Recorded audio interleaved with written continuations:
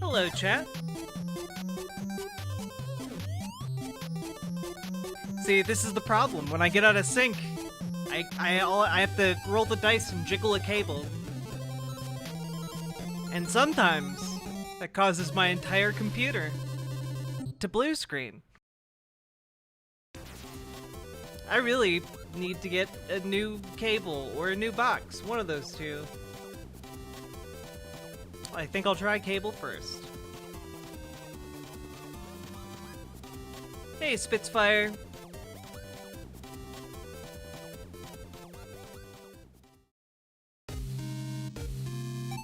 Found the real groomers? True. Hello, Fox of Fate. Donate to Jack, she needs a new PC. I mean, I wouldn't say no to a new graphics card. I certainly would not say no. Have you seen Matt Gaetz being angry at the speaker? No.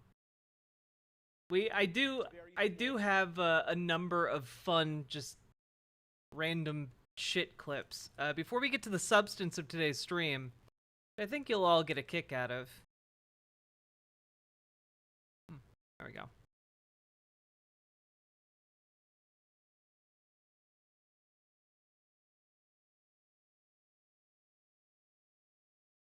Oh yeah. Hey. How we doing? Pink is a good color. I don't know if this color pink is good on me. It's just I just find it very comfy. Hello, Mug Thump. How you doing?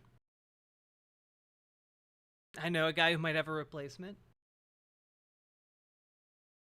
Yeah, I'm rocking a 2080 right now. Definitely can still pull its weight, but the other computer's a bit difficult with 980. Anyway, mumble. Ooh, what you making, Metal Kitty Mom?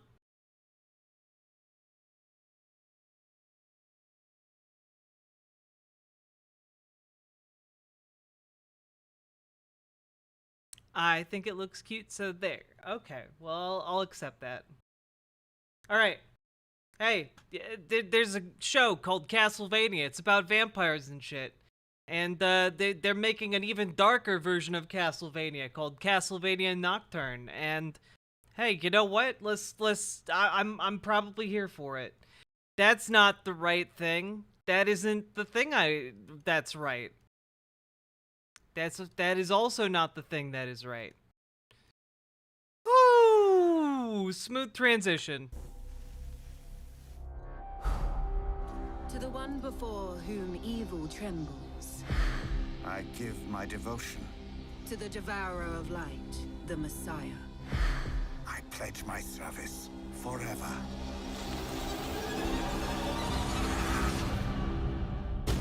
We're looking for someone called Belmont. That would be the ungrateful wanker. Tell me what you know about this vampire messiah. She will bring horror beyond nightmares. Suffering and pain beyond endurance. Do you know what they are? No. Well, whatever they are, I'm sure they can die.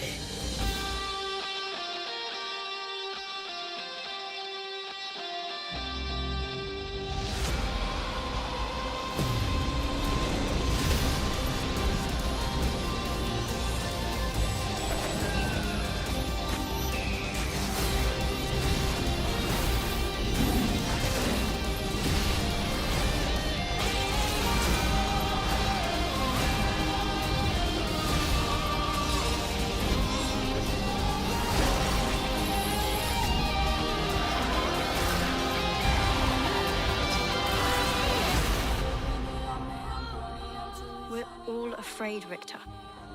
Of course we are. I've only been afraid once in all my life. I won't let myself be afraid ever again. I am Richter Belmont, last descendant of the Belmont clan, and I kill vampires! Who's fucking next? I dreamed last night about the world we're making. All will worship me. All kneeling before me.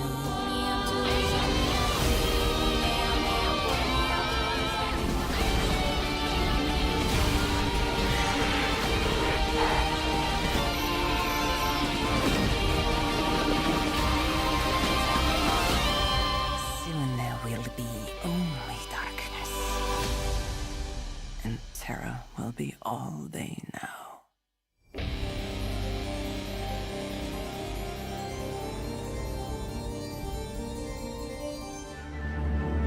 Well, that was one of the coolest fucking things I've seen. I see a little Captain N in him.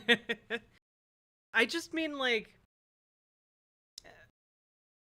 it was so cool. That was so cool. That was some of the prettiest animation that I've seen, like, ever. That was so good. Man, oh god. The studio behind Castlevania. 10 out of 10 over here. Alright, also, hey, look, there's a new anime called Lazarus from Mappa. Let's see what it is. I don't know about it. But I do know Mappa makes some good fucking shit.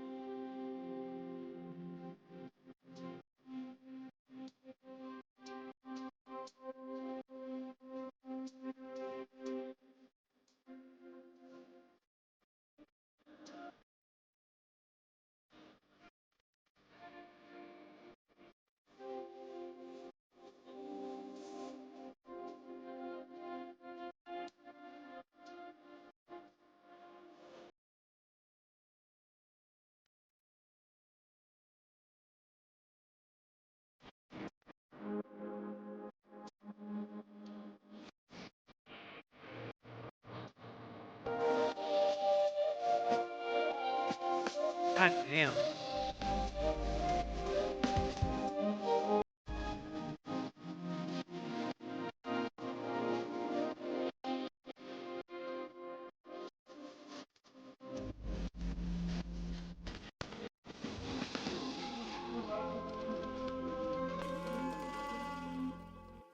Well, I would watch the shit out of that. I have no idea what it's about, but it looks fucking good.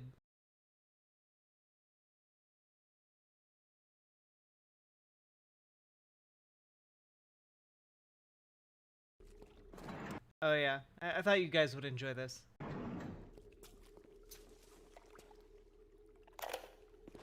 Remember when pride was a sin? Although that is merely a factual statement, because under the old rules, applicable even a decade ago, pride was a sin and had been recognized as perhaps the cardinal sin for thousands of years previously. To the woke authoritarian moralists who now insist, for example, that we celebrate Pride Month, not hour or day or week, but month, and who have literally called it Pride Month instead of LGBT plus month or up yours, woke moralists. We'll see who cancels who. Oh god. Oh yeah, no. I was noting the similarities to yeah, it looked like it had some like banana fish in it mixed with Cowboy Bebop. It definitely picked up those vibes too. Oh hey. Have you ever wanted to know who George Santos is? After you found out that he's just a liar about everything? Well, look, they're still giving him media attention for some reason. Go grill Joe Biden. Joe Biden has a treasure trove, starting with his son, Hunter Biden, cocaine in the White House, laptops from hell, all these things, and none of this is spoken about on your network. Well, that's not true. It's all actually spoken about on the network, and certainly is on Is this it, Aaron? program. But Go grill Joe Biden. $9.99. Those included Il Bacco Ristorante in Little Neck, New York, twice in a single day on November 30th, 2021. A $199.99 charge for hotel accommodations at the W South Beach Hotel. That was October 2021. Lowest price room, the reporting showed at that time, typically would have cost more than $700. I have no idea, Little Morphine Annie. $199.99 to Uber, Walgreens, Even better question though, how does he look like he's constantly about to shapeshift into a ventriloquist dummy? That's what he looks like to me. It's very disturbing. Walmart, Best Buy, Delta Airlines, and more. And in fact, Congressman, a report filed by your campaign had hundreds of $199.99 payments to Anonymous. Now, you have blamed your campaign treasurer, I understand, who has resigned. The question is, do you know if your treasurer was putting in for money that wasn't spent just to get reimbursements and steal the money? Do you know what was happening here? Well, I can't accuse her of doing that, but I can say that the burden of that entire report is not on me. I hire a fiduciary like every single politician, and every mistake made there or not, it's not me. I'm a first-time member of Congress. I ran twice only in my entire life. I couldn't have not known what was going on, but the reality is, what was behind all those 199s, I have yet to know. My new team is auditing the campaign as we speak. They're trying to get to the bottom of what transpired. But the reality is, this is all the doing of a former fiduciary who had a dereliction of her duty and her service and a rupture of her contract with my campaign by just being absolutely sloppy and inexperienced on everything and anything that she did when it came down to my campaign. Yeah. It's not not just that she stole thousands of dollars. It's that she was also bad at her job. Campaign finances. So I can't answer that question. I can't tell you why. I can tell you that I operated above board. My campaign operated above board. There was no such thing as funneling money for reimbursements or anything of the nature. Not that I'm aware of. Now, if a bad actor in the campaign engaged in some nefarious scheme to do so, well, I can't be responsible for that, Aaron. All right, so you're saying you had no idea what was happening with the books on your campaign? No, I did not. So what you're saying is you're a dipshit.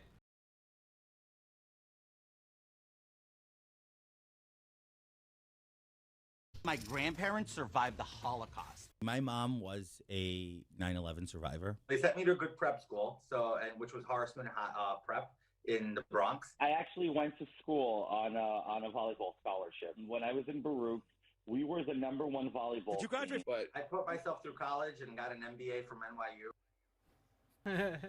So, Congressman, I just want to give you a chance here. You've admitted, I understand you didn't graduate from NYU. Horace Mann says they've searched the records. There's no evidence that George Santos or any alias attended Horace Mann. Can you explain to anybody watching that why you said some of the things that you've said, which you yourself have admitted are not true? Aaron, you know what would be great? And I'm not deflecting, but I'm just going to call you out here in CNN. Have you brought Joe Biden on the network and spoken about all the things he said across the last 40? How do you respond to the lies we've caught you in? Well, ma'am, have you considered bringing on Joe Biden to ask him about the lies he hasn't responded to? Just what the hell, dude? 6 years, because I haven't seen it. Joe Biden was top of his graduating Congressman class. Santos, this interview is between you and me, and it is I about understand, you. I understand, but we started off on impeachment. That was the preface of this interview. So I'm really going to go back. Are you bringing Joe Biden on? So when you bring Joe Biden on, it's completely irrelevant to the conversation. And to be very clear, you and I spoke this afternoon, and I said we would begin with impeachment and talk about many other things about you. You were well aware of that, so it would be unfair to claim anything otherwise. I'll continue to say, when CNN starts pressing Blumenthal, Elizabeth Warren, and Joe Biden, I'll continue to talk to you guys. But for now, no, I'm not answering these questions to you. I've done them extensively throughout many interviews, and people can see it elsewhere. All right. Well, thank you very much. I appreciate you. Oh, God. All right. Matt Gaetz had a little shit fit on the House floor. On this very floor in January, the whole world witnessed a historic contest for House Speaker. I rise today to serve notice. Mr. Speaker, you are out of compliance with the agreement that allowed you to assume this role. The path forward for the House of Representatives is to either bring you into immediate Make an Amazon wish total list with the compliance graphics card you want on or it. remove you. Oh, pursuant to a Jesus. motion to vacate the chair. I mean, I They've can had put no it on vote there, on but term limits or on it's a balanced bit out budgets as the of agreement anybody's demanded and reasonable price required. range There's to been get no for full me. release of the January 6 tapes, as you promised. But thank you There for the has been $5 dono. insufficient accountability for the Biden crime family, and instead of cutting spending, Are we sure Matt to Gaetz is a person? I'm pretty sure he's a bunch of evil spiders with a Michael Myers mask. the debt limit, you relied on budgetary gimmicks and rescissions so that you ultimately ended up serving as the valet Yeah, to Holy underwrite Knight, that's Biden's true. debt Throne and does advance have his spending crowdfunding. agenda. Mr. Speaker, That's cool. you boasted in January that we would use the I'll power I'll of the figure that out. subpoena and the power of the purse. But here we are, 8 months later, and we haven't even sent the first subpoena to Hunter Biden. That's how you know that the rushed and, somewhat rattled performance Everything's wrong because we're not going after Hunter Biden fast enough. you just saw from the Speaker isn't real. At this point, during Democrat control over the House of Representatives, they had already brought in Don Jr. 3 times. And we haven't even sent the first subpoena to Hunter Biden. Power of the subpoena and power of the purse. Only thing the 118th Congress is known for at this point is electing Kevin McCarthy Speaker and underwriting Biden's debt. And unfortunately, there's only one of those things we can remediate at this. I propose that we send a formal request to Hunter Biden to send us, evidence that his cock is indeed the one in those photos. Preferably with more photos. Time. Power of the purse. Our God. Matt Gaetz. Also, Chad, if it feels like it's harder to pay rent lately, that's because it is. Here's rent price in red and household income starting in 1987. Let's see what happens. Maybe it'll buck expectations. Hey ladies, drop it down. Just wanna see you touch the ground. Don't be shy, girl, go bonanza. Shake your body like a belly dancer. Hey ladies, drop it down. Just wanna see you touch the ground. Don't be shy, girl, go bonanza. Hey ladies, drop it down. Just wanna see you touch the ground. Don't be shy, girl, go bonanza. Shake your body like a belly dancer. Hey ladies, drop it down. Just wanna see you touch the ground. Don't be shy, girl, go bonanza. Hey ladies, drop it down. Just wanna see you touch the ground. Don't be shy, girl, go bonanza. Shake your body like a belly dancer. Hey ladies, drop it down. Just wanna see you touch the ground. Don't be shy, girl, go bonanza. Hey ladies, drop it down. Just wanna see you touch the ground. Don't be shy, girl, go bonanza. Shake your body like a belly dancer. Hey ladies, drop it down. Just wanna see you touch the ground. Don't be shy, girl, go bonanza. Hey ladies, drop it down. Just wanna see you touch the ground. Don't be shy, girl, go bonanza.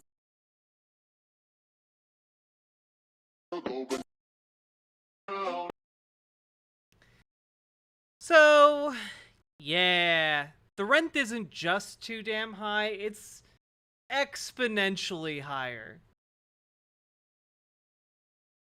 Like 1.5 times more, in fact. So in 2025, everyone will be homeless? Well, no, just the right amount of people will be homeless.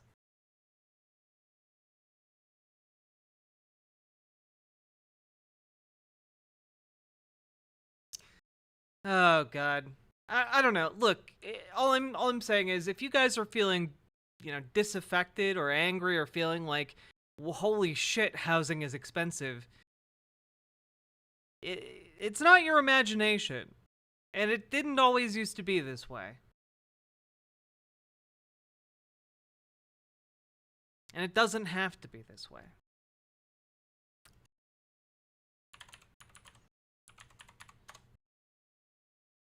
Hey, Ghetto Spock. Have I heard the new song? No, let's check it out.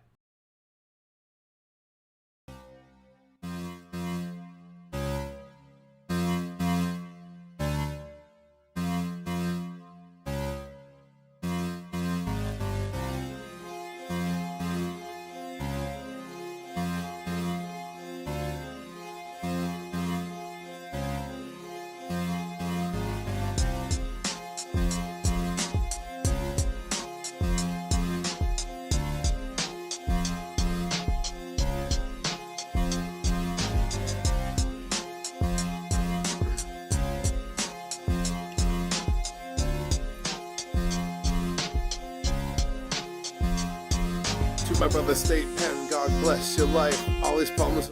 Okay, well, how explicit are look? Is there a hard R in there? I can't.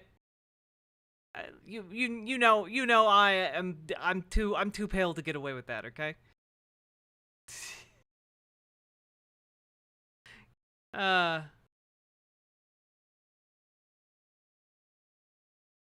Not. Well, that's not what I asked. I didn't ask if it was racist. I asked if there was a hard R in there. Oh, okay, it just has fucking. If it's fucking shit, that's fine. My life cut me up like a knife. All the pain outside and in the physical strife. Plus I got these mental problems and I never feel right. What's the only motherfucker you could call him a shit fan? Didn't care what time of day you'd be like, what's up, man? Working through the ages, you was trapped in all our cages. You was burned out but amazing, getting lost, but you the maze king. Getting lost, but you the maze king.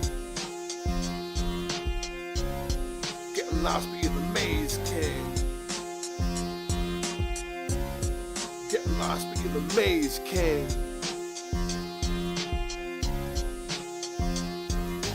Maze King gunning down from heaven like I don't watch you fuckers, all your shit shaved, your bread's unleavened. +6 is all your lucky numbers, mine's is 4 and 7. Level in the playing valley, you can call me Reverend. Bring me all your sick and wounded, I might mend them.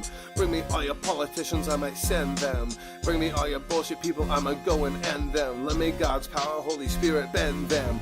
Back like a spoon, this shit is uncouth. I'm a buffoon sitting here in God's soundproof. I'ma step on every foot it takes to get the boost. Shoot your shooting, don't be acting pussy loose, fool. Get your shit tighter, I don't need to tell you I'm a fighter. Give me all the bics, cause I'm losing all the lighters. Send it to the origin, stealing God's identity, the original sin. So I sit here and spin till the end. To my brother State Pen, God bless your life. All these problems in my life cut me up like a knife. All the pain outside and in the physical strife. Plus I got these mental problems, I ain't never feel right. What's the only motherfucker you could call me a shit fan? Didn't care the time of day you'd be like, what's up, man? Working through the ages, you was trapped in all our cages. You was burnt out but amazing, getting lost, but you're the maze king. Getting lost, but you're the maze king. Getting lost, but you're the maze king. Getting lost, but you're the maze king. Getting lost, but you're the maze king. Getting lost, but you're the maze king. Getting lost, but you're the maze king. Getting lost, but you're the maze king. I'm a rapping music troglodyte. Now I gotta grab a mic or a pair of woofers. We can make that shit be bumping right. Put up all your hands, we can probably start a fight. Bright is the light that makes my fire burn ignite. I'm a fiend for the flow as it wobbles to and fro. Rapping faster like a TV guy that be hitting on some blow. Never know exactly what it is that makes my mind tick fast. Every single thought that makes my dick go half mast. We setting sail to drink some ale and pale. The mermaids kill a whale with Ishmael's story of prophecy. We're looking for a holy grail. Exile the people, annex all the humans looming in the world. Torn up like a ballerina. Some shit you see in life just ain't in our arena. It comes from somewhere else. When we die, I just might see ya. When we die, I just might see ya. When we die, I just might see ya.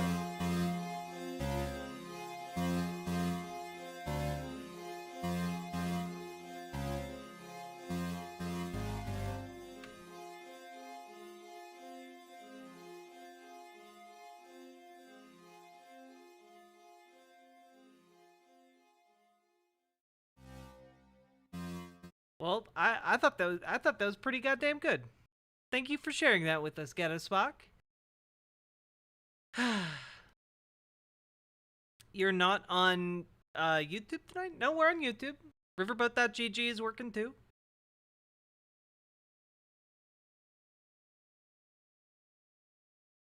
All right, here's just something for fun, okay? Republicans are not happy about the fact that, you know,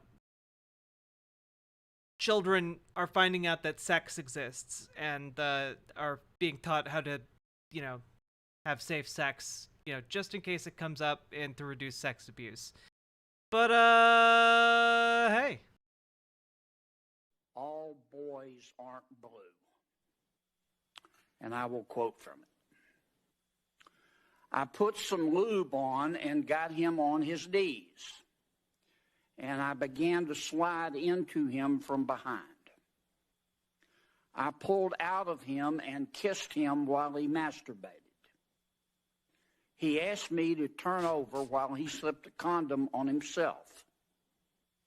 This was my ass, and I was struggling to imagine someone inside me. He got on top and slowly inserted himself into me. It was the worst pain I think I have ever felt in my life. Eventually, I felt a mix of pleasure with the pain. Close quote. All boys aren't blue. He's reading excerpts from, like, books geared to, like, 12-year-olds to help them understand, like, sex and, like, or like bits and pieces of different memoirs and stuff. Yeah, what the fuck is he reading? He's reading like a young adult memoir, you know? This is my crochet time.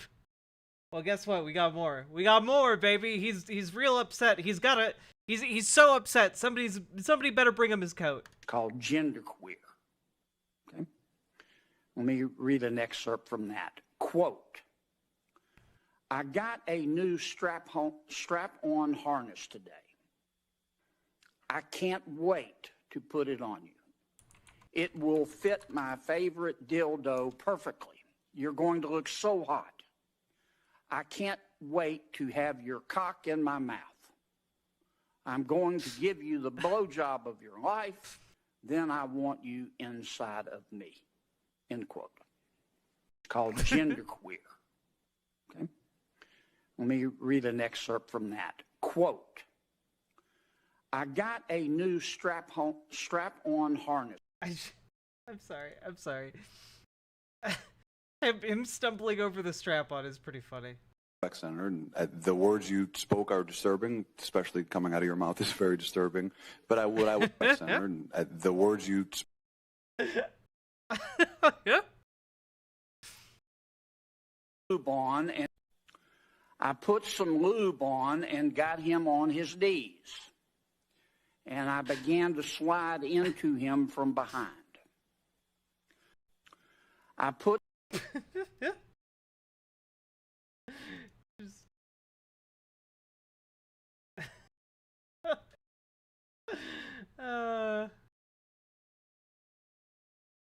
I got a new strap-on harness today. I can't wait to put it on you. I got.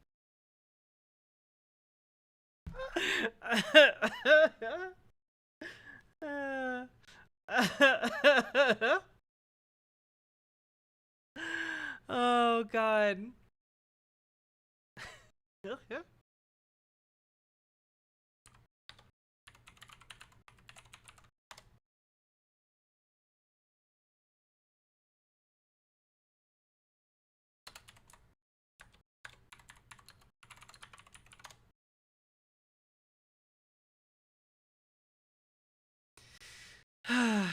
The content is flowing, indeed. By the way, the book he's reading about strap-ons from is geared towards like 15-year-olds, and so you know what? If you're 15, you should know. You should know. Okay, that's just useful information for you.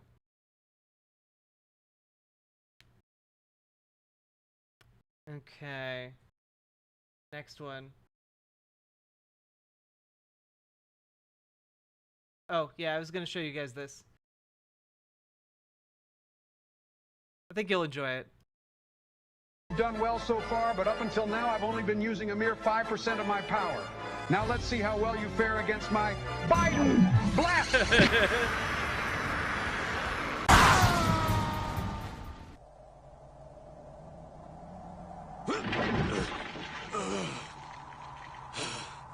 That freak! I can't even pick myself up, and we haven't even put a dent in him. I'm sorry. It's just still, it's so silly. So silly.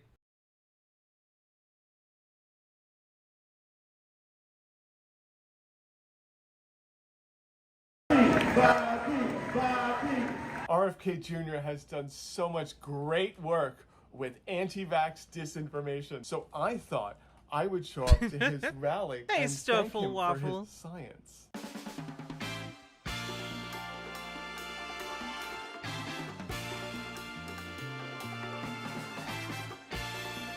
So we're on our way to see Robert Kennedy, and I thought I would tell him about how my dog has autism. Okay, don't tell her. Okay, it's okay. There's nothing wrong with you. You're perfect. One of the symptoms was how she doesn't fetch sticks anymore. She fetches balls, but she fetches balls too much. A little too much. I noticed Jack not acknowledging the soundboard. Yeah. That's the thing. She goes, I have it hooked up, but I need to. Can you guys upload the actual sound clips? I need the files, and then I can play them. But I have to download them and then hook them up to the soundboard.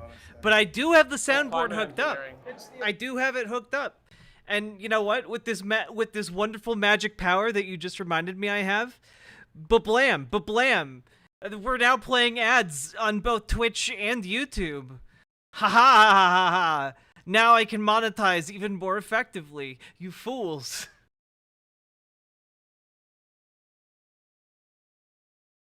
With the touch of a button, I can summon Steam. I can go to the dashboard. I could even put a little notation that, hey, this is the start of a new segment. Push the button. It's so good. Look at this. I don't have to click anything. I could just go. You're on the BRB screen now. All I had to do is push a button. Boom. We're back. Whoa. How about them apples? We're on the desktop screen. Let's go. The aluminum and sulfur dioxide and surfactant that they're dropping. I wonder if I get money for premium subscribers on YouTube if I just like spam the ad button. From the planes, they're creating weather patterns. On our windowsills right now. okay, so wait, so that's why it's so hot out right now? Correct. Okay. Good part. Large 20 million nanoparticles are going through your skin and every time you breathe. Electron, cyclotron, heating resonance. It's all chemistry.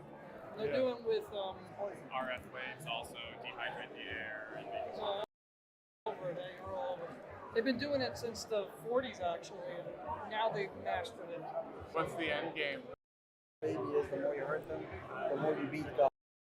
The audio needs some work in these Walter Masterson videos. Or you mean, It's him. All right, 3, 2, 1. All right, there you go. How you doing? I'm so happy to meet you. The vaccines gave my dog autism. She doesn't play with sticks anymore. She doesn't bark. She doesn't play fetch at all. The vaccines gave my dog autism. So look at her. She doesn't bark at all. She's not barking. So yes, Big Pharma gave my dog autism to the rabies vaccine. All a conspiracy because they don't want dogs learning how to use the internet. RFK Jr. is supposedly a big climate advocate. However, this is what happens when I speak to his followers about climate change. What's climate engineering? It's the aluminum and sulfur dioxide and surfactant that they're dropping from the planes. They're creating weather patterns. on our windowsills. What? Okay, so wait, so that's why it's so hot out right now? Correct. RF waves also dehydrate the air. I think RFK Jr. thinks he believes in climate change. My approach to energy is using free markets and not top-down control. I'm gonna get a bunch of weird comments for this video, so I thought I would sort of act out how the comments are gonna play out. Well, if the vaccine is so effective, how come people are still getting COVID even after they've gotten the vaccine? Actually, so most of the people that have gotten COVID that are unvaccinated, they usually die. Yeah, huge fatality rate. The people that are vaccinated, they tend to live. Weird how that works. World Economic Forum Nancy Pelosi, Dr. Fauci. People still get COVID, but the vaccine, people still get it. COVID, vaccine still, something like that, right?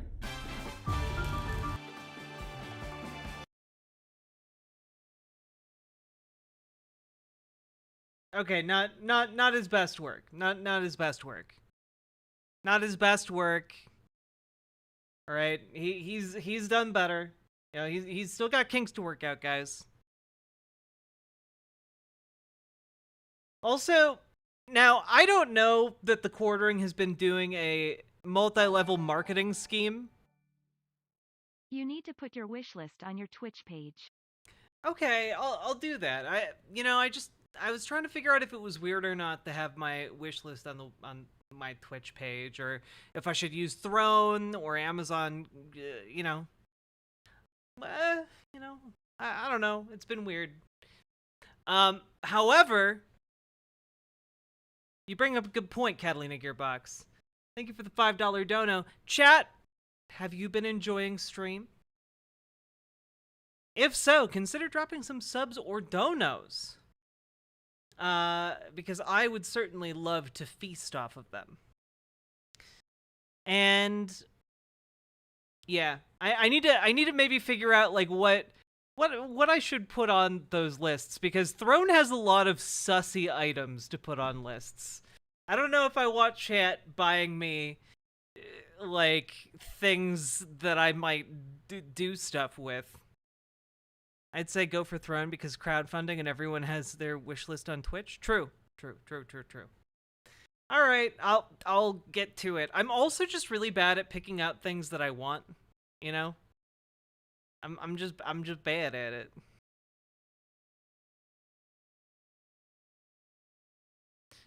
Maybe take some of the hardcore stuff off the wish list. Hey, look, I don't own any bad dragon merchandise, chat. I'm a good Christian girl.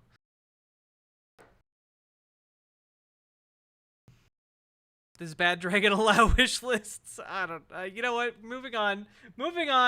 Apparently, the quartering has a multi-level marketing scheme, according to a secret source, and he's very upset that people are telling others that his business is an MLM scheme.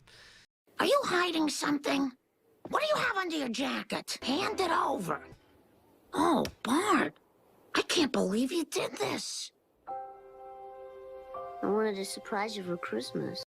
Hey everyone, just want to check in. You know, yesterday kind of sucked. I just kind of have to be upfront about that. I've been working. I don't have a PO box number yet. Storma, true. Thank you for the 200 biddies over on Twitch.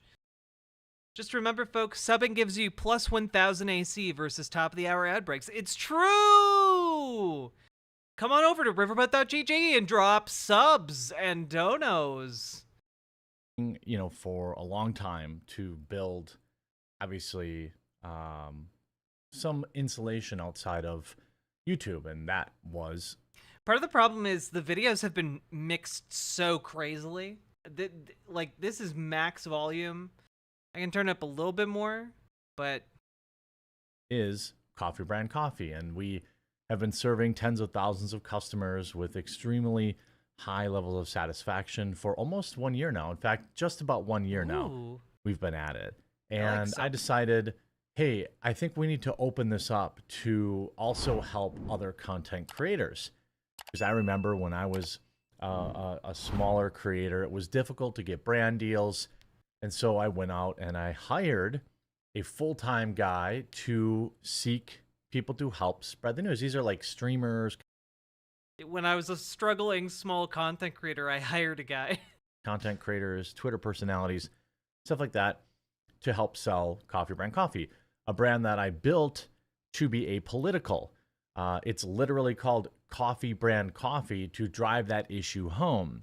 Well, I had what was a coordinated effort by... Oh shit, Natalie Lush, I'm very sorry to hear that. Not sure how I feel right now. Yeah. I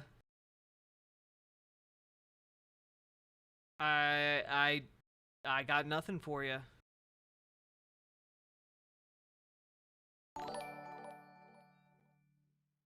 Jack Bucks, BWA. Win B, thank you for the 2 tier 1 subs. Maybe consider, I don't know, if those cases are still open at all. I don't know. Oh boy, I don't know how to respond to that. I'm awkwardly moving on. people Tina, thank you for subscribing. yesterday to smear my company Lovely. and smear me in particular. I want to address that. I want to treat it with the appropriate amount of response, because this was an attempt to smear my company, a company that, you know, when I told my affiliate manager to reach out to people, I said, I didn't say no lefties. I didn't say no liberals. I didn't say no feminists. I didn't say no women. In fact, we have many women who are affiliates for Coffee Brand Coffee. In short, what happened was several I know many of the boobily persuasion. Affiliates coordinated this smear campaign that People are trying to smear him like he smeared shit all over that Walmart. Oh, God. Dude. referred to me and my company as having deeply disturbing things, and they got tens of thousands of impressions. And of course, you know, people that hate me picked that up, and I need to address it because, you know, I'm still, you know, it turns out what the deeply disturbing thing is that they found out is that they don't agree with my personal politics, which to me is pretty pathetic, given I don't agree with their personal politics, but I'm still happy to pay them to promote my coffee and things of that nature. Now, you're welcome to where I work. I turn down sponsors all the time, but in general, what I don't do is never do anything for them and then use them for clout, which is what these people do. Now, don't go searching them up. I think I made my point yesterday, but one of them tweeted, effective immediately, I've chosen to end my partnership with Coffee Brand Coffee. Information was shared with me I found deeply disturbing and goes against everything I support. I can't deplete my morals and principles like that. I would never tell anyone what to do or tell them not to support a brand. This is a personal choice I've made. Well, the fact that this post was meant to do exactly that. What is the deeply disturbing information? Well, they refused to say publicly. They chose to tell people to DM them about it. You know, He's so mad. He's so fucking mad. suspect it's that they don't agree with my politics, since one of the individuals had like the side shaved head. I need to know the deets. The deets are the quartering helped found Coffee Brand Coffee. People found out that was the case and are now severing their ties to Coffee Brand Coffee, and that is making Jeremy very upset. Stuff like that. Again, I don't, and I still don't discriminate against you know, any affiliates who want to work with us. And now we had about a dozen people quit because these clowns put out these purposely vague statements, and I tried, you know, they're like, what is it? What's going on? I don't know. So that I have people disassociating with me, causing me real financial harm. They go on to continue, the most hilarious part. As a disclaimer, I was partnered with your company. This is after I called them out. With your company for 4 days. They never even announced it, never reached out to me for any information, which I'm available for, never sold a single bag of coffee. They used my company for clout. They never even tried to sell or work with us. They just used it to put out this insanely obscure post to smear my company. I was in the process. If it was such an insanely obscure post, why are you amplifying it on your channel? You're just taking your L and making it bigger, dude, for no reason. Getting set up with a partner manager. Did I see Amaranth go on his podcast? I can't wait to see how uncomfortable she was. I was approached by someone else who was your partner with your company and also exited. As I stated in my own post, I left for my own personal reasons. I never once told anyone who they could or could not support. Let's not get it twisted. Actually, you did, in fact, effectively do that. You also did not say you left for your own reasons. You said that you found information that was shared with you that was deeply disturbing. Just, oh my god, dude. Oh my god. What? Did they also find out you have a scat fetish and you shat in that Walmart for sexual release? Like what? Like, did they find out even worse info about you? Like, what? You're so mad for them even alluding to what it might be. These are leftists. These are like libs, you know, and I don't understand it. You know, they don't. These are very small creators. This individual had 4. These are very small creators. Well, then why the fuck are you so mad about it, dude? Oh no, you're gonna miss out on their tiny, minuscule audiences. Like,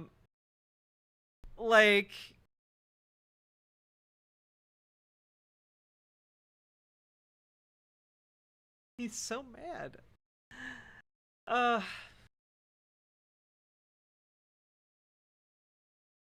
Worked with us for 2 months. Yeah, I wonder why these left-leaning people who have like trans friends or are trans might want to sever their ties to you, Jeremy. You know, like with a dude who calls trans people groomers and shit. Hey, Months Drago. and sold a grand total of 5 bags of coffee, and I was still happy to keep them in my partnered program. And they also put out this big tweet that had 30,000 impressions at the time I screen grabbed it, and it's like smearing my company. It's less bad, but again, you know, as much as I enjoy the product, I cannot in good conscience respect a brand whose ownership holds strong viewpoints that go against my very identity as a human.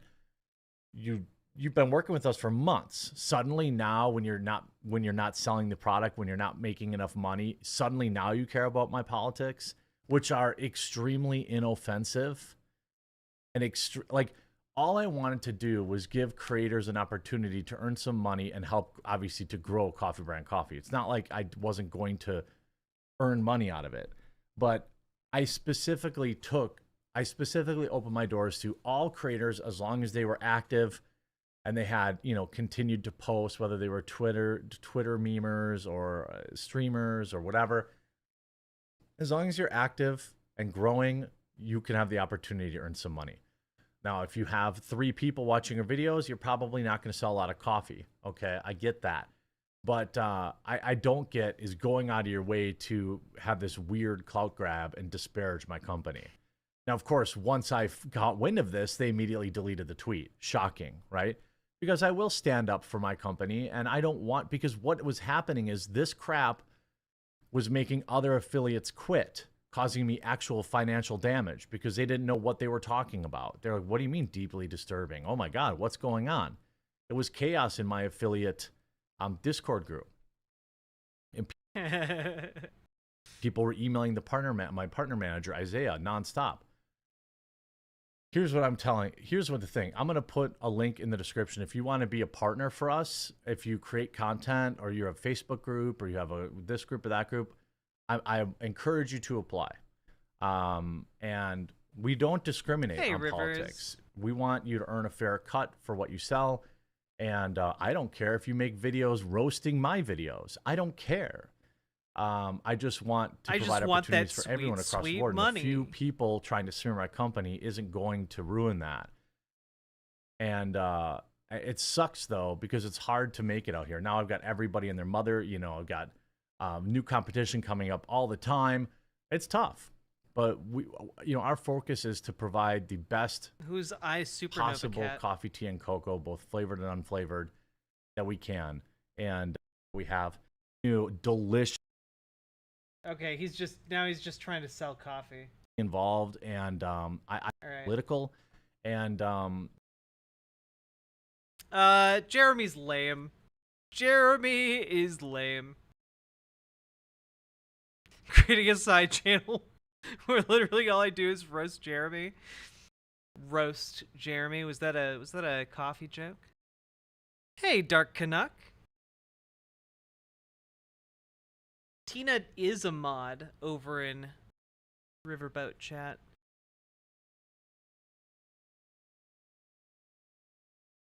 Can you get that much shitty coffee for $5 at Walmart? Yeah. Oh, God. Let's see. Oh, yeah, this should be fun. So Hey, guess what? Jesse Single called into the Majority Report, and I managed to find it. Let's just watch Sam and Emma systematically destroy this loser, this goddamn transphobic nerd. Let's go. Let's go.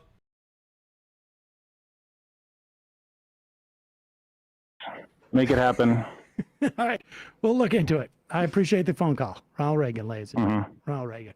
There you go. We have time for one more call? Like recently, like a couple days ago, yeah. We'll try this one. Calling from 617, another Boston Hey area man, it's code. Jesse Single. Oh, it's Jesse Single. Hello, Jesse. How's it going, man? Good. We can't hear you very well. Can you speak into your phone? Yeah. Are you on the headphones? Hold on one sec. That any better?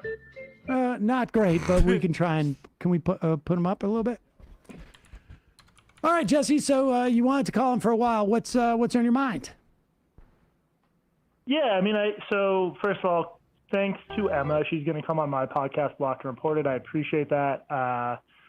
It takes some guts to do that, given our disagreements. But I'm basically just like calling in because I committed to doing so. I'm a little bit. You don't feel. You should not feel obligated whatsoever. I'm perfectly willing to. I didn't consider it a commitment. I wasn't anticipating it. So don't feel in any way obligated whatsoever. I think it's okay. I do feel. Sam's just like, jeez, I don't want to do this. I don't want to do this today. Hey, Brains and Goldfish. Obligated. I said I would do it. I want to honor that. But I feel like Twitter causes a lot of division and drama, and I've contributed to it. I just think there's probably I would agree with that. A fair. People are saying that Sam and Emma didn't approach this debate in good faith. I mean, I guess we'll see, Yeah. I think there's probably a fair amount we agree on some of the stuff you guys discuss, including just how bad it is to try to ban youth gender medicine. That was something I wrote about in May of 2020, before it was a national story. I also think there's probably some areas where there's a little bit debate. It's a call-in. He called in to debate them. Disagreement, but they tend to be edge cases. Just stuff where there's probably going to have to be some, debate and compromise. But I think at the end of the day, I don't know. I've been writing about science for a decade, and what do you mean by youth gender medicine? But here's the clarify that, please, Jesse. I just want to make something clear. I don't care where we agree on. That is, I can't tell you how irrelevant it is to me what we agree on, whether it's in the context of trans stuff, whether it's in the context of any other politics. Wholly irrelevant. I don't care what kind of person you are. I don't care what your belief system is. None of that is relevant.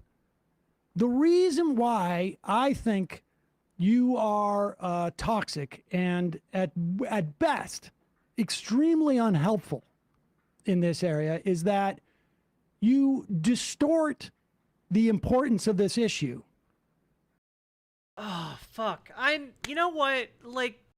Majority Report don't miss. I love that Sam just identifies his bullshit here. It's really refreshing. It's really refreshing. He's just like, nah, I think you're just a bad person. We don't have to debate it. You're just kind of bad. Yeah. And are so fervent at pointing out this minutia that I consider minutia in the face of what is actually happening on the ground. And I'll give you an example of what I'm talking about. That's not just real quick. Just as this is playing, I'm just in the back of my head just going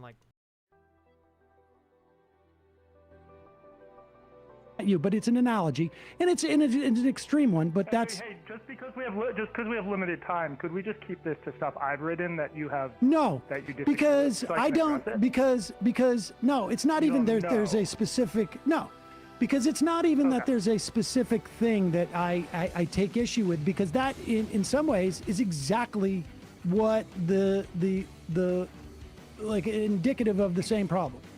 I will do this. Is like, I know that you feel that you are just writing stuff that you think is accurate, very technically accurate, that your issue was in insisting and in highlighting this clip that no one had seen really until you promoted it. That in the words saying that He's just when Matt said, eviscerating him. Your lies were cited by Republican attorney generals. For whatever reason, when we did this email exchange and you put out a little clip of it, you didn't use, you said conservatives. I was confused by that because maybe I thought you were talking about something different. But my issue with what you do, okay, is best summed up in this analogy. And again, this is an analogy that's extreme, but it makes the case, is that back in 2004, there was a writer who wanted to argue, and you remember what was happening in 2004, 2005 in Iraq. Maybe it was before your time, I'm not sure. Who wanted to argue that there is nuance in the context of the torture debate. And by, sort of showing that within the context of the torture debate, there were nuanced instances where the idea of saying that torture is bad is inaccurate because there were nuanced instances where that was okay. And I think the headline was in defense of torture. And it was published on the Huffington Post at a time where That's completely grotesque. Yes, I'm sure I use this example because I knew you would think it was grotesque. But why is it grotesque? Because this writer claimed that, like, look, I wasn't. Sam about the hammer this guy. Can you just give me something to latch onto? A problem you have with my work, not with the work of someone well, else. I'm explaining it to you. You don't want to engage in it. I will explain it to you. The reason why it's I'm trying to engage in it. Okay. The reason why it's grotesque to me in that instance is Paladin, because yes. It's one thing to sort of like create a thought experiment where you could argue there are instances where torture is a legitimate choice. But it is another to do it. Torture is not a legitimate. I'm not saying that you are. I'm not saying that you are, Jesse. In fact, no, Jesse. I am using torture as an example so that you will understand my problem with your writing. I know that you think torture is abhorrent. That's why I'm using this as an example. There is no doubt in my mind that you agree with me totally on this perspective of torture. But let me finish so I can explain to you my actual work. I'm going to my work. Okay. Okay, you'll get to it, I guess. I will. I promise. This is much. I'll be done by now. In promoting that, in that instance, in a moment when torture is on the front pages of the news, regardless of whether there was merit to the philosophical argument about the value of torture, which I would agree, and I'm convinced that you would think is abhorrent, period. What that article does is it gives cover for people who were promoting torture in places outside of Huffington Post. The writer is basically positing that they have no impact on this public debate. Because I believe that if you are writing in this manner and you are promoting ideas in this manner in public, then you must take responsibility not just for the specific content as the letters, but its impact and how it's heard and how it's used in a political struggle that is going on. I fucking love Sam. He's so good. He's so good. And I suggest that when you say the Republicans, AGs, who cited my material in the Atlantic, did so and twisted it in a way that it meant something different than it did, that at the very least, you would realize that you are being used as a means to attack trans people and to attack. But that's why 4 days. But that's why 4 days after they put that brief out, I did a Substack post saying they're lying about my work. I'm glad that you did a Substack post. In fact, that same torture guy has a whole page on his, at that time, I think it was Medium, as to why this is being misinterpreted. But do you know how many people saw the HuffPost thing versus saw that Medium thing? This is what we call in sales a funnel. I don't know why I say we, because I'm not in sales, but I read enough about it. You're saying that a lot of people saw this fairly obscure brief over a technical aspect of Affordable Care Act enforcement. That's your argument, that was like a viral Huffington Post article? Are you suggesting in any way, Jesse, that your work hasn't been cited over and over again by people saying, like, even the liberal Jesse Singal says that this is get him, there's Sam. Problem here. Get him. I mean, so the problem is that, with all due respect, I explained to you in the email like exactly what they did. My article said you didn't even say when I said Republican AGs. I specifically asked you. Now you didn't publish this part of the email. You only published like the first line of it for whatever reason. But I asked you when I wanted to clarify this and catching up on it. What was defamatory? Because I think your words were straightforwardly defamatory about Matt Leck saying that your lies were cited by Republican AGs. And then you wrote back something about a tweet exchange you had with Matt about conservatives. For whatever reason, you wouldn't acknowledge this Republican AG thing was. No, but we're referring to the same legal document. And I pointed I didn't know that because you didn't say anything about that legal. I can read the email right now if you want to clarify that. Sam, because it seemed really manipulative of you to pretend that you had explained this to me and saying, when whatever the tweet storm that you were trying to get going, when in fact I said Republican AG and you said conservatives, some conservatives. Sam, I think you're a little bit trying to talk over me because I'm making a very basic point here. Okay, go ahead. Respond or not. You have the floor. Okay. I emailed you. I pointed out that this brief said. No, you did not use the words brief. I did not use. You did not use the words brief, Jesse. That's why. I mean, Jesse, if you want to get specific, you got specific about the fact that a viewer wrote in and said that you cited one part of this written document by that woman, what was her name, Jamie Reed, that you didn't cite. Yep. And so if we want to be specific, then be specific about what you said to Sam in this email. Okay, let me read this because you're now claiming that you said the word brief or you said the word attorney because I asked you. Hey, sorry, we've been talking about the same document all the time. You can either. Well, I didn't know this. Why the I didn't know this. Jesse, I don't know your stuff from Adam. I don't care. I said I'm unclear. Let me make this clear. You don't know my stuff. I'll tell you what. We'll put this up because we'll put this up. Oh, you do know my stuff. No. We will put up our exchange because you're mischaracterizing our exchange right now, just like you did on Twitter.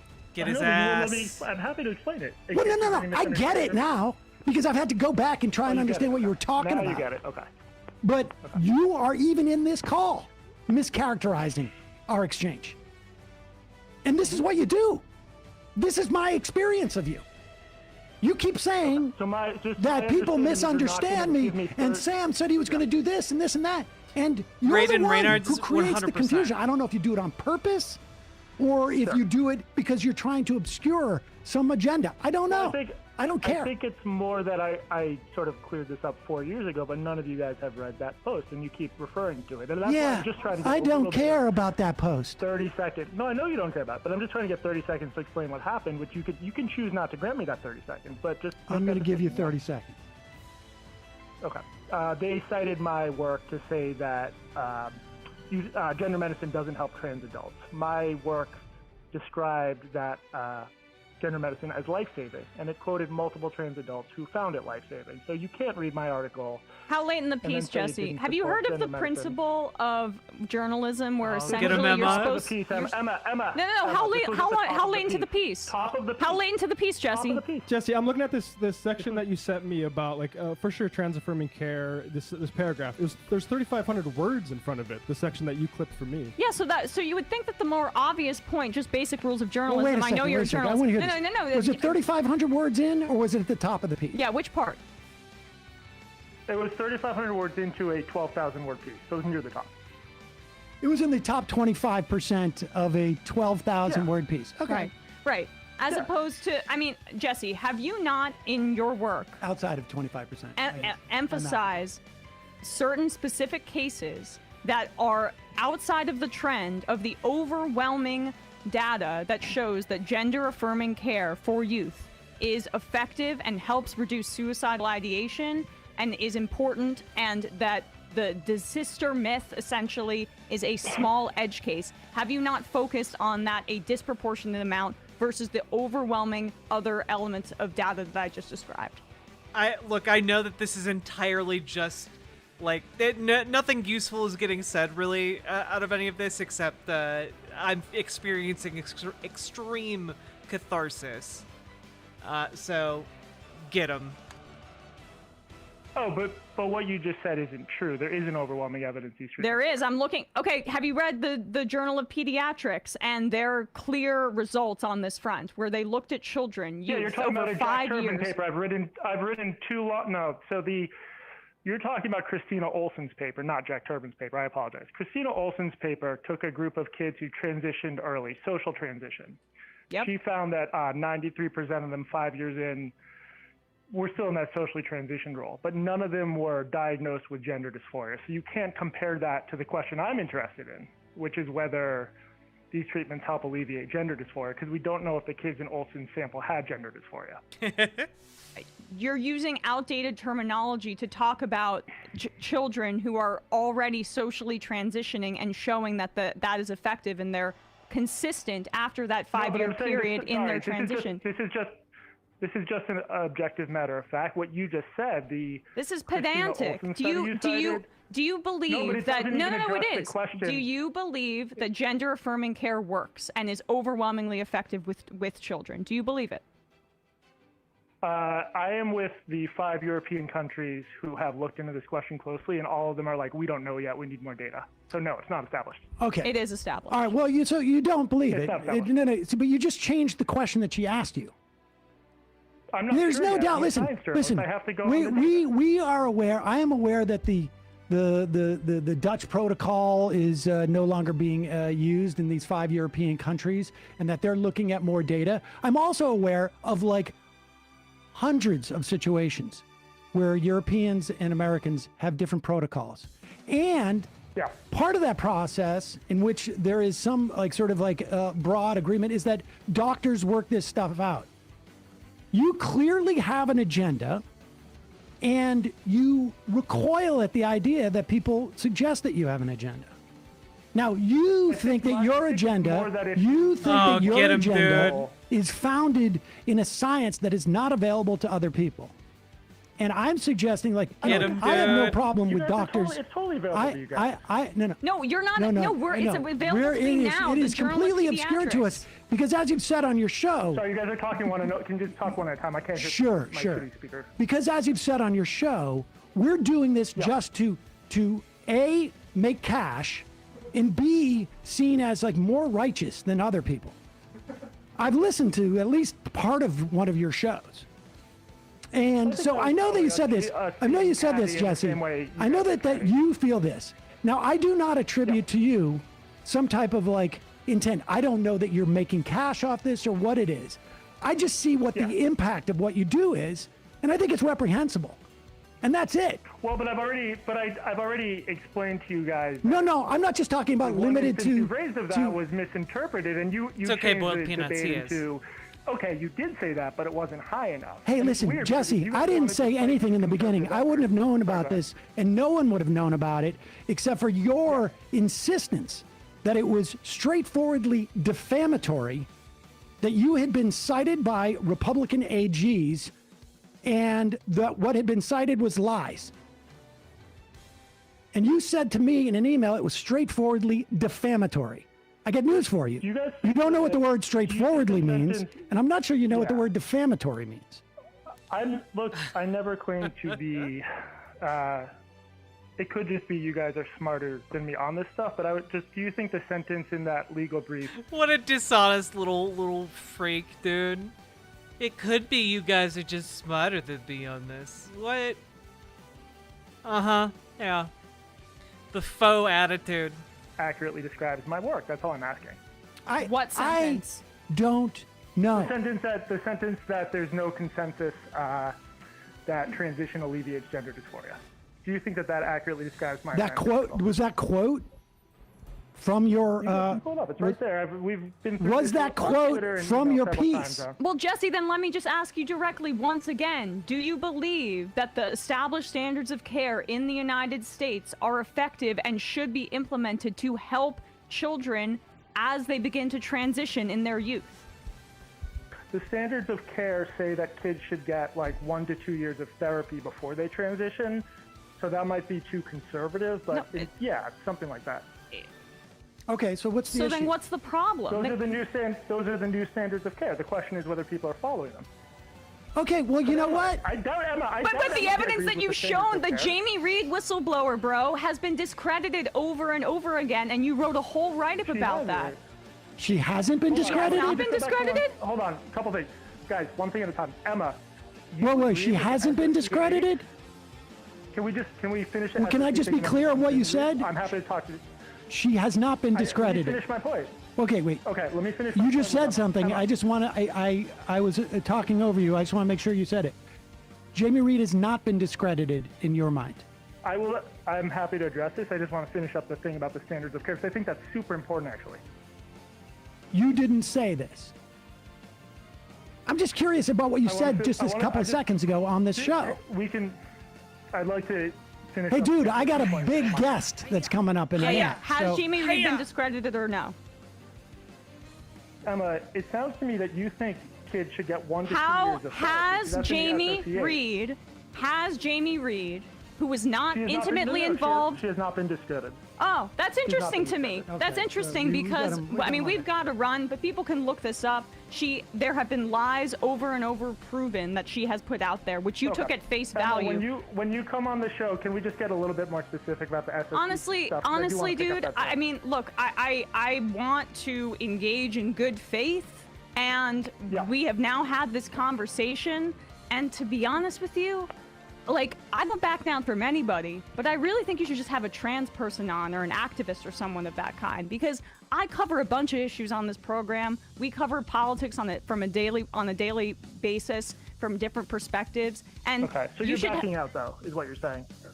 Sure. I to be honest with you, based upon your original complaint to me, I will, as a boss, I will suspend her if she goes on the show. we had a back and forth over email. We couldn't. You called find the manager. Time, and you didn't get the response. I don't want to give this more life. You're backing out. It's unfortunate. I was hoping to hey, have you on because Jesse, if that's what you want to hang your hat on, have a good rest of the week, buddy. Yeah, exactly. Honestly, we appreciate the call, Jesse. Yeah, couldn't care less. Thank you. Bye. Top of the piece, all right, let's get into a serious debate. Yes, ladies here we and go. gentlemen. What's that?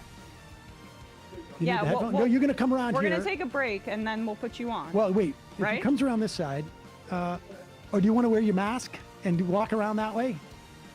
Okay. 10 out of 10. Excellent. That's honestly the best way to deal with these people. It's to remind them that they're deeply unserious, that they are not worthy of your time.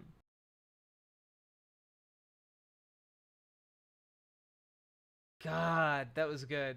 That was so good. That was so good. All right. Now, of course, we need to answer the most important question of our times. Is Oppenheimer communist propaganda? That's right. You thought we were gonna solve world hunger. Well, fuck you. Here we go. We're doing this instead. I know you've always wanted to see what a medieval peasant cosplaying as a knight would think of Oppenheimer. That's what we're doing today. Here we go.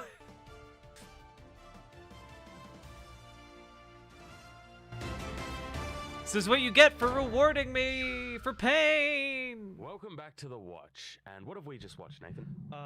Oppenheimer. Yes. I wanted to start off with this, just so we get this right out of the way. Yeah. You and I both saw the trailer for this film together, like at the same time. It was on the same day. Yeah. And we were both really, really, like, we want to watch this, which doesn't happen often. There's very rare times where we watch trailers for anything and go, I would genuinely go and watch this. But this was one of them. Yeah, this is one of the ones where I was like, you've piqued my interest, Hollywood. Let's go have a look. And now we've watched it, and we have some thoughts. We'll get into spoilers a little bit later, but first, let's start off with just some general thoughts. We'll give it a bit of a Basically, as far as I can tell, these are somehow extraordinarily conservative men who are into dressing as medieval lads. general rating. Okay. I'm very interested to hear your general thoughts. My general thoughts out the gate, it was very long. It was most movies you go to relax, to unwind. This one, you need to basically take notes when you're watching and listening to. It's for the more bigger brained people, but even then, I still have issues with it in certain areas in terms of editing and movie make my thinky organ work too hard. Even story. Like, I understand it's off a true story, but the way in which it's conveyed at times, I think you can give valued criticism to it. So we won't talk specifically until we get to spoilers, but there are major ways the story is conveyed to you that just could be cut. Yeah, completely. We joked sort of after we finished watching the film that this could be cut down to like a tight 1 hour 40, something like that. Like, it was so long. And it wouldn't take away any of the things that were trying to be said. There's just a lot of fluff in this film. And when we say it's long in a way, like if you watch something like Avatar or one of these other films that take, 3 hours or whatever, you're never really checking your phone. You know where the story's at, things are happening, like there's a giant fight or something. Things are wrapping up, concluding. With this, you're kind of just like, I don't know where we're in the story. This is just going on for a very long time. It was one of those sorts of films. But in terms of the actual content of the film, I thought it was good. I'd give it a bit of probably like a 6 out of 10. There's a lot of things to talk about, though, in terms of the actual I'd give it a film 6 itself, out of but 10. I'd give it about a 6. Yeah, All right. I think too, for audiences who watch our videos regularly, is they want to know what the agenda of this film is. Now, we disagree on this, I think. Yeah? I think we disagree Okay, on I this. think we do disagree, which is okay because then viewers can kind of base an opinion on it. What do you think? So, first off, the context for anybody who doesn't know, Oppenheimer is set on Oppenheimer, who created the atomic bombs. Yeah, World War II stuff. World War II stuff, which means it has obviously World War II elements, which is a bit of a critique because I thought there wasn't enough. It's very, very centralized in America, doesn't talk about anything. It's about Oppenheimer. Where did you think it was going to be? You thought what? It's about the building an atomic bomb in America. Really, that's happening during World War II. Like, they mentioned events that are important to the story, but aside from that, even then, there's so many important events from World War II, and all of them are glossed over except for like really just like major ones. I would say. Yeah. But then in terms, there was a lot of communist mentioning. Yes. However, it was integral to the story because it made sense within the context of the story.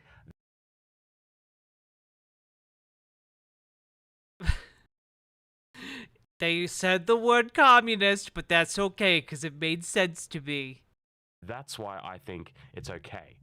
Now, we spoke about this. Whenever communism is brought up, my brain turns off, and I'm not feeling it. But neither of us like communism. Yeah, in the slightest. Let's be. If I hear the magic word, my brain just turns off. I can't think. I can't sleep. I just see red.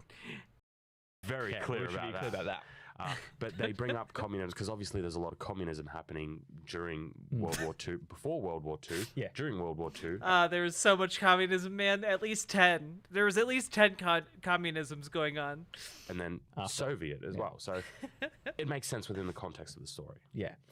So this film out Hey, the LV. gate kind of makes you very aware of the because it's part of the story. They need to set up a lot of the background for what this character's like, and so they go in depth greatly into what it was like before World War II in terms of communism in America, which that was probably the strongest part for me. That felt like they were saying communism good because they were having these gatherings in the States.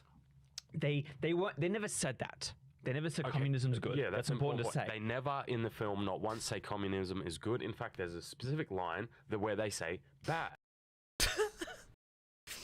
You know, not once do they say that this thing we don't like is good. Instead, they say it's bad. How about them apples? Yeah, it's bad. So that's why I was never. Yeah, like, it's I don't bad, want- bro. I don't want to see communism. I don't want to hear about communism. But in the context of this, I don't want to see it. I don't want to hear it. I'll snap another deck if I'll just snap if I hear about it. Like what? Dude. But it turns out this movie was made to be historically accurate. So I'll give it a pass on saying the C slur this one time.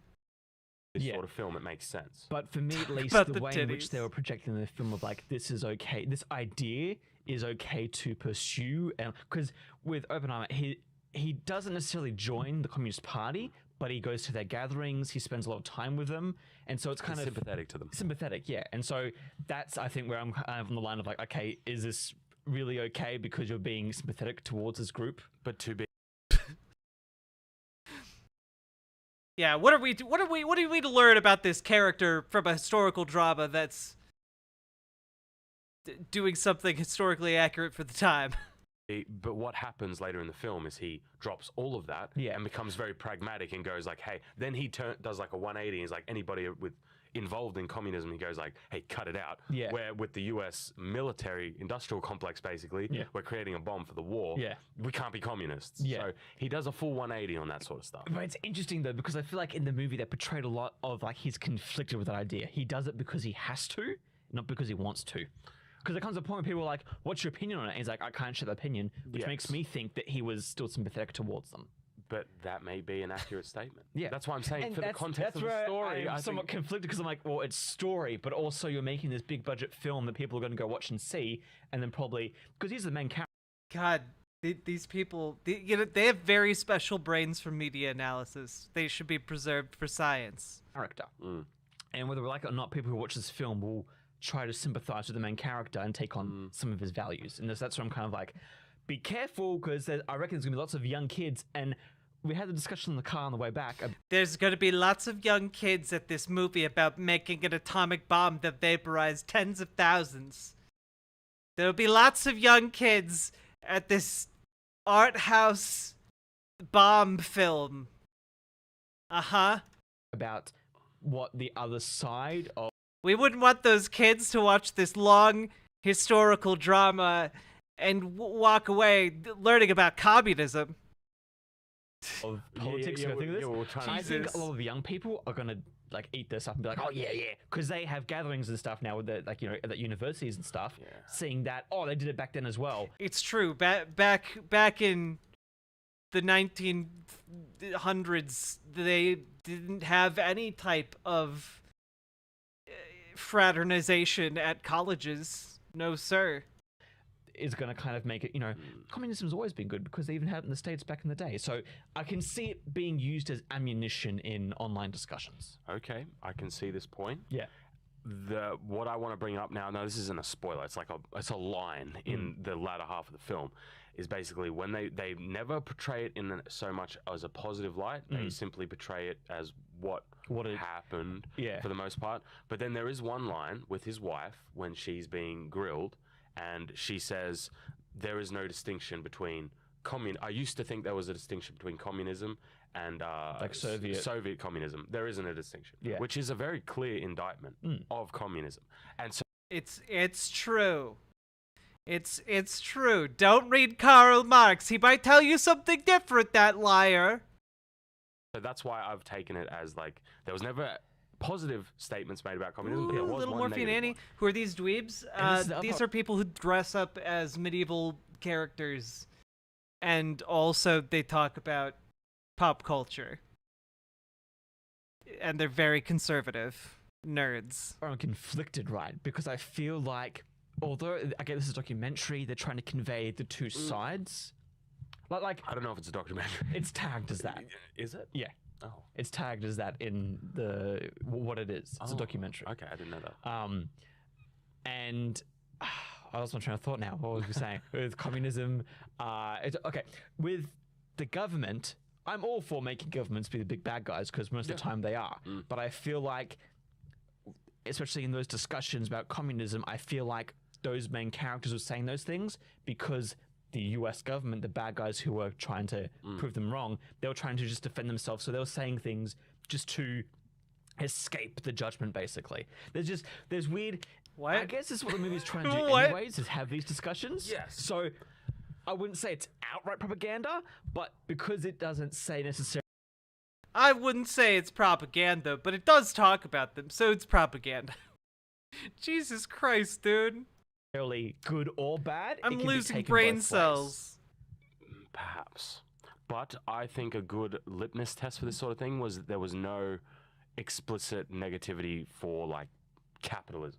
There was none of that in this film. No. So the fact And we that, still had like, so you keep going. So the fact that we had basically what you said is they're trying to tell an accurate story for the most part. Yeah. If that was a big part of the life and the story, it needs to be in the story. It's Yeah. part of the story. And it was a part of the story. They didn't approach it in a way where I felt like I was being pandered to and they were trying to sell me communism. And you know me with communism. I do not like communism. What, man, we're 8 minutes into this review, and you know me, I don't like communism. Yeah, it's literally the only thing we know about you is that you hear the word communism and your brain farts itself to death. So I think for this story, it's fine. Yes. That was a big ramble on communism. I think this story that's about the prelude to the Cold War, I think it's okay. I'm glad we've established after 10 minutes of talking that it's okay for this historical drama about the prelude to the Cold War talks about communism. Oh, God. Oh, well, I'm glad you guys established that. I'm glad it only took us 10 minutes. It's important to know because they bring it up. They bring it up a lot. They do bring it up a lot. Because there's still positive imagery of like freedom in the US and capitalism and certain like the general who is like he's over him. He was the coolest character. He's a bro. Yeah. He's a bro. Like at the end when like they're doing big interviews with Oppenheimer and like trying to grill him and stuff. He's like, I still respect the guy. Like I wouldn't hire him this day and age or any of them because it's a different time period. Yeah. Because it's a different time period. You just I'm not going to go down this road, but I'm guessing there's a not insignificant amount of anti-Semitism going on here. Just two British guys cosplaying feudal times. But that's basically our general roundup without spoilers. I think we should move on to the spoilers because there's a lot to talk about when it comes this is to Shadiversity. this film. Yeah. In So terms of we spoilers. both give it a 6, you think? I reckon about a A 6. 6, yeah. Like it's Hey, there's Axie a Mom. lot there that I think is good, but there's also I bet your takes were better at 15. It's so long. It's it could have very been cut down so much. We wouldn't see this movie again, I don't think. Yeah, like no. we've seen it. It's one of those one and done movies. Yeah. And so yeah. Something to add though is the cast of this film is like every single character, side characters. We're talking random people who may only have one scene is all like big celebrities. There's Shad's not in this one. not a scene like there may have been a couple of scenes in like crowds or something where they're just actors you've never heard or seen before. But this has like a majority is star cast. Yeah, just to a degree that you really don't see unless it's like a Tarantino film or something like that. Yeah. Like it was crazy because you see all these actors and you go, hey, that's I'd see it again for the titties. It's just a long list of that. Yeah. But that's basically, I think we should leave it for the non-spoiler section. Yeah, so if you like long movies, if you like world... That My Hero Academia music was absolutely perfect for obliterating transphobia with facts and logic. Also, Ice Cream Sweater Mommy. Kyryu216, thank you for the 3 gifted tier 1 subs and for being, I believe, the first chatter today. Oh, nope. Winby gave out 2 tier 1 subs earlier. Okay, you're the second chatter today to gift subs. Thank you very much for your support. It means the world to me. Like, genuinely and truly. Thank you for helping me to pay the bills and to, get through another month. I missed My Hero Academia music. Oh, well, okay. Well, I was also gonna say, like, that was good, right? Did the music work? Like, did it work? Was it too overwhelming? Was it too much? Was it irritating? I was trying to have fun. I thought I did an okay job. Was it too distracting from the Sam Cedar talking? Oh, that's what that was? Yeah, it's an old meme. You say run goes with everything.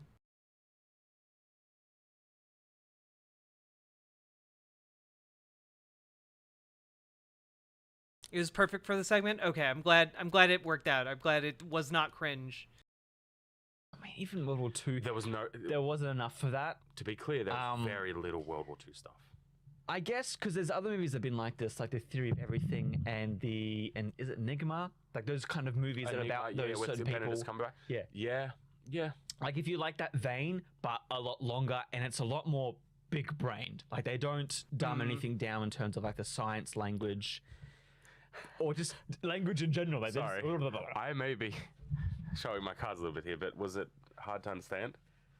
No, like when they're talking about the science, I understood that part. Good. But it's when the two scientists are having too many, like, they're like going off at each other, like little nerds. Oh no, like, I didn't have any trouble with that. So maybe that's a valid thing. I just didn't pick up on that. Yeah, well, it's just sometimes I think also when I review movies, I kind of try to picture and make sure I get everything. So if I miss it, then I'm like, pick stuff up. So, but it's not a movie you can go and relax and see. No, you can't. It's one of those films where you kind of really have to be.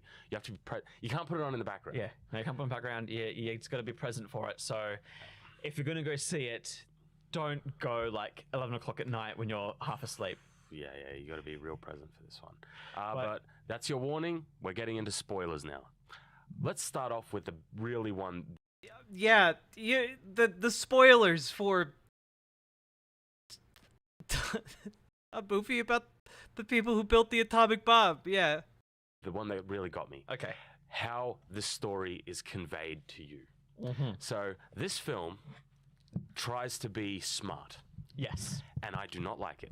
So this is going to be hard to follow along with because it's hard to put into words. But basically, the entire story is told through Oppenheimer's personal recount in a deposition meeting that is also within the context of a Senate hearing that happens in the future with Robert Downey Jr.'s character. Yeah. So you are constantly flickering between the events of making the bomb and gathering all the scientists to a deposition with Alec Master. Oppenheimer, and then I apologize for him on behalf of my people. Have some compensation. If you or those you love have been harmed by the work of Shadiversity, call 1-800-PIPO-PIPO and Sons today, and we'll get you the compensation you deserve. Thank you very much for the 2 gifted tier 1 subs. I really appreciate it, Spitfire. And a future Senate hearing with Robert Downey Jr. And you're constantly fluctuating between all these three different things. And they'll switch between like you have like previous story, deposition, previous story, Senate hearing, and it goes back and forth. And sometimes they share. Like, it can get very confusing, and they try to separate it with like black and white and color. Yeah. But because the deposition's also the same color as the story's being told, it can get very jumbly. Also, I feel like Clarice, we've been together for 20 months. Thank you for being the love of my life for 20 months. That's a lot of months. It's the big 2-0. I love you a lot.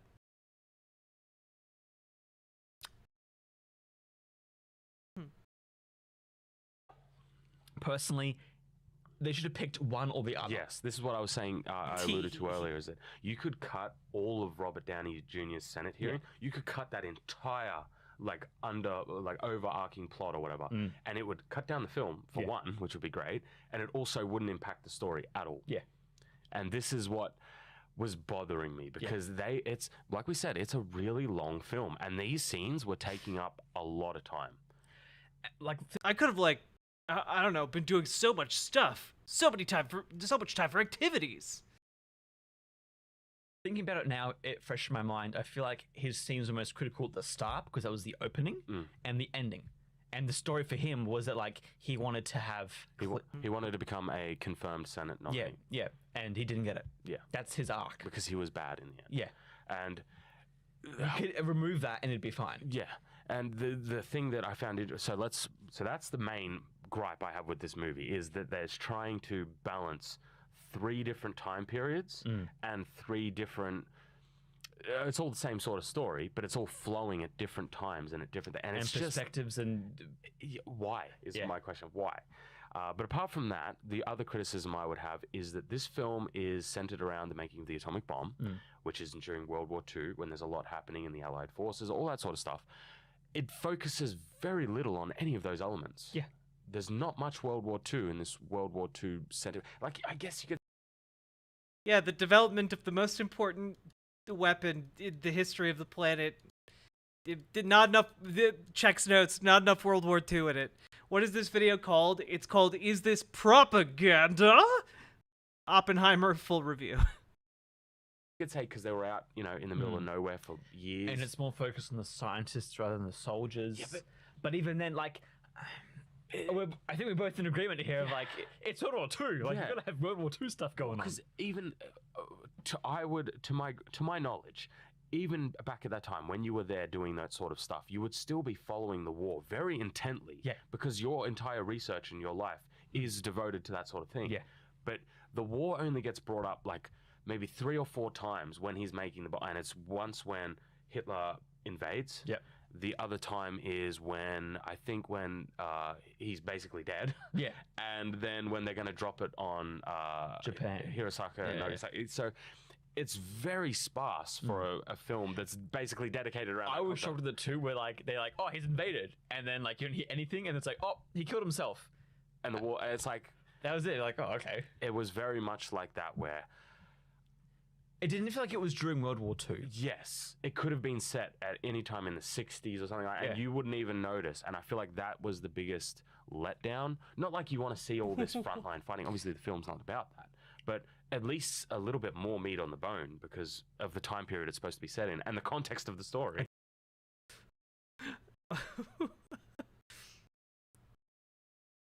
Yeah. Oh, God, dude. Oh, God. I think it would have helped more with the context because if you showed more of the war and their desperation for it, it would make, I think, more importance of why they're building these bombs. Yeah. Because I feel like in what they've made here, they're building it because they're scientists that want to be smart and crack the code before the other scientists do. That's what they want to try and do. And they say we've got to beat the other side, but really there isn't that desperation of we're losing this war or whatever. Yeah. There was also, I would say, this video, the entire movie is about making and then the consequences to deal with of dropping the bombs, right? And making the bombs. And you only get to see one explosion. Now, I know this is not supposed to be the whole movie's about making a bomb and then it explodes. What the fuck? Are you serious, dude? A self-indulgent experience of explosions. We want all the explosions, but there's just one, and it's in the latter half of the film, and we spend so much time on so many different things that are, quite frankly, I would say unimportant. That it was kind of odd. I found it odd, especially as a Christopher Nolan movie, because obviously we know the type of film it was supposed to be. Yeah. But I still feel for even that type of film, it was very slow. It was very slow. Yeah, I feel like the explosion would have been a lot better if they had cut the fluff. Because there was so much in between. There's these whole backstories with affairs and marriages and relationships and scientists wanting to work on other stuff and all this background gobbledygook. Like, it's important to the story, sure, but I feel like it feels less like an actual movie and more like a history. I mean, people want it to be a history book, I guess, but they weren't focusing on the key attributes. They're giving more of like background to characters. Yes, I feel like they wanted to tell the entire story. And there's a reason why you don't see, I feel like this is the best way to put it. There's a reason why you don't see like, Batman cleaning the Batmobile, because it's not interesting. Yeah. There's a lot of that in this. They told everything. So it got I feel like Avatar or one of these 3-hour films is the best way to describe it. I've never checked my phone except for like 2 films. One was like The Little Mermaid. I checked my film. I checked my phone. And this one, I checked my phone because we were in there for a long time. And usually that's not that big of a deal because you can tell where a story's at. With this one, it was kind of like... Usually it's not a big deal because like you could just not pay attention and it's fine because the movie's dumb. But this time I actually had to pay attention. Oh no! The horror!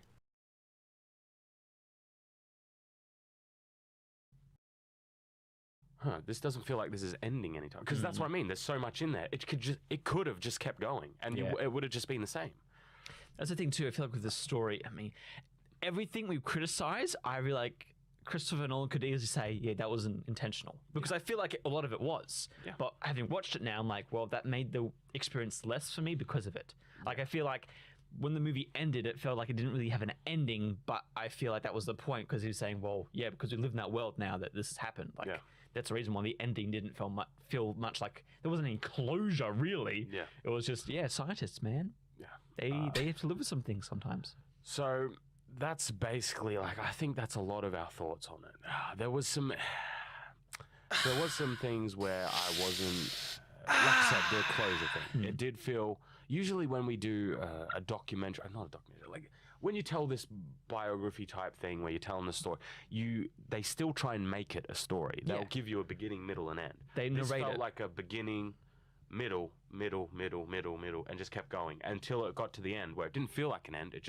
It ended. That's at a point where it's like, all right, we can't tell much more of the story because the rest of the story is just him giving speeches and dying. Like, that's kind of it. Yeah. There was also a lot, like I said, there was a lot of the, A-list actors, a lot of different, famous actors that was actually quite cool. I'm going to be honest, it was kind of cool seeing them all in there. Yeah. Just because you never really get to see them all like that. Like, stars who've starred in, like, literally as the main character in an entire film would be like a side character as a scientist, and you're like, Drake and Josh, the guy who plays Josh, Josh, he was in it as well. Like, there's so many people in it, and that was it was actually kind of cool. I like that.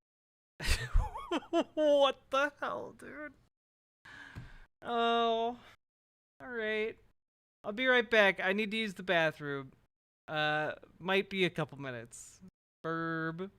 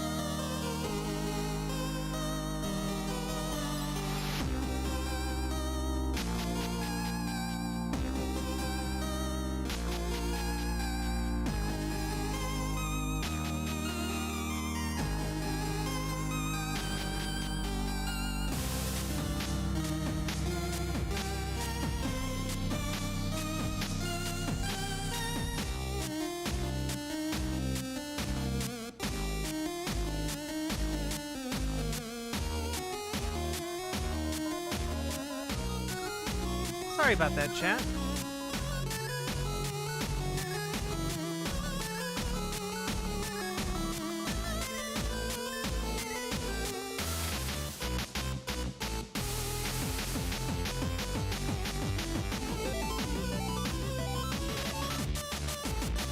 How we doing, folks?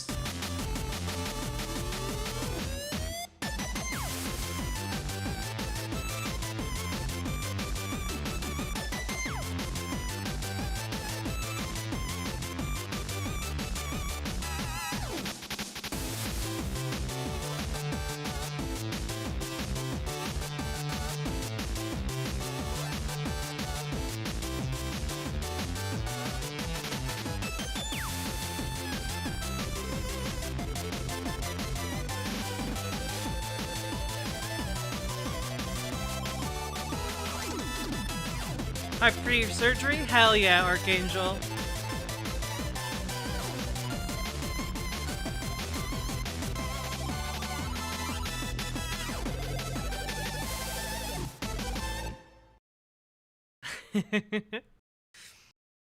I love y'all. Thank you for being so patient with me and with that call. I really, really appreciate it when you guys stick around. And I know I don't make it easy when I disappear like that, but it genuinely helps. Thank you.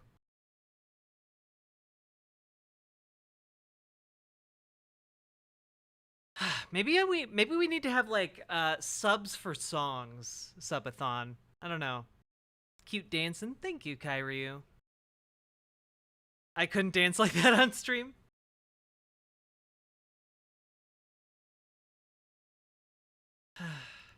It was cool.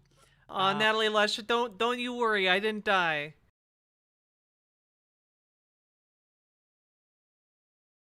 Goddamn, I appreciate all y'all. Another thing I want to bring up. Does he have Christopher Nolan? Has he done any previous sex scenes? I have no idea. Actually, no, he has. I think there was like vague stuff in Batman. What? I don't remember that in Batman. Yeah, in one of the Batman films, he sleeps with what's her face. Oh, okay. With the quarter. I think that's in the last one. Yeah, okay. The last one or the second one or whatever. This one, yeah, you see some stuff. Not everything, but I mean, we have different Are you sure you didn't die? Is weirdly very threatening. levels of this sort I mean, of I'm married, so even for me, I was like, this is. Yeah, but even then, you are. I'm a good Christian boy. Yes. Okay. So I didn't care. It didn't. I don't know if some viewers will watch this review and want to know that. It's a bit late now. I think they probably have already gone to see the movie. I'm sorry. The reason why I say this, I didn't care, is because there was already so much pointless fluff in it. Yeah. Adding more pointless, like we're just building upon building. Exactly. That's what I was going to say with like the first. See, I feel like there were two times where this was like happening. One was like there was nudity. Yeah, there was. Well, maybe there was two times where there was nudity. Two scenes. Yes. The one in even the first one I felt was really dumb because they just did it, and then she goes up to the bookshelf, we agree with this. gets a book, and is like, "Read this." I disliked when those ladies had the sex. Those floozies flaunting about their ghibli bits. Why, I disliked this scene where a woman naked would go over and grab a book. There's a reason we don't teach them how to read. It's like, it's so weird. Half of this has been about like whether or not communism is okay to bring up in a in a fucking historical drama. The other half is like complaining about the fact that women would touch a book while naked. Other language to me, and it's just to quote what he's quoted in history before. Like, I am become death, destroyer worlds. Yeah. I'm going to be honest here. I don't know where he got that quote from. I do know that he didn't. I don't know where he got that quote from, but it does sound very cool. It's almost like it's from some sort of ancient religious text of some kind. He didn't say it after the bomb went off. He said this like way later. Yeah. But it's attributed to him as, obviously. I have no idea where that originated from. I don't know if that's true, how they did in the film. I highly, highly, highly doubt it, because it was dumb. It was.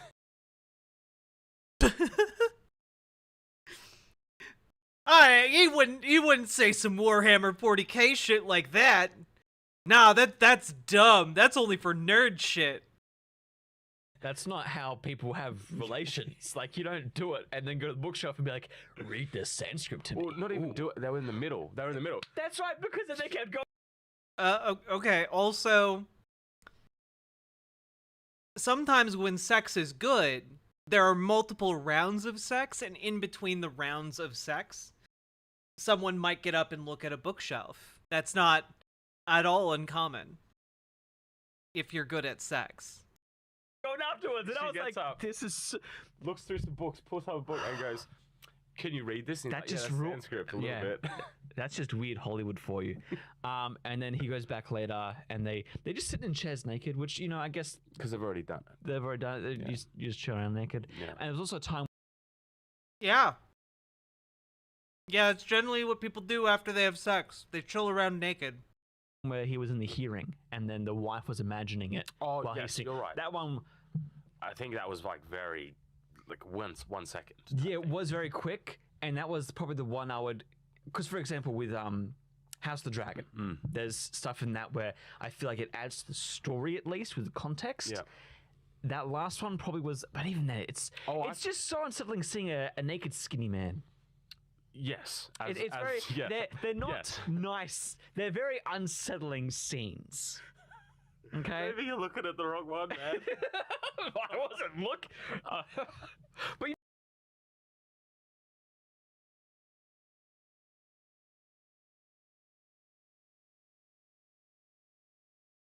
Oh, it was so weird looking at like a normally looking dude without his clothes on. Do you guys not see yourselves in the mirrors? You've never thought about male nudity for like in your entire life since you were like 10? What's going on here? You know what I mean? Like I'm saying, like yeah. most of the time Hollywood is like glorifying it or making it. Okay. This one they do make it kind of. Okay. So I feel as though you're right with the first two. They as someone who doesn't care, I don't care. But if I was to care, Yeah, the 3 or 4 minute long reaction you had to nudity in the film indicates to me that you might care a little bit. I do feel that you could get rid of the first two and it wouldn't impact story. You could just easily do them in a easier way. Yeah. The third one, I do feel like was quite important to the story because of the context of It their does relationship. give more context.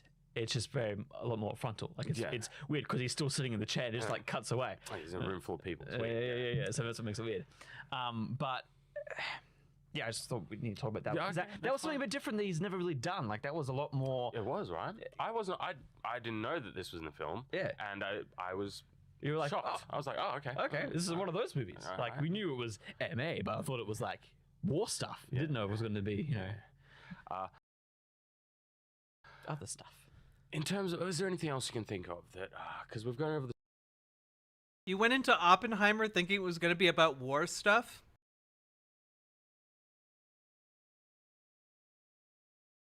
Okay, bud. Story. We've gone over like all the actors, the nudity parts, all the fluff that could be cut out. There's just weird stuff because this is the thing. Going back with the communism, a lot of his opening with the story with Oppenheimer is showing how he's an interesting character. Like he goes to poison his professor. Yeah, that was interesting. Stuff like that, where that's where I'm like on the line with the whole, you know, he said the communism's bad and stuff, because I'm like, well, he feels like a much more complicated. And again, this is why I think Christopher Nolan chose this movie to be a lot more confusing in terms of the editing style and stuff, is because he wants you to feel somewhat disorientated because of the story itself is kind of, oh, what is he?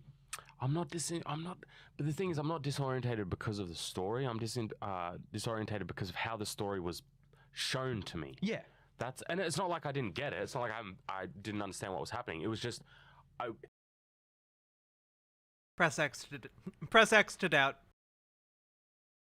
it was annoying, and I felt like I was reading two different books at the same time. Yeah. That's what it felt like. I was like, we could just take off this one book and just read this one. It gives me everything I need to know. I think the theater buff for me is like he's trying to make you feel subconsciously how they must feel about dropping the bombs. Right. It's like conflicting because, okay, you're doing it to win the war, but also you're killing people. And there's a whole discussion at the end about that. There is, but even then I didn't feel much conflict because you spent 3 years making it. Yeah. You went into it knowing exactly what you were doing. Yeah. And then when they finally drop it, you're kind of like, ooh, I don't know about this, guys. Yeah. It's like, what? Exactly. I'm sorry. I'm not conflicted because you make the choice before. You've made the choice already a long time ago. So there was another thing that I actually liked about it was the sound design. I felt the sound design was very interesting in how they were portraying certain things. So, for example, we're getting a bit old, Nathan. Movies are very loud for us these days, you know? They really are. But the way sound is used in this film was actually quite, I wouldn't call it unique, but I liked it. I liked the way they would portray it, because they would portray, there were moments where sound was very intense, things were happening, it's like you were there in a crowd of people, they're stomping their feet, they're clapping. But then when you get to like the atomic explosion, all you hear is dead silence. And until you hit the like we have to admit there is a beautiful, I don't know how long it was, it felt like a very long time. It's just because it builds up to the countdown and then the explosion happens and it's dead silent and you can see the full explosion and you experience all of that. And then once that explosion's done, then the sound hits and then like reality comes back. Yeah. That was really cool. It was very cool. And so there was a lot of things like that. I feel like the sound design on this film was quite nice. And the way they used sound was also good. Now, obviously, you guys may not care about that, but it was just a little touch that I Yeah, it shows this movie, although I'm conflicted in some areas, it does have a lot more competence and care placed into it and to history than a lot of other stuff we've had to watch and review. And it feels like for once I've felt like as the audience member, I'm not being taken as an idiot or talking down to. It's like, you're coming on this ride with us, you gotta pay attention or, you know, or get lost, it's up to you. And I'm not being talked down to, which as a viewer, I respect finally. So if we were to dovetail all our thoughts in the context of the spoilers, I would say this film, it's a good film for the most part. I feel like the length is an issue. It's kind of one of those films you just watch once. Yeah. Because it's just so long. There's elements that I felt like, even if like if we had Christopher Nolan right here to tell us exactly what he was doing, having those two simultaneous. Truly, it is the dark souls of film. Ah, yes, you see, you must be bested by the film in the marketplace of ideas. A joust to the death. That is how we understand our media literacy. Plots going on at the exact same time was just pointless. Yeah. I don't know why you would want to do this. In terms of like pushing an agenda, things like that, I mean, it explores things, but I feel oh man, I love their very good rating system where they just talk about whether or not a film has an agenda, has some sort of bias. Yes. What did the film have an agenda? 0 out of 10. I feel like they also, like you were saying before, they're trying to respect history. Yeah. Like there's stuff like his wife is like an alcoholic and she's like a terrible mother because like she's always a terrible mother. Like things like that where I'm like, this isn't a good role model, but also it's history, so they're just telling the truth. Yeah. And I hope none of these things have been like miscommunicated. Yeah. Like it would suck to go back and read history books and be like, actually she was a wonderful mama, but they just changed it, so you know. So when it comes back to something like how they're always saying communist, they're always talking about the communism, things like that. Oh my god. 90% of this video is this dude just complaining about the word communism. I don't think we should be saying that it's bad simply because we don't agree with. How do you tell a movie's agenda? By its pronouns. Like what is being said, because especially in the context of history, we need to be able to look back upon these things. Yeah. Now, if people take that as like something to look up to, this is the issue we have with everything, to be honest. So I can't fault it for that. Just on that reason. Yeah. I didn't like hearing about it, and I don't want to hear about it. But in the context of the story, I'm sorry you're feeling so bad. Very knifey duck. Yeah, because at the end, basically, I mean, you can interpret it differently, but basically they put in the sense of, so he lost his privileges for security clearance and stuff, and basically the rest of his life he just remains as a spokesperson who just talks about things. Yeah. I don't like it. Made me feel like he was still a hero despite his flaws, but also some of his flaws are pretty bad. Like this happens with most of these documentaries too, because like, okay, so that's. Ah, yes, we need to figure out who are the heroes and villains of this real thing that happened. That's interesting. You say hero, right? Now, I want to be clear here. I'm not. I have to say this is I feel like this is excessive. I know I don't need to watch this, but there is something deeply satisfying to me, just like with my English degree, being able to be like, I have way more media literacy than these chuckle fucks. Pendragon, thank you very much for subscribing with Prime over on Twitch. I appreciate it so much. And if anyone else would like to donate subs or donos, I would also appreciate that immensely. So consider doing so, please and thank you. An expert on this history for the most part. I do know that it obviously is a team effort. Yeah. But like they say in the film, your face is the one on Time magazine. So that's one of those things where I'm like, well, I didn't think we could get stupider Oppenheimer takes that all the it's immoral to have a main character who's a good person in any fiction ever. Yeah. No, turns out we've found the worst discourse when it comes to Oppenheimer, and it's the complaint that there's only one bomb in the movie and one explosion in the movie, and too much communism word being thrown around.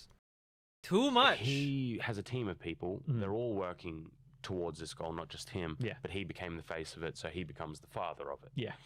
But how much does that make him just a hero and everybody who worked on the team a hero? Yeah. So that's kind of There's just more like a discussions. philosophical type thing. Because then there's also, I mean, we could keep talking more about that because there's scenes where like in the future he's like shaking all their hands and seeing them all again and being like, oh, yeah, we won the war, guys. There's just conflicting. So I think it's a good film.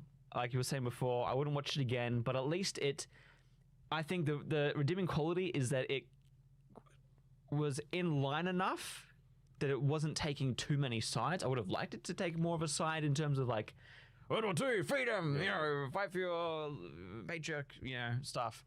But at the same time, it allowed us to have this very long discussion about these things. And whenever there's a question in the movie, we go, like we think about it. Well, I feel like everything else we watch, like from Disney and Marvel, it's like, oh, that sucks. That was bad. It's like that's part of what makes a historical drama interesting. You're just asked to evaluate and develop opinions and thoughts and feelings about these characters, about these people who lived. Like it's very like one word answers. Where this one I actually feel like we could sit back and talk and drink our drinks and go. What's your opinion of this? There was some things I liked. I liked the practical professor, the engineering one, and it was very clear that he was very pro-America. Oh yeah. So, and Oppenheimer is obviously very well. As long as he's pro-America, it was showing how left-leaning and how socialist, how communist, like academia was back then. And I do like that it really showed that like this has been something that's happening for a long time. Yeah. But it also showed the opposite side where two people who were very much in disagreement were still very close friends for the whole film, and they respected each other enough to stay out of that sort of thing. I did like that. Yeah, it's good. Yeah. See, and he was a bro too. I liked it. Yeah, he was good. Yeah. So, I mean, that's most of the film, really. Like, there's so much more we can talk about in terms of scenes and other stuff, but I feel like it's basically just revisiting those ideas throughout the film. Those are the big cohesive ideas that put the entire film together. Do you believe what Christopher Nolan said about this having no CGI in it?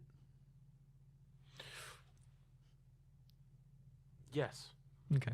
Well, because like I'm just trying to think of there's not much going on in terms of needing them. They're out in the American desert. Yeah. You know, they're building practical things. And then I was thinking, well, there's the scene at the end where he's looking at how old he's become, and he's. Yeah. But I mean, like, you can accomplish all of that with makeup. Which I'm glad they did more with makeup, because it actually looks a lot better with makeup than it does with Disney's. Yeah, Absolution Zero. It took a few assignments to evaluate things from a Marxist perspective in college for me to understand the true light, the true pathway in life. Doing it.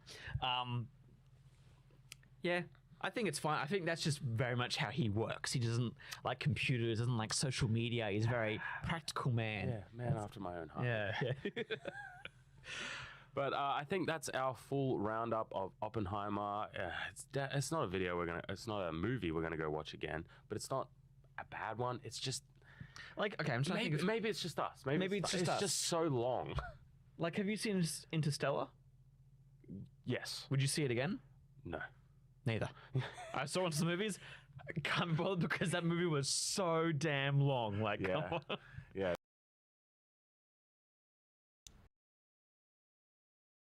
I dislike these people. That's true. That's true. Like, even if I didn't know that they were alt-right, weirdos, I would still deeply dislike them.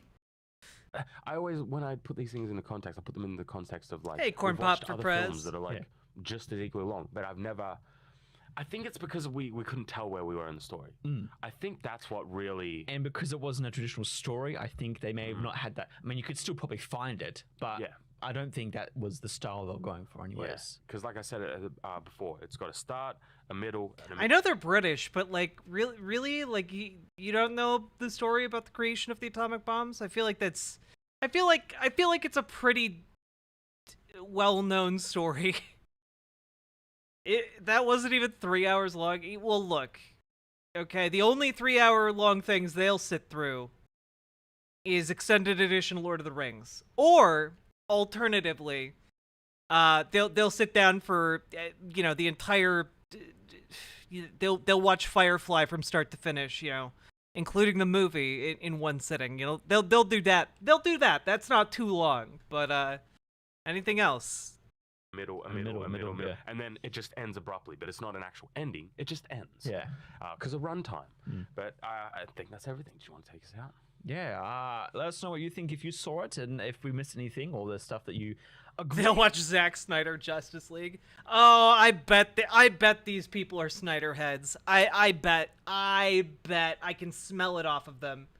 Disagree with, but we'll stay here on the Watchtower, and as always, stay on watch.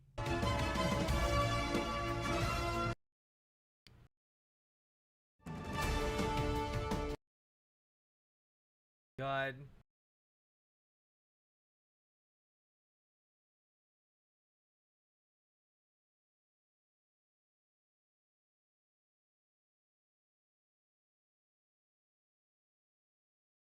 Oh my god, dude. I feel like we have a dishonest representation of the show though, because the main guy wasn't in that video. I don't know. Do we watch another one? I'm on the fence. I'm on the fence, chat. What do we do? OMFG, Barbie, man-hating trash.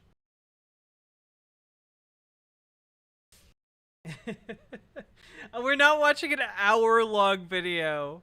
No? Okay, but you guys have to get me other trash.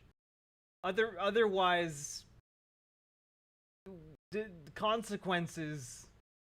All right, here's Greg Gutfeld having a very sane and normal opinion. I have advice to Democrats. I wouldn't get mad at Republicans for helping parents. It's not a good look. What's next? You're going to go after puppies, nuns, and babies? They already do go after babies. And when you say that Youngkin helping parents is a political move, God, I hope so.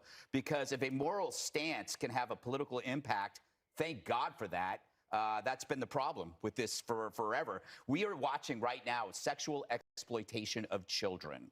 And they're using it through this lie of privacy. It might be the most amoral act since slavery. I mean, they're actually coming. Yeah, that makes sense. Again, the game plan is this: create a false emergency. They say it's an attack on children's privacy by parents.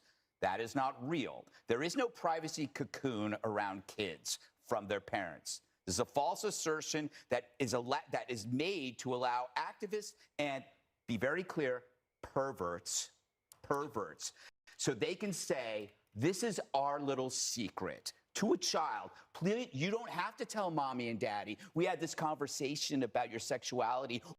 You know, it's really weird that he's like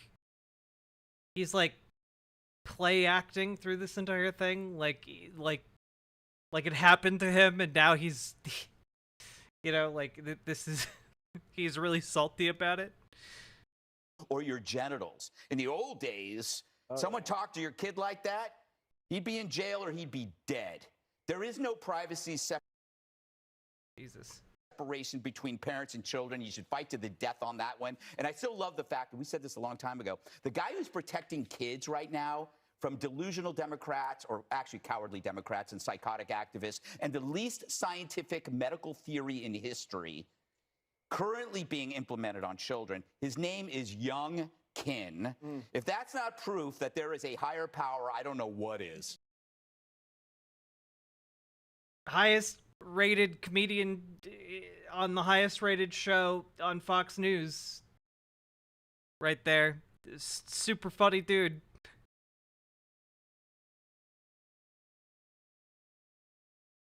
Man, it's just so weird to know that he's successful. It's so weird. Ooh, new Sweet Myths video. We gotta watch this. We gotta support the boys.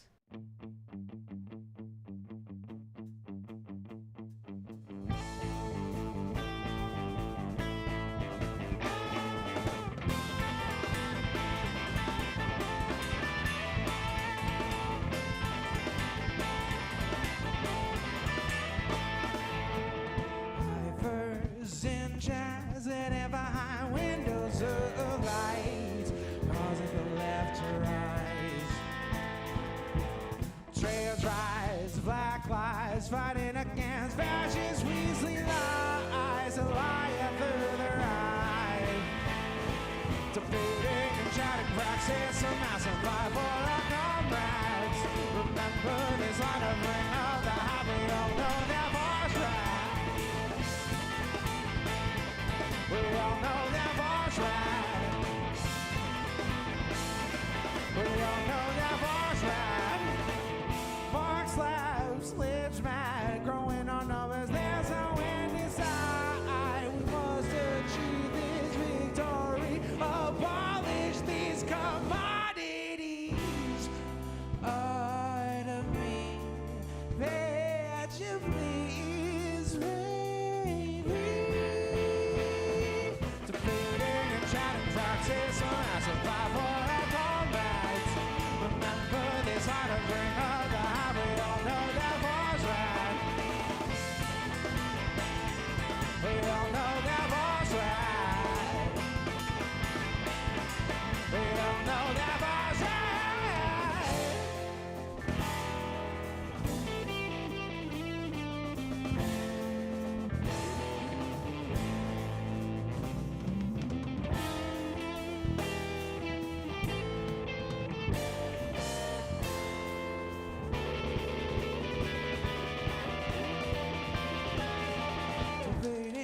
And praxis, so now some five for our comrades. Remember this line of ring of the high, we all know that was right. Hey tipster, how you doing? Remember this line of ring of the high, we all know that was right. Defeating and shouting praxis, so now some five for our comrades. Remember this line of ring of the high, we all know that was right. Workers unite, let's make it as we pull them, we change minds. God's will, a natural law, chanting that we all know that was right. Workers unite, let's make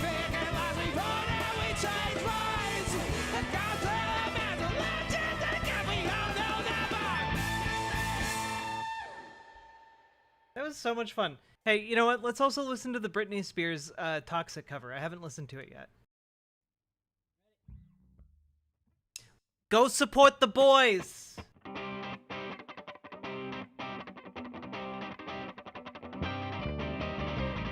Oh, this is hot.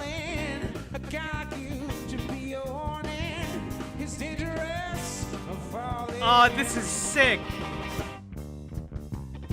It's no escape. I can't wait. I need a help, baby. Give me a. It's dangerous. I'm falling.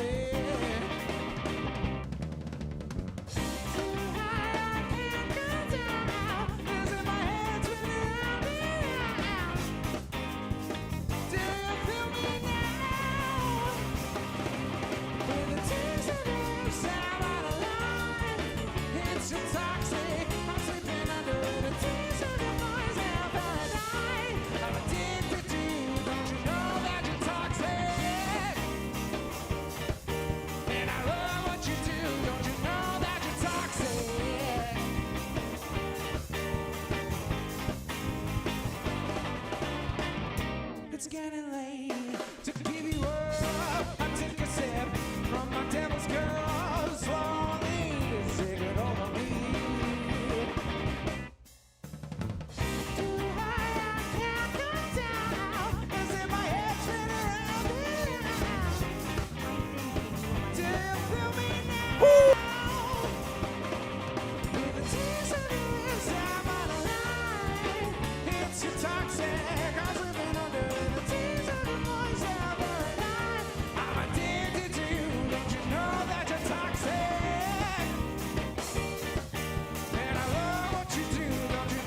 You're toxic.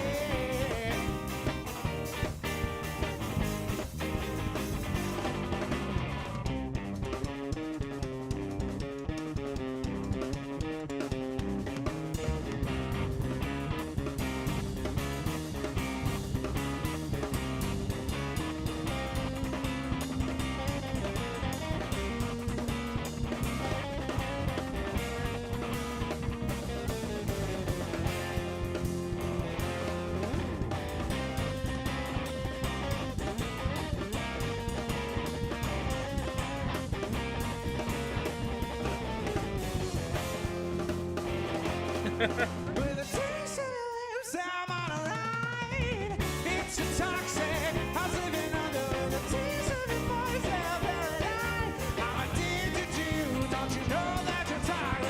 With a taste of your lips, I'm on a ride. It's too toxic. I was living under the taste of your voice every night. I'm addicted to you. Don't you know that you're toxic? And I love what you do. Don't you know that you're toxic? And I love what you do. Don't you know that you're toxic? And I love what you do. Don't you know that you're toxic? And I love what you do. Don't you know that you're toxic?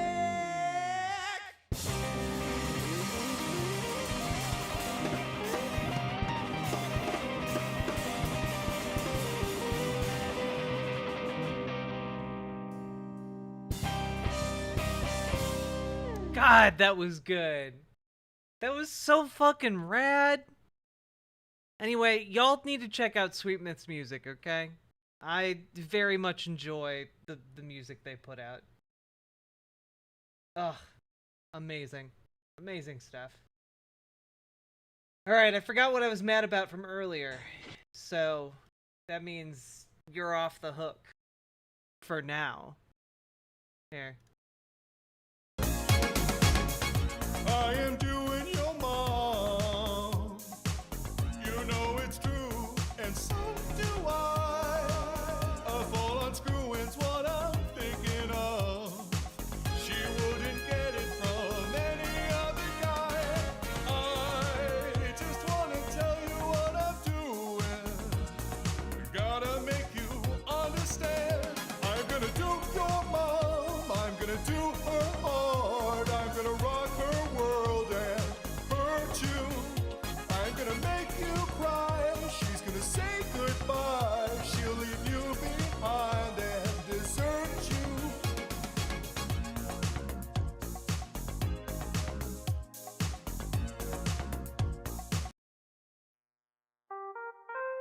Excellent. Excellent stuff. Ah.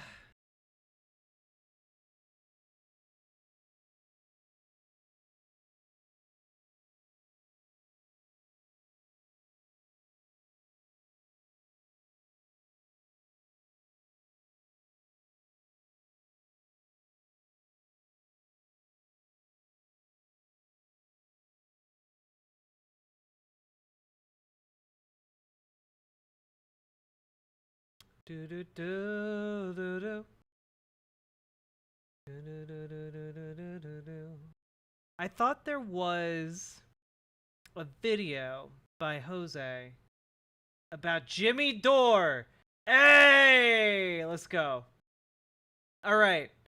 So I know we've been on Jimmy Dore's case recently, and the people who watch him are insufferable. But just as an FYI, here's the thing we can watch about it. Then trying to get your channel taken down, have the CIA fund people to do videos about you.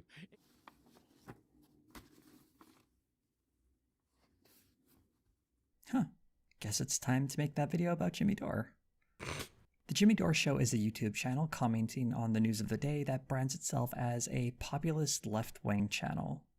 Before starting this channel, Jimmy Dore began working as a stand-up comedian in 1989, becoming increasingly political by the mid-2000s. In his book, Dore wrote, "The lies of government and the lazy complicity of the media made me realize that politics has consequences."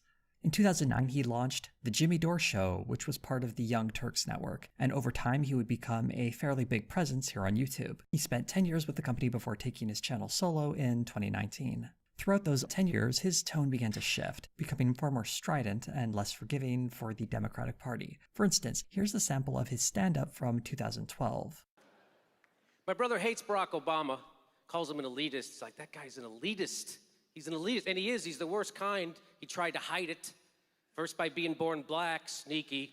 By 2016, he was sounding more like this. There was no way to vote against Goldman Sachs. There was no way to vote against more war. There was no way to vote against Big Pharma or those mother cracking heads in North Dakota. There was no way to do that, Barack. That's why half the country stayed home, you corporate sellout. Am I the only one who's noticed the existence of the comedy failure to grifting asshole pipeline?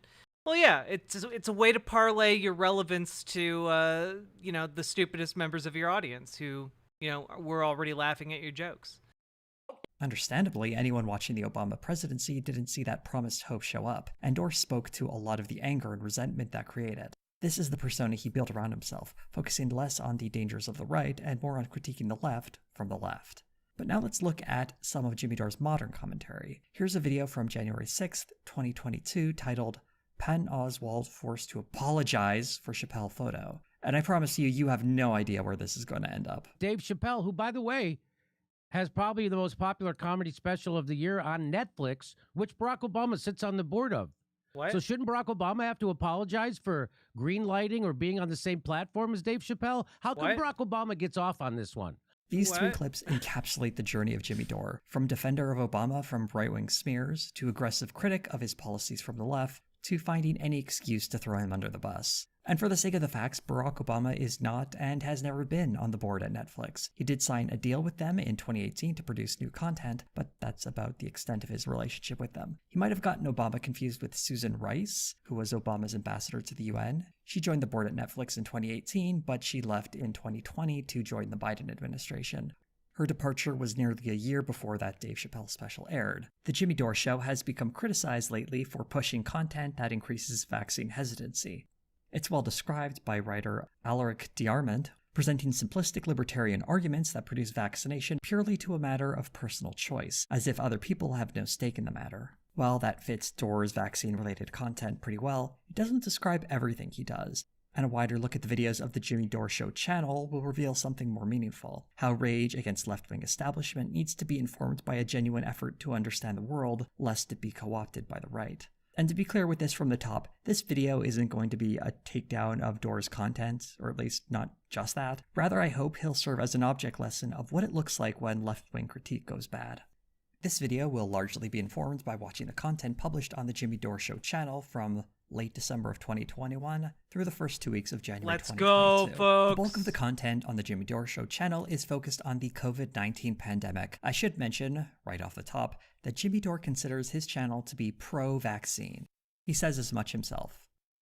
And we tell people to get vaxxed here, but we have lots of critiques of all the bullshit propaganda and lies surrounding the COVID policy from the government. And any YouTuber who calls me an anti-vax is a nutless wonder who doesn't have one critique of the oligarchy or establishment over COVID policy. And none of them will, and isn't it funny how none of them will wants to debate a fact I said? Not one, nobody.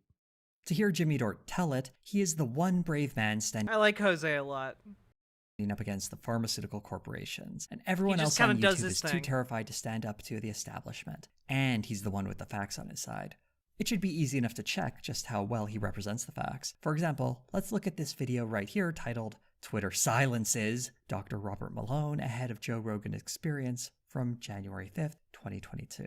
In this video, Dore has taken exception to a fact check by the AP of Dr. Robert Malone. Malone, for those unfamiliar, is a virologist who helped develop mRNA vaccines who has had many controversial statements decrying their efficacy. He's appeared on a number of right-wing outlets, spreading a lot of information that typically gets labeled as creating vaccine hesitancy. In this particular instance, the AP is fact-checking a response Malone had for Dr. Fauci. But I think people should not lose sight of the message that there's no doubt that if you want to be optimally protected, you should get your booster. He's guarding himself. He says optimally protected. What he's not saying is fully protected. Omicron blows right through the vaccines and through the triple jabbed. Omicron is very, very infectious, and the data are already in. Both the double and triple vaccination is not protecting you from Omicron. The AP's fact check argued that Dr. Malone is misleading. Dore describes it like this. Not that his fact was incorrect or that's not what this says. That's not what that says. That says that his statement was missing context. And you can say that about any statement. You can say that. Oh, shit. Checkmate, atheists. About any statement. While it's certainly true that you can add more information to any statement, there's something to be said for context that would effectively change the meaning of the original statement. For example, if I said someone was dragged into a room and some guy cut him open, it would sound a lot less scary if I added in that this guy was in a hospital and was getting his appendix removed. The first thing is a gruesome crime, and the second is a routine operation. What the AP took exception to was how the term protection was being applied here. Dore didn't bother to quote more than the first paragraph of their fact check, or you might have found this quote from Chris Bayer, a professor of epidemiology at Johns Hopkins Bloomberg School of Public Health. He's responding to Malone's comments. It's misleading. It implies that there is no benefit to boosting in the face of Omicron, and that is not true. And it also implies that there is no benefit in the face of Omicron of being vaccinated, and that's also not true. Also from the article, Natasha Tuznik, an associate professor of infectious diseases at the University of California, Davis, said that while Malone's comments aren't completely inaccurate, they omitted a lot of information that could mislead people or reinforce some people's existing beliefs that the vaccines aren't effective. The article also cites research from South Africa and the UK about the efficacy of vaccines against the worst effects of Omicron. Whenever Dore defends Dr. Malone, he routinely says that he's the one with the science on his side, but he doesn't actually engage with the science. He simply cites specific experts, such as Dr. Malone, who cast doubt on vaccination, and then ignores commentary from other scientists, such as all the ones cited in the article Dr. Malone was fact-checked in. To be fair, Dore did bring some research of his own in this clip. 75% were fully vaccinated. Does it sound like Dr. Robert Malone was misleading people? Those are some really interesting findings, but it might actually be worth looking at what the actual study these numbers come from says on the subject. Here's a relevant excerpt. It is of concern that 83% of cases occurred in fully or booster vaccinated people. Whether this observation is an artifact, as the major super-spreading events and subsequent chains of transmission have occurred primarily in young adults and not yet spread to children who have not yet been vaccinated, is still too early to say. The data are too immature to allow analyzing the cases by vaccine type. The only firm conclusion from this study is that the rapid spread of infections were caused by super-spreader events. You mean when conservatives cite these very strangely specific articles, we should actually read them and their conclusions? Oh, that's crazy. What a... You mean we can't just trust conservatives not to lie? That's crazy, bro. Any further conclusions are extrapolating from data that hasn't fully been analyzed and is from a relatively small sample size of less than 800 people. It seems irresponsible that Jimmy Dore is drawing a conclusion that is directly contradicting what the authors of this study wrote in the paper itself. Though, considering he only cites a news article that references the study, I'm not sure he went back to read the original paper. Maybe we can find some other studies that talk about how things are going in Europe, though. For example, researchers... Absolution Zero, I remember that every day. It's... in Spain and the United Kingdom are highlighting some stark differences among the... It's the source of my tragic backstory. It was so sad. It inspired me to get into politics, so that everyone could have COVID. Vaccinated and unvaccinated. And we can see similar numbers in Italy and Switzerland. We can see the disparity in outcomes between vaccinated and unvaccinated people that suggests that getting vaccinated does help produce better outcomes and does offer a significant degree of protection. There was also an interesting article on the CBC that discussed how a Canadian preprint study gained a lot of traction among the anti-vax crowd because it suggested that a booster didn't confer much protection from COVID. The numbers for this study were later revised to show protection ranging from 55 to 80%. But oh god, yeah, I forgot they kept running Herman Cain's Twitter account after the fact. That's so fucking funny.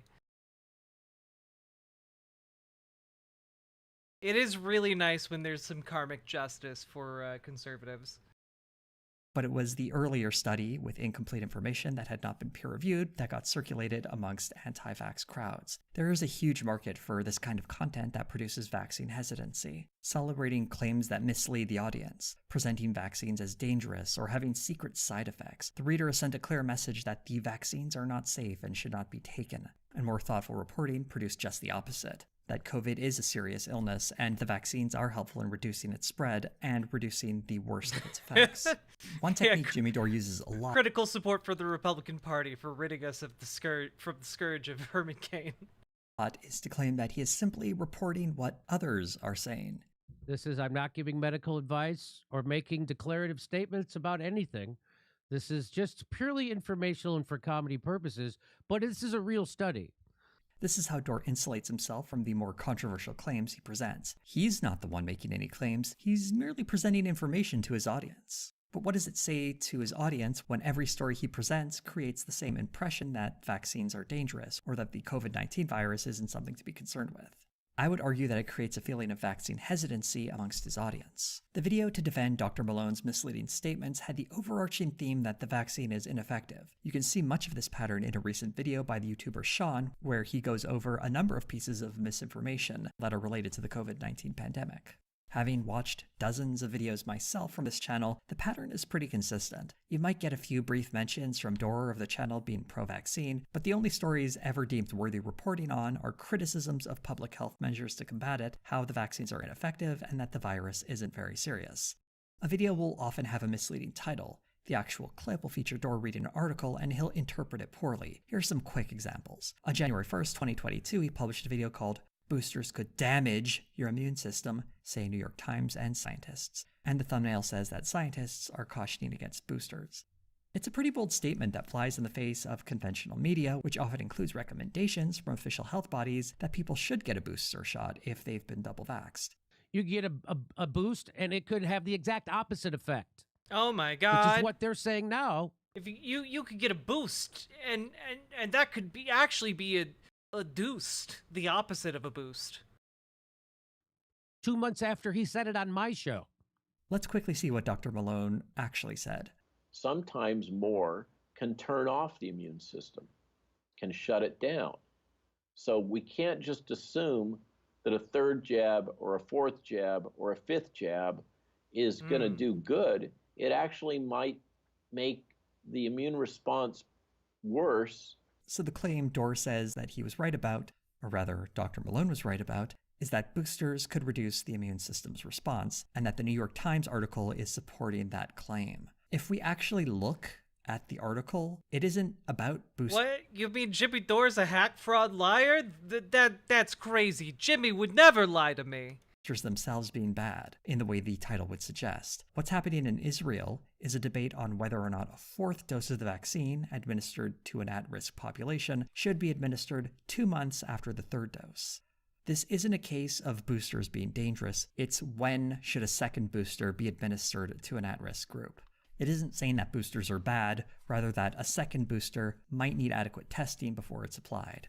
The video's title was changed to "Boosters Could Cause Immune System Fatigue," say New York Times and scientists. It's worth noting that the immune system fatigue the article mentions means reduced resistance to COVID, and is, again, about whether a specific use case in Israel may be too soon. But a more specific title would make the vaccine sound less scary. Here's another example from January 1st, 2022, in a video titled "NBC Lies About Child COVID Hospitalizations Again." This story from NBC News, which is 100% propaganda fear-mongering. Yes, and Jimmy Dore would know all about 100% propaganda fear-mongering. He does it all the time. Okay?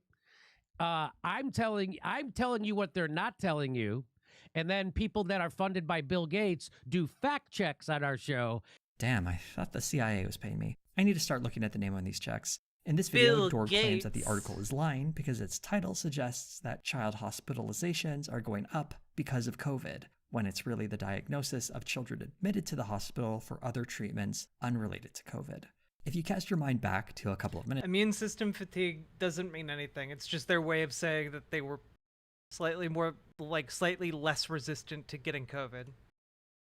Minutes ago, I just showed you how Jimmy Dore was doing the exact same thing he accuses this article of doing, on a video that was produced the very same day, so I hope the irony isn't lost on anyone. But a better reason to mention this video is because he brings up the same point again on his January 13th video titled "School COVID Transmission Very Low, Studies Show."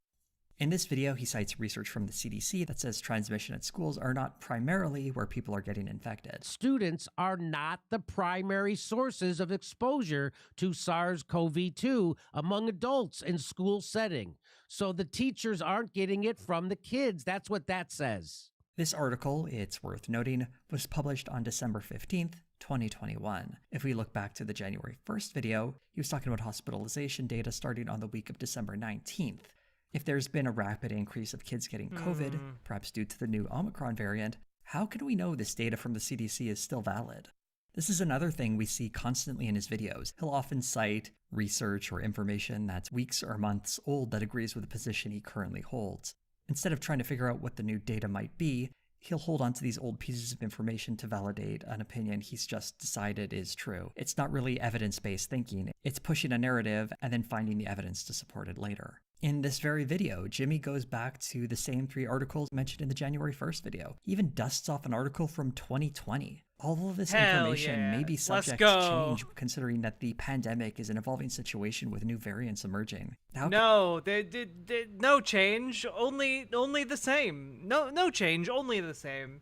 You don't have to look up new information. How can he possibly know that it's still valid in the present day? What's really funny about this clip is when his host, Kurt Metzger, tries to ask a simple question, things go south pretty quick. So, I mean, is that probably what it is? Is they're worried about Omicron? Whether, obviously Omicron is less Yes, severe, people are worried that kids are going to get COVID, and I just showed you the risk they have from COVID. But is Omicron a higher risk than when this study was Omicron a higher risk in what way, Kurt? Just of contagion, not obviously. Kurt, I thought you were a team player, Kurt. Why are you asking these questions, Kurt? Shut the fuck up, Kurt. Yes, Kurt, they are at a higher risk of contracting the Omicron cold. It's funny to me that Dore spent 5 minutes going on and on about how the science says kids and adults won't be catching COVID at school based on his interpretation of the science, to then immediately pivot to say they'll all be infected, but it's just going to be a cold, and then repeats what he was saying earlier as if his concession never even happened. And a lot of people are saying this is the end of the pandemic because it signifies that the virus is mutated to become more contagious. Yeah. Look, the kids will get it, but also they will get it. But they'll just have it as a cold. It won't be bad. Won't be bad. They'll get it. It'll just be a cold. Less deadly. And so this is from July 2020. Nordic studies suggest open schools don't spread virus much. The argument here is kids won't catch COVID at schools, but if they do, they'll catch Omicron, which isn't as dangerous. But also, they won't catch it. In the same video, he talks about a study in Sweden that showed how transmission of COVID was very low in schools. And while he's reading the article, he blows past a part that seemed to me pretty crucial. Some countries have had dangerous outcomes when reopening schools, albeit for older children. In Israel, bringing students back to the classroom accelerated the spread of COVID-19 among middle and high school students. So it turns out schools aren't a magical place where COVID simply isn't transmitted. There are other variables that are at play here that could make them hotspots for transmission or could reduce the likelihood of transmission. So what other factors might be at play? Maybe we can find out if Jimmy Dore just keeps reading this article. The situation in Israel is very different, with a worse outbreak in society, but also bigger classes in schools and smaller rooms, as well as larger families. And you better believe he doesn't address any of this. But just for fun, why don't we look at the average class sizes in Sweden, Israel, and the United States? According to a 2013 report from the Organization for Economic Cooperation and Development, the average class size in Sweden was 21.4. The average class size in Israel was 27.6, and the average in the United States was 27. When it comes to class size, the United States is a bit more similar to Israel, where there was massive spread in schools. But even that is an incomplete picture. It would be worth examining things like the average physical size of classrooms and the average size of a family, as mentioned in the article. And there may be other variables at play here too. But Jimmy Dore doesn't even acknowledge this obvious counter to his claim. Much like his co-host's comments, he ignores the worst and folds whatever he can into the conclusion he's already decided is true. It all reinforces the same message. COVID isn't dangerous and you should worry less about it. A disease I feel as though I should mention that has killed nearly 900,000 Americans at the time of this writing. And this is in a country that has ample access to vaccinations that reduce the worst symptoms and, at least in some parts, has been taking public health measures to reduce the spread. Imagine how high this 900,000 death rate might be if everyone was ignoring vaccines and no one was taking any health precautions whatsoever.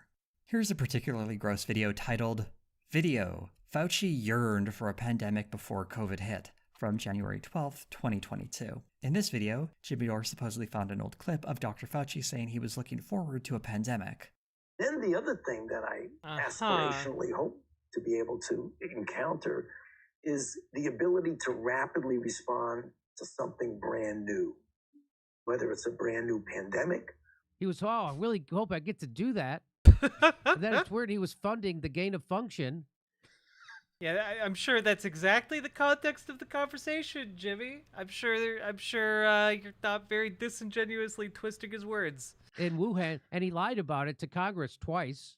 And then it turns out he was funding the gain of function at the Wuhan research. And now they're saying that they think this virus was man-made. So I just think that's weird. That's Jimmy Dore just casually implying that Dr. Fauci created this pandemic on purpose, as if he's Dr. Doom or Diablo.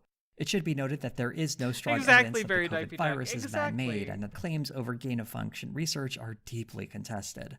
But more importantly, let's see what this question Fauci was responding to, though. Although we don't find out in the Jimmy Dore clip, I did some digging and learned that this interview appeared on G0 Media's channel in a video titled Worried Sick, Anthony Fauci in-depth interview. G0 World with Ian Bremmer. Historically, the worst bioterrorist has been nature itself. So when you prepare, as we are, for the natural occurrence of a pandemic flu or antimicrobial resistance, the things we work on every day, it's a natural transition into the same type of preparation against something that would be deliberately engineered to be spread.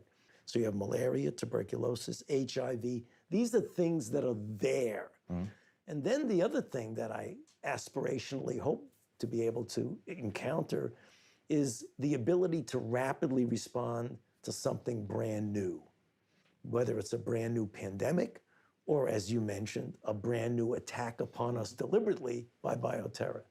The answer is very clearly about wanting to be prepared in the face of a pandemic, and that is what he is looking forward to. You mean people like Jimmy Dore would do that? Just go on the internet and lie? Oh my god. Honestly, you kind of get that vibe from the shorter version too. The whole video is about how the US is unprepared if another pandemic were to happen. And after the last 2 years, it really seems like this whole video was on the mark. But instead, Jimmy Dore is presenting this clip to create the impression that Dr. Fauci may have created the pandemic, which, by the way, Dore is quick to say is also not that dangerous and not something we should worry about, but also apparently it's the plot of an evil mastermind. Here's one more from his COVID-related content. In the video from January 10th, 2022, titled Judge Orders Pfizer Vax Data Released in 8 Months, Not 75 Years. The story here is a group of scientists demanding the FDA immediately hand over all data related to the vaccines via a Freedom of Information Act request. These are requests the public can make for information from a federal agency's records. The reason this takes time is because a lot of those records have information that is exempt from FOIA, such as someone's personal information. So each page has to be reviewed line by line, and certain pieces of information might need to be redacted. For example, the public has a right to know if the COVID vaccine produced some unusual side effects during its clinical trials, but they don't have a right to know the names of the people who experienced those side effects, or any personal information that might identify them. After all, people do have a right to privacy, so documents are reviewed to remove that information. There are roughly 320... I wish failed comedians would stop inflicting themselves upon the world. You know, like it's so frustrating. It's so frustrating that a failed comedian can just turn political pundit, and people are just like, yeah, that makes sense. I'll listen to this dipshit.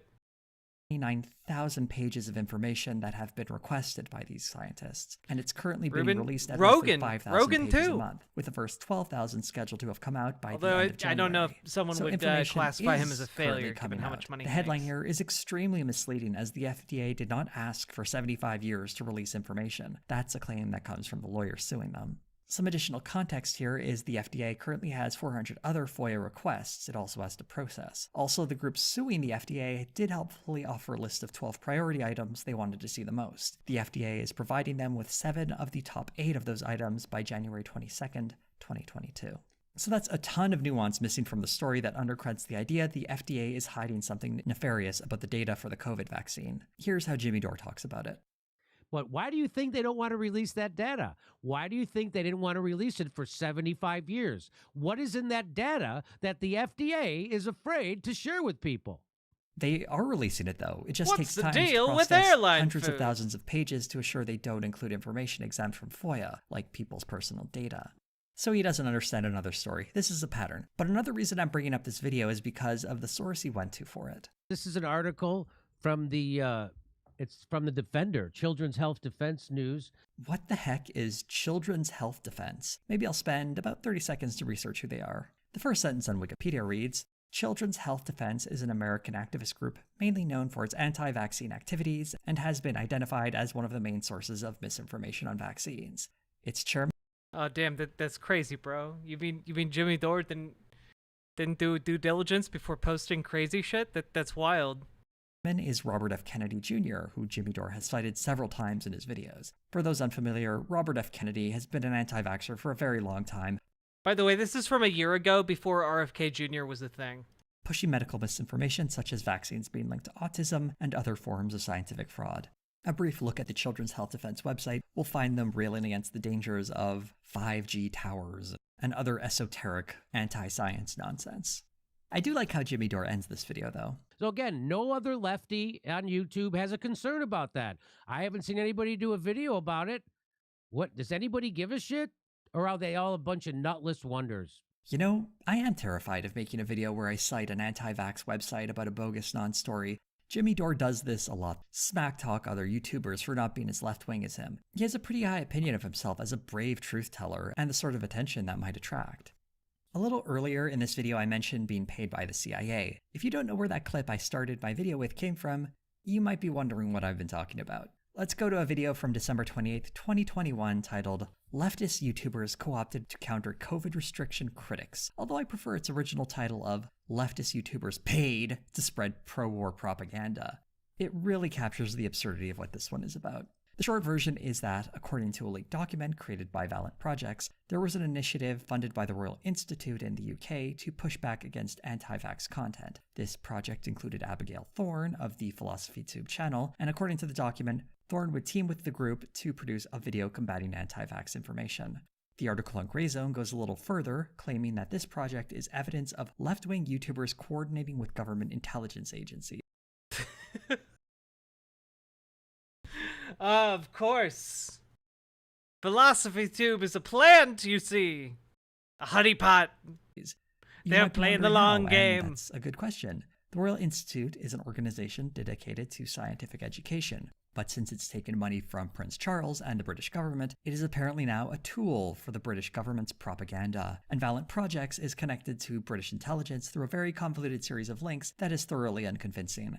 None of that is terribly important though, because the story is missing a key factor: the complete absence of a video. This article cites one video from the Philosophy Tube channel titled Ignorance and Censorship that isn't about anti-vax propaganda at all. It seems strange that apparently what has been uncovered is a secret collaborative effort to get left-wing YouTubers to create pro-government propaganda when no one can actually point to the propaganda.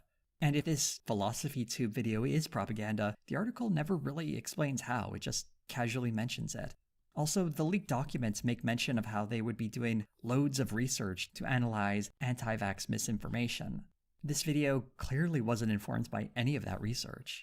Maybe we will get an anti-vax video from Abigail Thorne one day, but considering these documents are from February of 2021, I suspect this project may have stalled. But really, all of this discussion is preamble. The Jimmy Dore video pivots away from this to instead get back to that aforementioned video from YouTuber Sean, which quite pointedly revealed mistakes in Jimmy Dore's coverage of the COVID-19 pandemic. These people were pushing a dirty war in Syria, and now they're trying to undermine people like me. If I were a propagandist for the UK or US government, and I was told that I would no longer be fomenting regime change in Syria, Thanks for jumping over to riverboat.gg riverboat.gg. YouTube videos, I appreciate I'd probably be wondering who I pissed off to have my career flushed down the toilet like that. What I thought Abigail was a conservative. No? Philosophy Tube is not a conservative channel by any stretch of the imagination. appreciate is how this video establishes that not only is the UK funding YouTube takedown videos, it's happening in the US too. Here's the evidence the video provides. Max, now you wrote this article. What would you, first of all, do you have reason to believe this is not only happening in the UK, but it's happening here? Definitely happening here. And the UK is often kind of a testing ground for these kind of information warfare operations. And if them just saying, yeah, it's definitely happening, isn't convincing enough, they also bring up the aforementioned video by Sean. But as soon as I read the story, I'm like, oh, that's they funded this shit, that hit job on me, because it was super professional. I am not too sick to snipe a white name. Bawahahaha, bawahahaha, BWA. BWA! Very nice, Thank you for gifting the tier 1 sub over to Scatterbrain. I hope they enjoy it. And thank you very much for your generosity.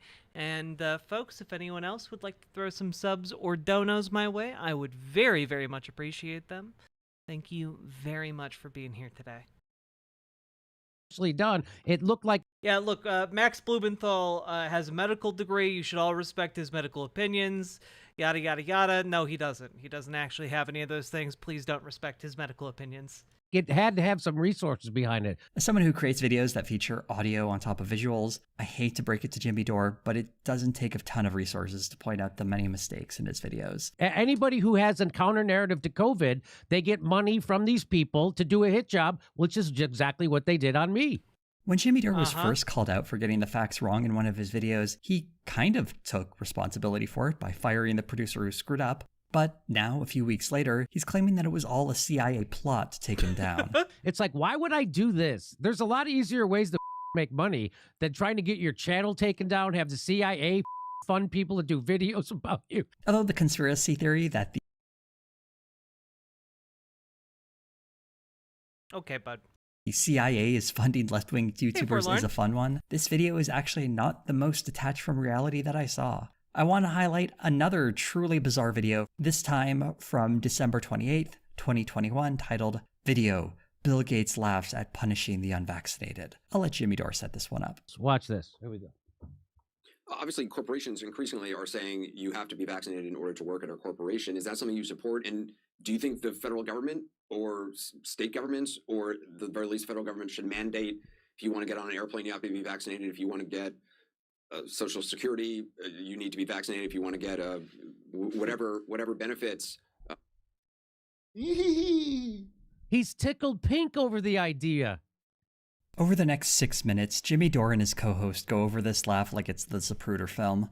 A more charitable reading of this moment might be that Bill Gates is simply laughing at the absurd question Anderson Cooper is putting out there. Dore waves that aside to talk about how Bill Gates is somehow going to take away people's social security. He's giggling about taking away people's social security, their right to travel, and their right to employment. Does Anderson Cooper never age? No, not even once. That's what he's. The thing that he's one of those ageless gays. You know the ones. Very knifey duck. Thank you for sniping yet another white name in chat. Thank you for being one of the largest contributors against the white name scourge.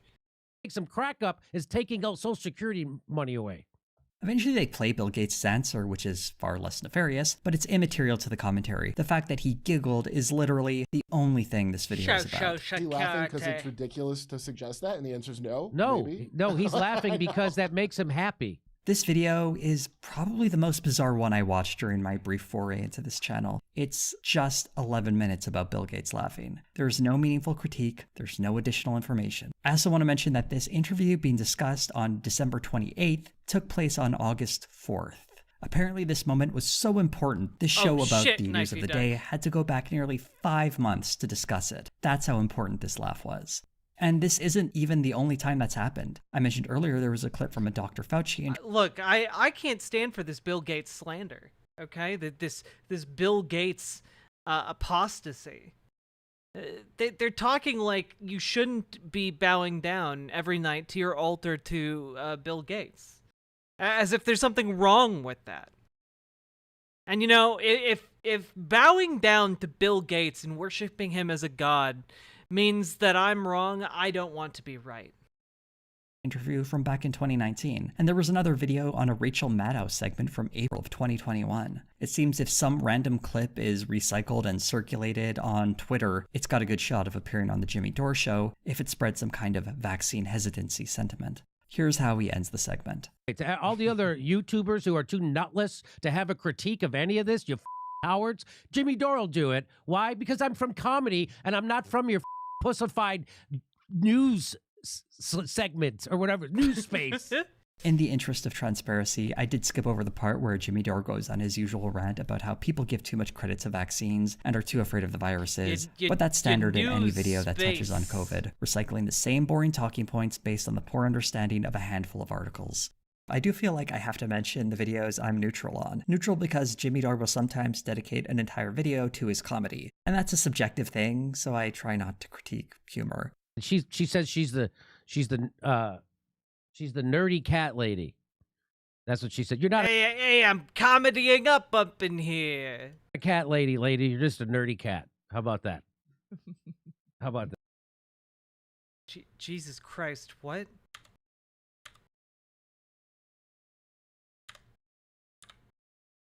She's the nerdy cat lady. That's what she said. You're not a cat lady. You're just a nerdy cat. How about that? How about that? Okay, maybe I have to say something. This comes from a video titled Saddest COVID Christmas Tweets Ever, although the thumbnail reads, Hilariously Sad Christmas Tweets. This video clocks in at 50 minutes. That's 50, not 15. And it's dedicated to reading tweets from random Twitter users and mocking them when they write stuff like this. We canceled Christmas dinner and delivered a meal outdoors only to each guest.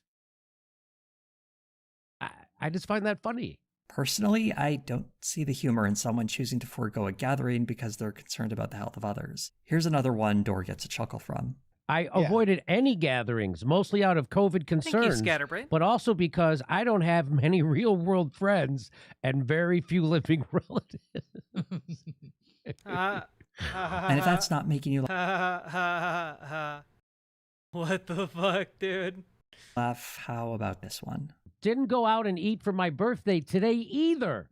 The second year in a row, I opted to do curbside carryout. Thank you, Red Lobster. I'll start eating inside when COVID is contained. Hashtag Omicron variant. Wow, really? I suspect she just wants to eat an entire Red Lobster Ultimate Feast alone and not be judged. That's what I think that's about. Apparently, a woman can't even tweet about eating at Red Lobster without being fat shamed. This is pretty much the whole 50-minute video, occasionally interspliced with comments like these from Max Blumenthal, who was Door's co-host for that day. It just means end the demonization, end the division, end the phony hysteria, end all of these pointless restrictions which are simply coercive. Asking for an end to demonization, then mocking those who are taking the pandemic seriously shows a stunning lack of self-awareness. When you're confronting this kind of fear, first of all, not to blame the individual. This is the fault of corporate media. It's the fault of the Biden administration. It is the fault of this kind of biomedical regime. If these people are victims, it seems particularly cruel to mock them for being fat or cowardly. And dedicating an entire 50-minute video to mock these people seems like an exercise in cruelty. This video is filled with no real value outside of this attempt at humor. It was lazily sourced from a thread by Michael Tracy, who you may remember from his last gig of getting owned by college kids. I was on a left-wing podcast. And the commentary, when it does make an appearance, is surprisingly illiterate. I was just talking to a doctor friend of mine who said the treatments we have for COVID are more cutting edge and experimental than the vaccines. People don't make sense. My personal favorite is that you're a pharma stooge from people who don't think we should be vaxxing the world. I like this. This is a lie. You have no friends. That was very funny. That was fun. I don't even understand that tweet. I'm not even being funny or trying. I agree. I'm not trying to be stupid. Yeah, like it doesn't follow logically. No. It's telling to me that 3 grown adults can't understand the grammar of this tweet. It's not written with absolute clarity, I guess, but what it seems to be responding to are criticisms against the vaccines being untested and a means for enriching Big Pharma, and how these claims are hypocritical coming from anyone recommending treatments that are often subject to fewer tests and are more expensive, therefore making Big Pharma even more money.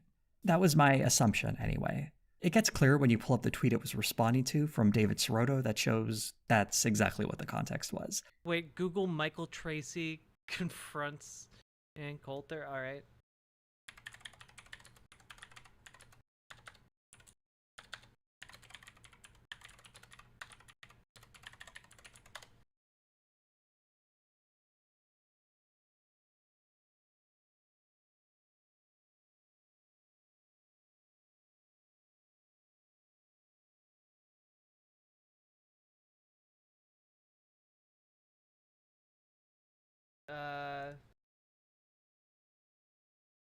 Amateur video of a local college student being arrested does not show any evidence of police brutality, despite the student's claim of blatantly excessive force. Do we have the video? Oh, wait. Let's see. Get off my head, Tracy screams after a string of inaudible cries. Get off my head! The officers managed to pull Tracy's hands away and handcuff them behind his back. Tracy is pulled to his feet, then 2 officers drag the bent student out of the door and his legs go limp.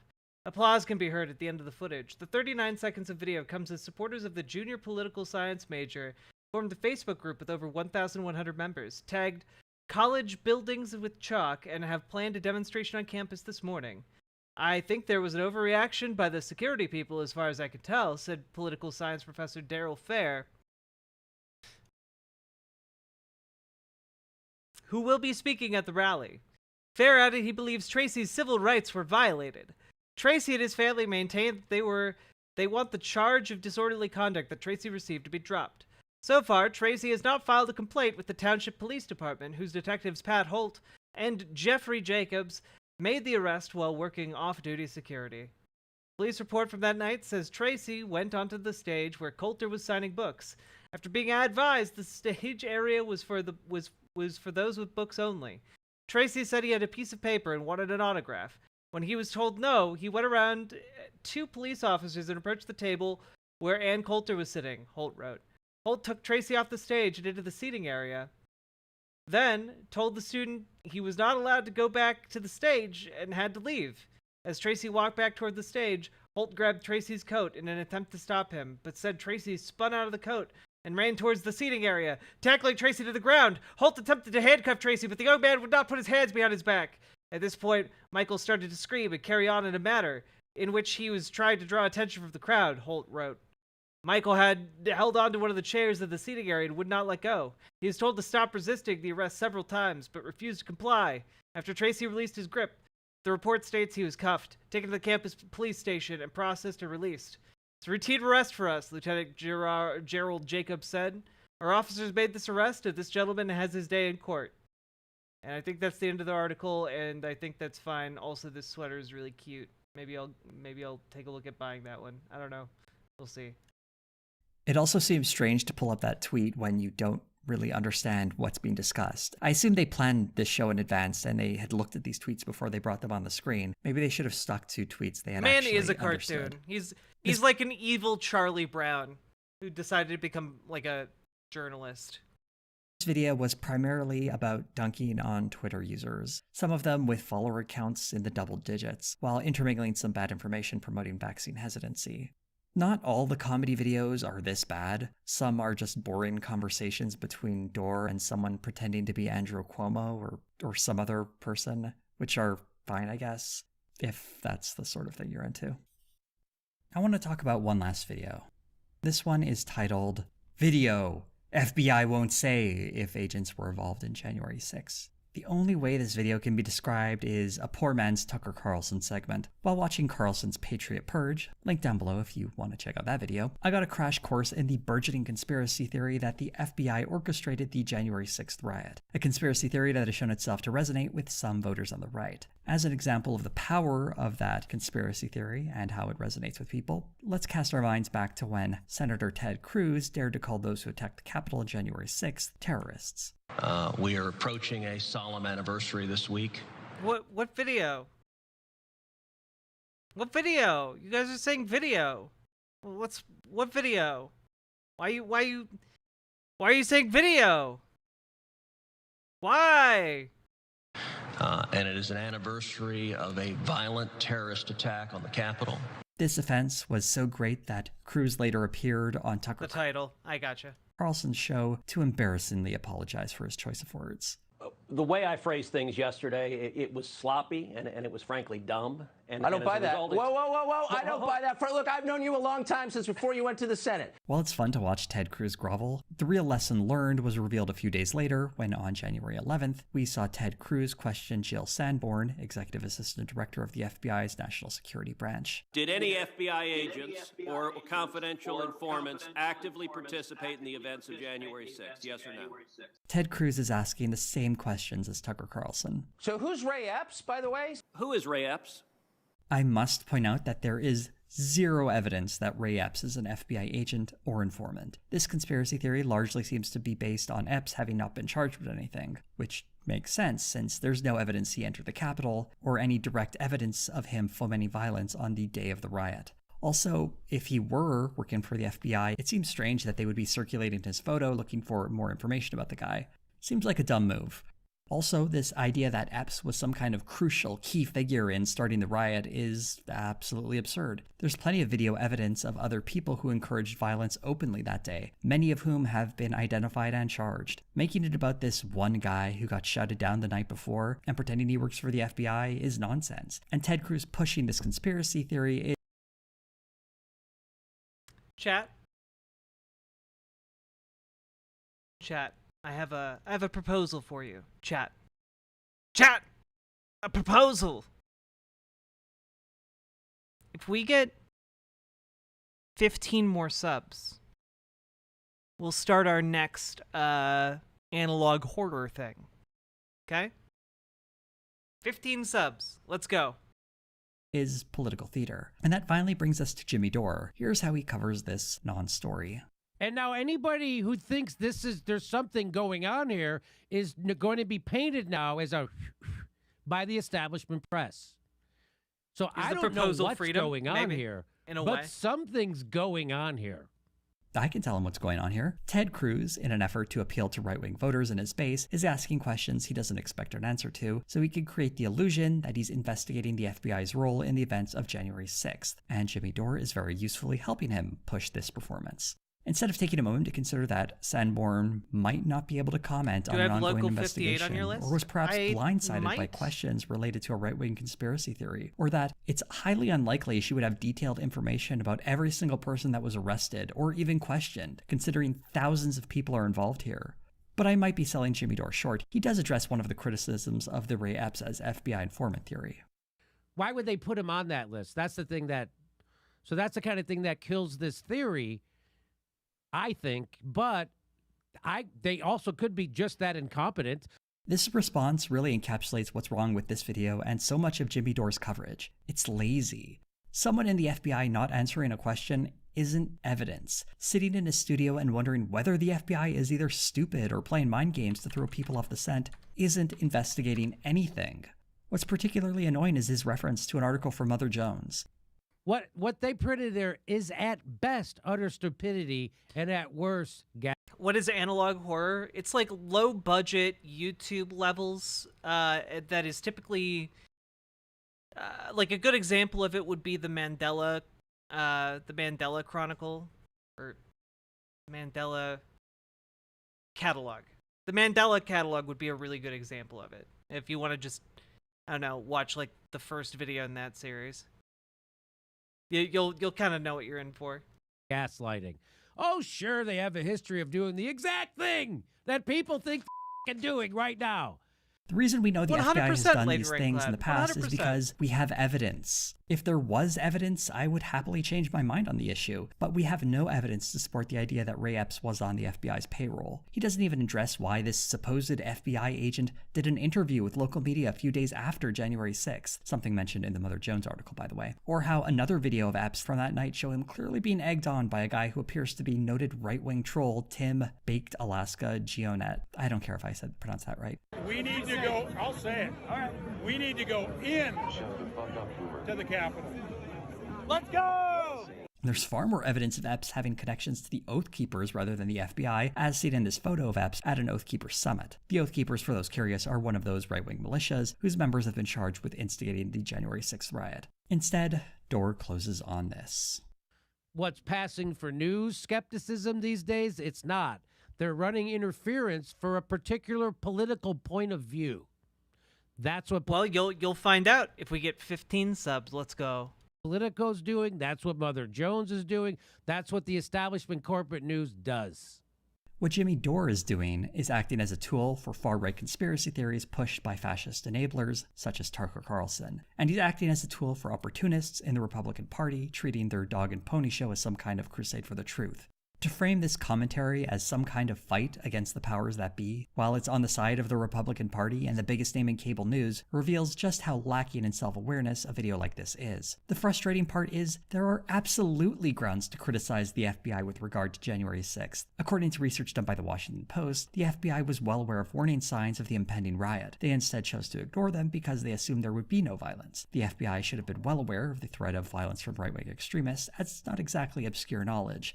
Even outlets such as The Economist were publishing stories with data from big Washington think tanks highlighting the trend of right-wing violence. It might be worth asking questions as to what implicit biases are within the FBI with regard to confronting right-wing violence. If, after decades of being used to silence protest movements on the left and social justice movements, it finds itself incapable of dealing with the rise of fascism. It might be worth asking why certain members of the police were high-fiving and taking photos with the rioters, and we should be on guard from how this crisis might be used to increase police powers and further encroach on civil liberties. The failure of the FBI does not seem to be from a lack of resources, rather a lack of taking warning signs seriously. A useful left-wing critique might examine these and other issues surrounding the FBI, instead of mindlessly repeating a right-wing conspiracy theory. Because that conspiracy theory isn't about standing up to the excesses of government agencies using force, it's about making people feel comfortable with a violent far-right uprising to subvert a democratic election. It's the same conclusion I came to at the end of my Patriot Purge video. It's about mainstreaming fascism and the use of violence in American politics. Jimmy Dore's content is a lot like that last video. Much of it can sometimes take the superficial shape of left-wing commentary, but if you read up on any of the stories, you often find he's completely misunderstood a number of facts, and he often adopts a right-wing framing of the problem. Again, I think this is too charitable to Jimmy, saying he's misunderstood the facts. I don't think he's misunderstood the facts, because you can present the facts to him, he doesn't change his mind. Oh, I've gone over Project 2025, yeah. I got 2 videos on it on my channel now. So yeah, we've been talking about it. It's fucking evil. It's how he ends up making videos attacking teachers' unions and pretending as though he's fighting against Big Pharma, or how he pushes conspiracy theories from the Republican Party as if he's standing up to the FBI, or goes after left-wing YouTubers as if he's exposing some kind of CIA operation. His content is embarrassingly lazy, and his commentary relies on high emotions with cheap jokes. An important concept I think it's worth keeping in mind is that whenever you go about criticizing the mainstream from the left, you need to make sure you're doing it in a way that actually supports left-wing causes and ideas. When your critiques are largely detached from reality, or support right-wing talking points, you're only hurting the side you claim to be fighting for, and you're being very useful to the opposition. I assume there must be some number of Jimmy Dore viewers in my audience. If you made it to the end of the video, thanks for sticking around. I hope this critique was helpful. If you still want to enjoy and laugh at his content, or it gives you an emotional release, well, I can't stop you. I'm not the boss of who you do or don't watch. But I would at least suggest you be Jose just has such a nice voice. He seems like a kind dude. A bit more critical when listening to any of his arguments, because he rarely seems to have thought through or read deeply on pretty much anything he talks about. I also wanted to touch on the fact that he's always going on and on about how he's being persecuted by YouTube. We all face an uphill battle being on this platform because there are a lot of— Yeah, we do. That includes me, big name YouTuber Riverboat Jack. challenges to making commentary about such volatile issues. It just seems that complaining about it is a business model for some, and simply a reality for others. Those names, going up the screen right now, are my lovely patrons and members. If you would like to join them, you can— The names in chat right now are my lovely patrons and members, and I love them all very much, especially when they gift subs or donos for me to eat. join my Patreon below. There's a link in the description box. Big you time get early YouTuber, access to these 3K videos, subs, of course your name in the credits, Let's and go. download links to my theme song. If you would like to support this channel, you can like, comment, subscribe, and hit the bell for notifications. Thank you all for watching so much. So much.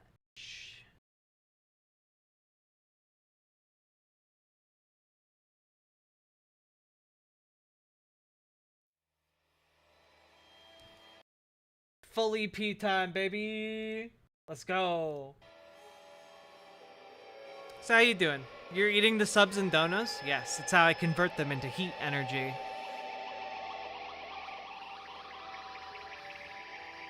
Big time Brooklyn, hey, I'm streaming here! Yeah. I don't know why I've adopted a Brooklyn accent for that. Jack, is that an Oiler? I need Oilers.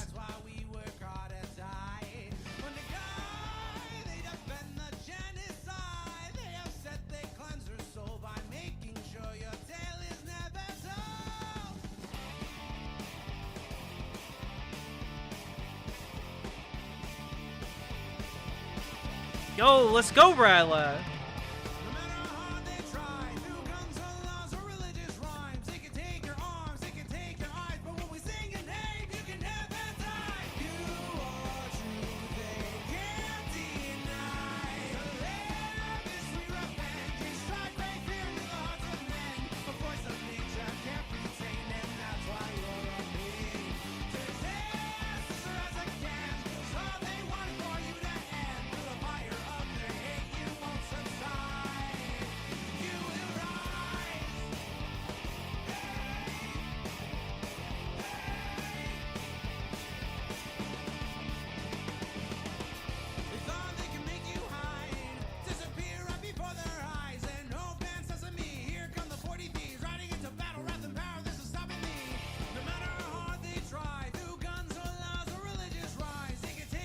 Oh, Absolution Zero, yeah, 100%. Jingle Science Lad is a good boy.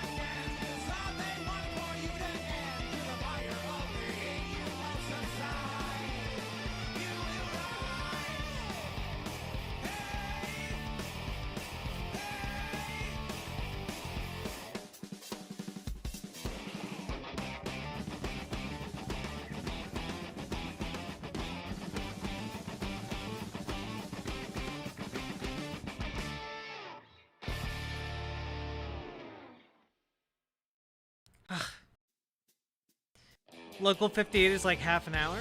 I was thinking about doing the Tangy virus.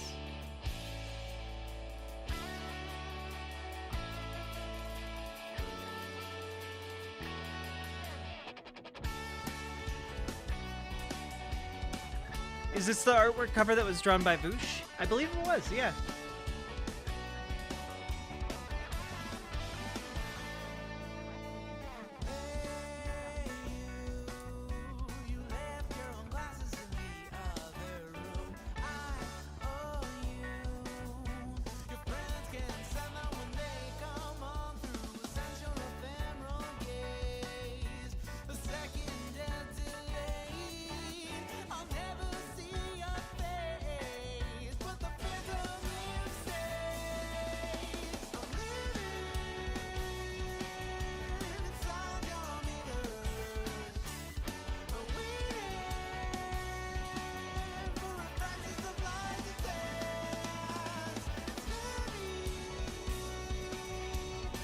Whoa, God, sorry, the music was rocking so hard. Paladin, thank you for the $30 dono. Please convert this donation directly into glucose, BWA. Thank you. I felt the hit on my heart. Thank you so much. And also, that gets us almost halfway. Gets us almost halfway, chat. So, all I'm gonna say, chat. If we get a few more subs and donos, we can watch a new analog horror series.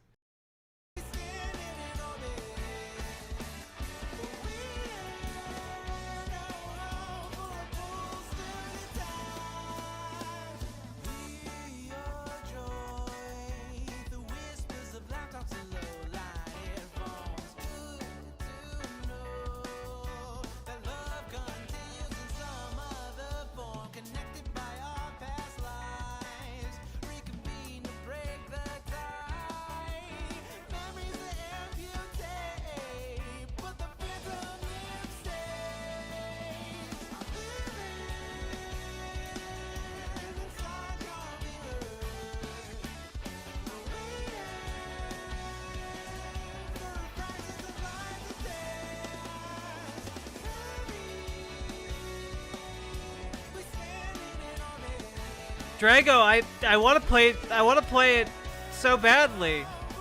Maybe I'll play it after this EP is done playing. Good night, Ashley. Get good sleep. And again, thank you very much for the gift. I've been very much enjoying it.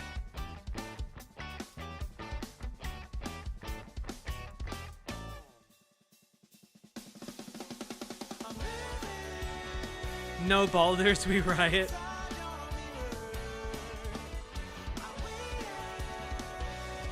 Thanks for being patient with me, Chad.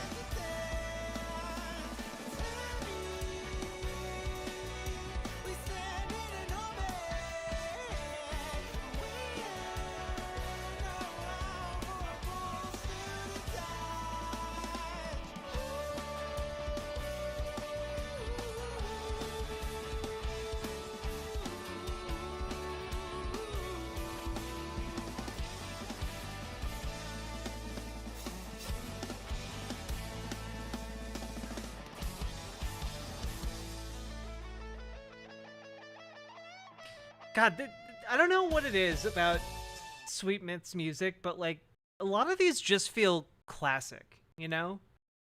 Like they feel like they've been big for a long time, you know?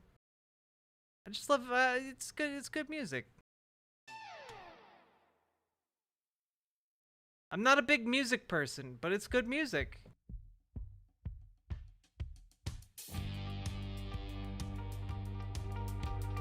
Ooh. This sounds like it fucks.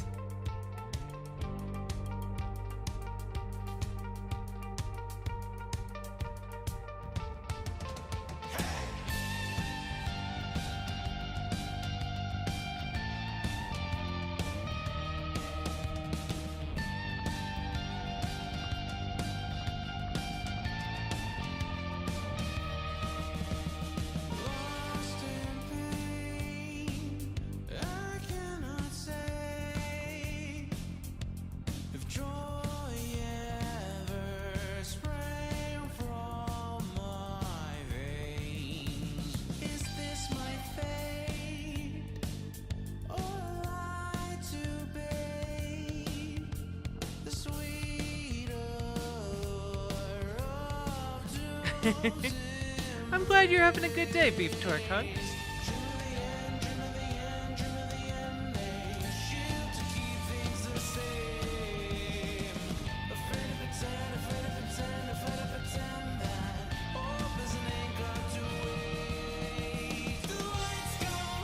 It's okay, Paladin. Hope you're enjoying it.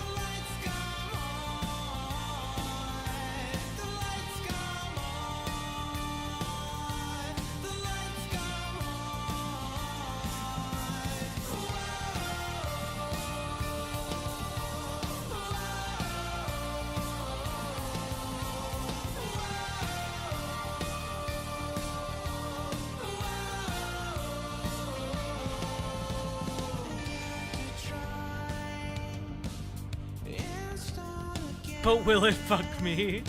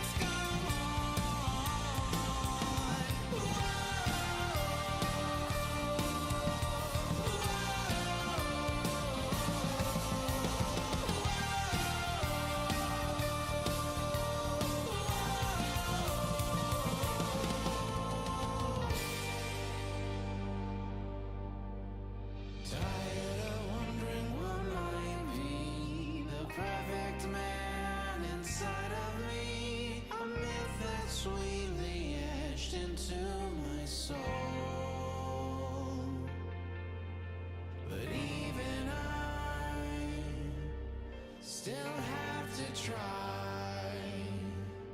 Sisyphus smiles at my side.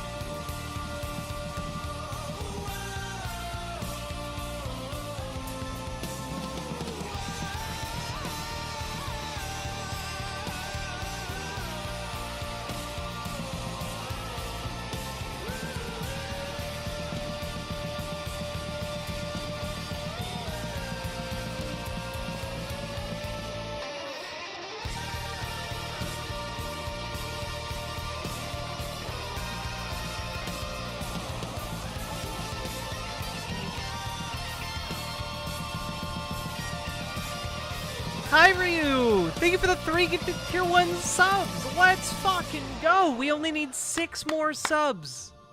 6 more subs, chat. Let's go! I believe.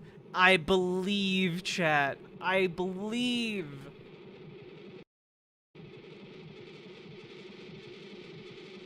Hear my words, speak my thoughts. The spell I put you under tells me that you're lost. There's no peace or sweet melodies. A broken spiral of dark desires. You stay away but won't retire.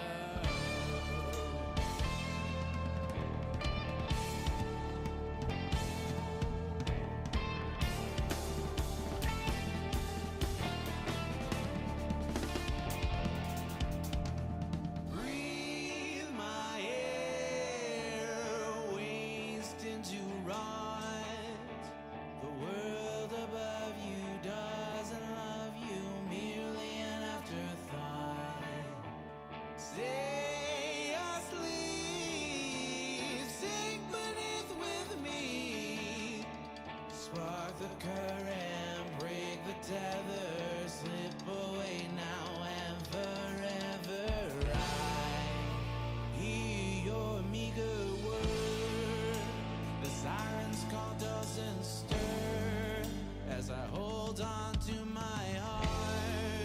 Oh.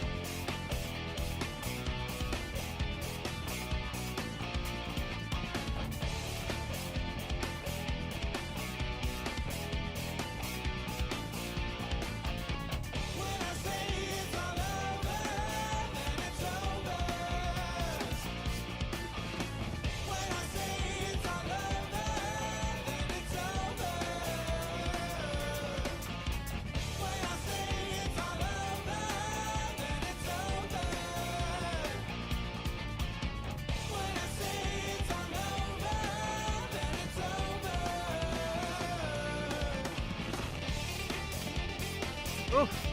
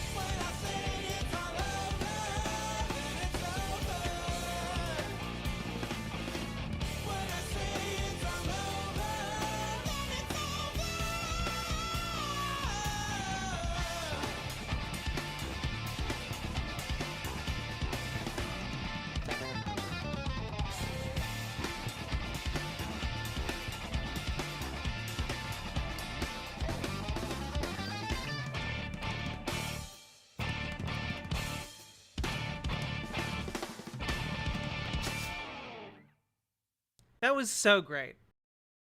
Anyway, y'all check out Sweet Myth's music, okay? Friend of the show. Go do it.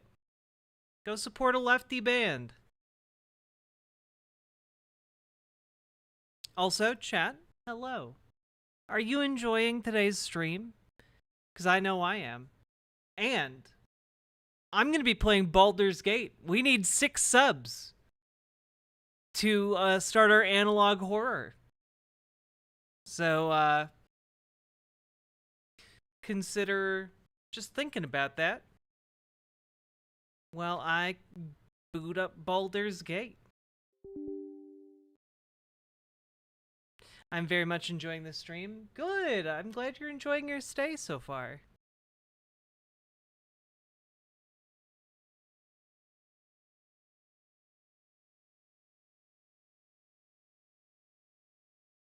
Baldur's Gate. Bald man's ass, let's go. Oh, she had the monies to be an oiler? I do too. I'd support so many small content creators if I was an oiler. If I was in your shoes, oiler chatters.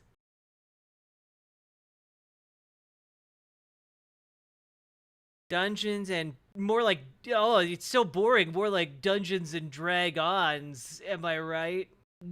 Goo, we got him.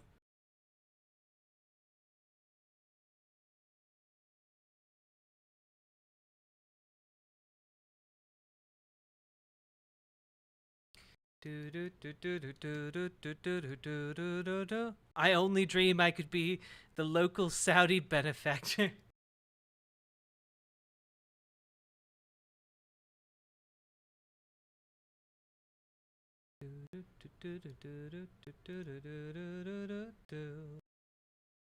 Okay.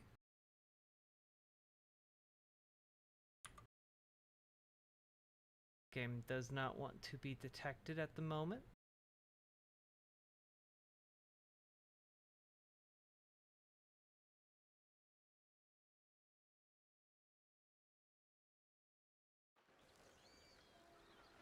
There we go.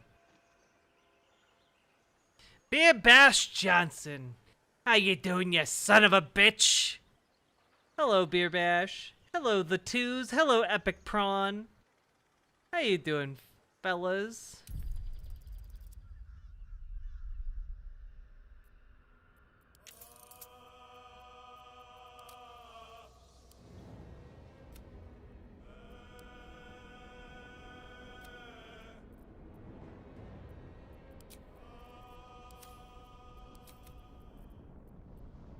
Okay, we're loading in.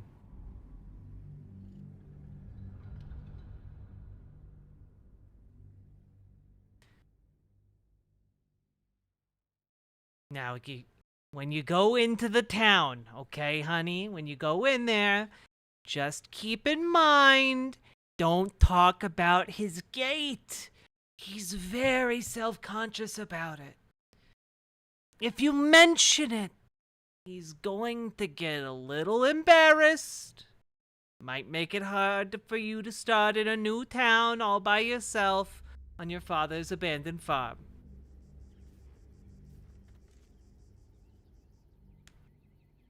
Hands down, my favorite thing about no longer being hella broke is that I can just give money to random GoFundMes in the city's mutual aid Facebook group and such. Kind of makes sense that research has shown that people who have experienced poverty are dramatically more likely than people born into wealth to actually do charity. I believe it. Alright, we're gonna let the game load in a little bit here. Also, we're going to properly push this down. Thank you for everything you've done, Jack. Also, a shout out to my beautiful girlfriend who is having a rough night. Oh, well, first of all, I'm really sorry to hear that your partner's having a rough night. Shout out to Hellscape Wanderer's wonderful girlfriend. Hope your night turns around, lady. Also, 6 subs. That's how many subs we need to throw this video game into the garbage pail. Fuck that. Video games bad. Content good. All right. Let's go. Let's go. We're gonna learn about the Tangy virus tonight. Tape 1.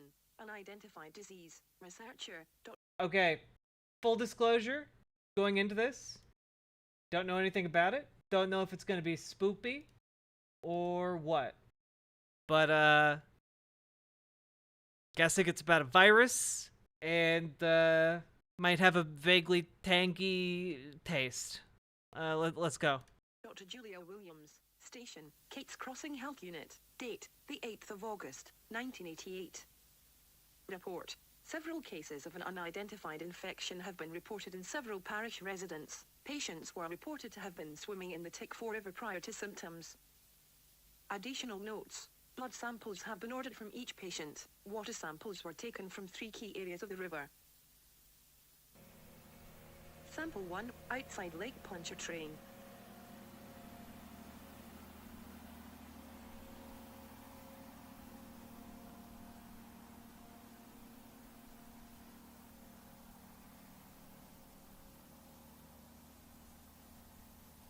Why are they taking video Sample of 2, getting near the Kate's samples? Crossing.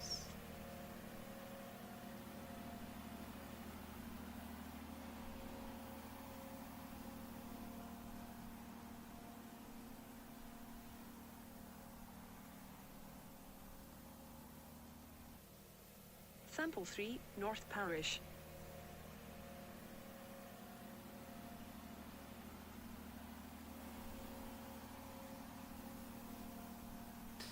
Beef Torque Hunk, I'm sorry, you're a storm of emotions right now. Results are expected in 7 to 8 business days. A follow-up to this entry will be made shortly after. Tape 2, inconclusive. Researcher, Dr. Julia Williams. Station, Kate's Crossing Health Unit. Date, the 18th of August, 1988. Report, low levels of aluminum and copper were discovered. Neither should have produced the symptoms found in patients. Blood work yielded negative results. Common pathogens consistent with symptoms were not present. Additional notes. Many of the patient's symptoms have improved. Several, however, have worsened by developing meningitis. 28 new patients have been admitted, all with initial symptoms of itchy throat, skin rash, irritated eyes, nausea, and diarrhea. I suspect we're dealing with something viral. Patient 1, infant, condition, asymptomatic. I wonder why they're having like an AI read this out. Patient 2, adult, condition, deceased.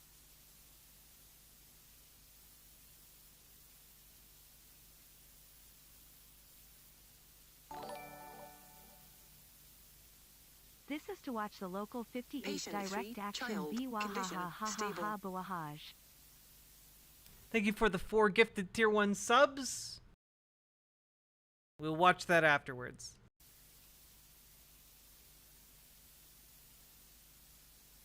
Patient 4, adult, condition, stable, lost child.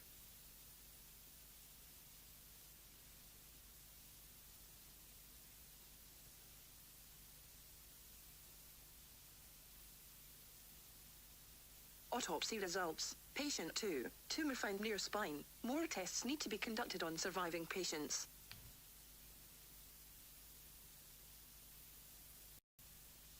Tape 3, unknown pathogen identified. Researcher, Dr. Julia Williams. Station, Kate's Crossing Health Unit. Date, the 5th of November, 1988. Report, I believe to have discovered a new pathogen in the waterways near Kate's Crossing. It was also found in the bloodwork of our patients. We are nicknaming the disease, the Tangier virus. Report continued. The parish government has been notified. Blood samples, water samples, and biopsies have been sent to the CDC.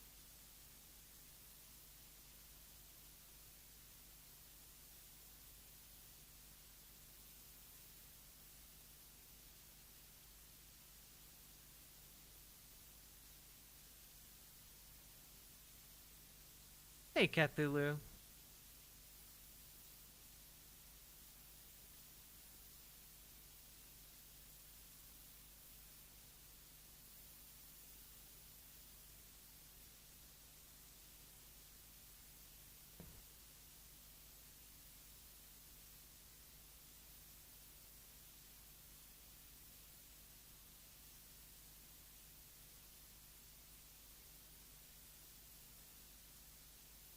Nature.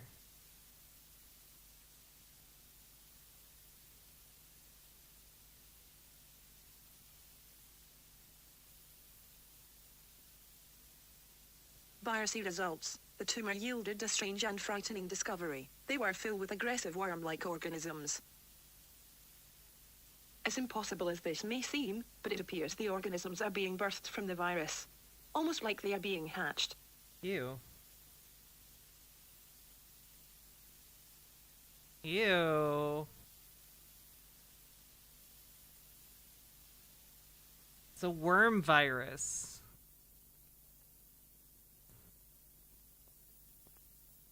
Gross. This is nasty.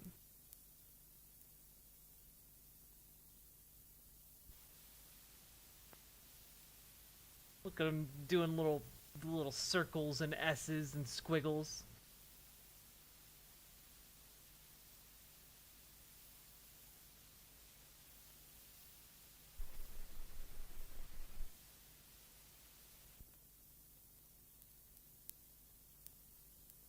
Results. Further tests are needed. Additional thoughts. The idea of discovering a new virus is both terrifying and exciting. I'm just glad we identified the pathogen before it had a chance to spread. Tape 4. Cause for concern. Researcher. Dr. Julia Williams. Station. Kate's Crossing Health Unit. Date. The 7th of January, 1989. Report. My supervisor has informed me that the CDC is still processing the samples sent 2 months ago. An official statement should be coming soon. However, he was assured that the pathogen in question was not a serious threat. I find this shocking considering what I have found in my own research. The virus initially reproduces in a lytic cycle. However, in time, it undergoes a type of metamorphosis.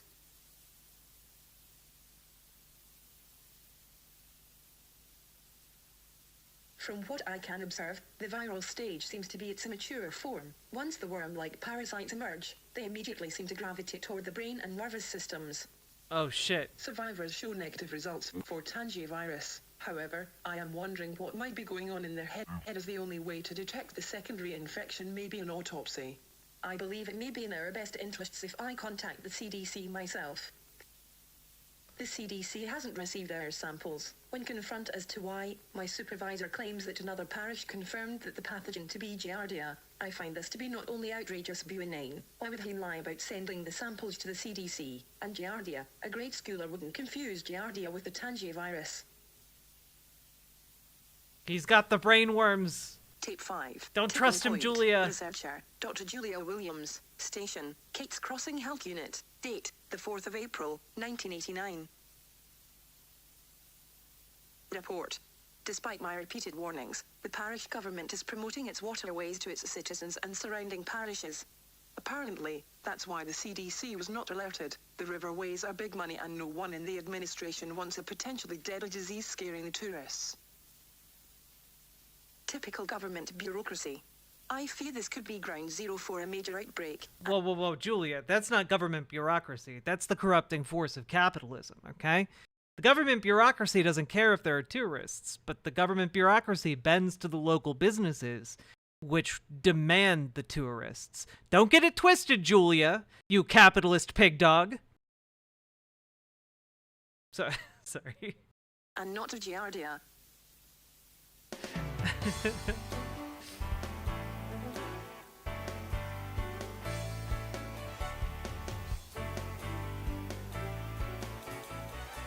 Come to our amazing waterways. Bathe in our waters. We love you. However, the potential pandemic isn't the most concerning piece of news that I've received. Patient 4 brutally killed her husband with her bare hands. She kidnapped patient 1 after also murdering the child's parents.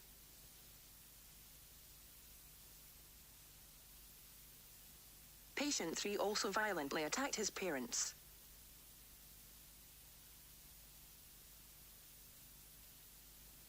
The 3 were last spotted in the waterways near Kate's Crossing. They live under the waves In now. addition, several people have been reported to have gone missing on the river. I am convinced it is all connected. Tape 6. Bad to worse. Researcher. Dr. Julia Williams. Station. Kate's Crossing Health Unit. Date. The 18th of October, 1989. Report. The summer went exactly as I figured. More sick, most get better quickly, which means no one cares about the possible secondary infection. I can't in good conscience allow this to continue. Despite pleading with everyone in my department, no one will listen to my concerns. Out of curiosity, when did this come out? This came out a year ago? Okay, that sounds about right. I'm thankful I live outside of this parish. Now, they are building a landfill near the river. The rumor in the town is they are covering something up. Some say it's a spaceship. What? It's a weird point to just hang on, Julia. But I don't have time for that nonsense. I think it's time I threatened to go to the press. Addendum, and I was terminated, effective immediately. However, when I returned to my office, I found a tape on my desk. There was a note that simply said, Lab 8, come at night. The following was recovered from a missing persons case.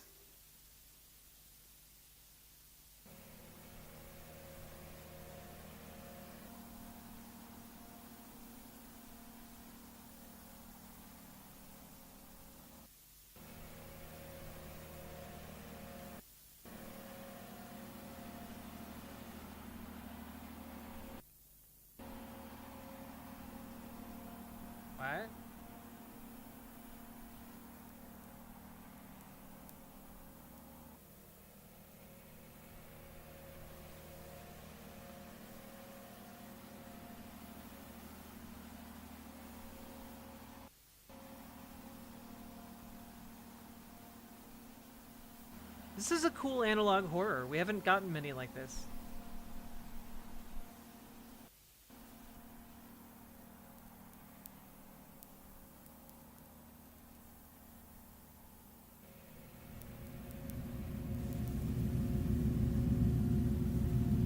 What?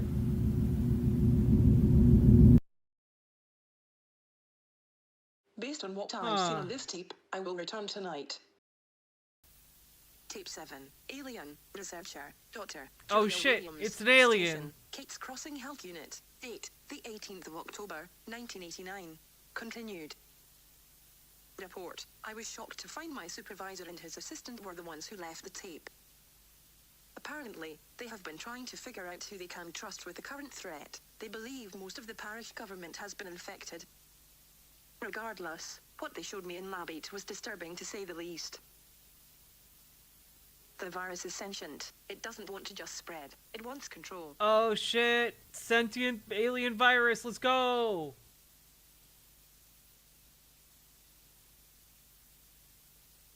From what we can observe, the worms spread throughout the body's nervous system, so they can override the host when needed. The tumor acts as a second brain.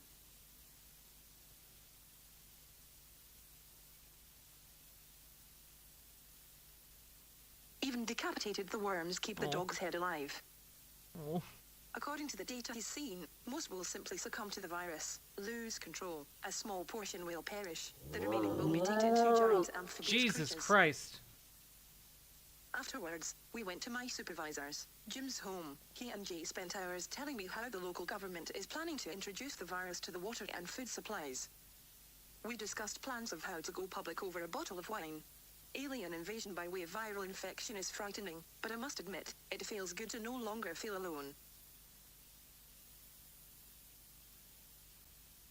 Tape 8, The End or the Beginning, Personal Journal, Dr. Julia Williams, date, the 19th of October, 1989. Thoughts, I must have passed out, because when I woke up, I was alone. Jim left me a note. It said two things: welcome to the family and see you back at work in 2 weeks. Fired and rehired in 24 hours, must be some kind of record. Then I guess the real battle begins. Last night, Jim seemed pretty confident that we will be able to get both the CDC and military involved. The 6th of November, 1989.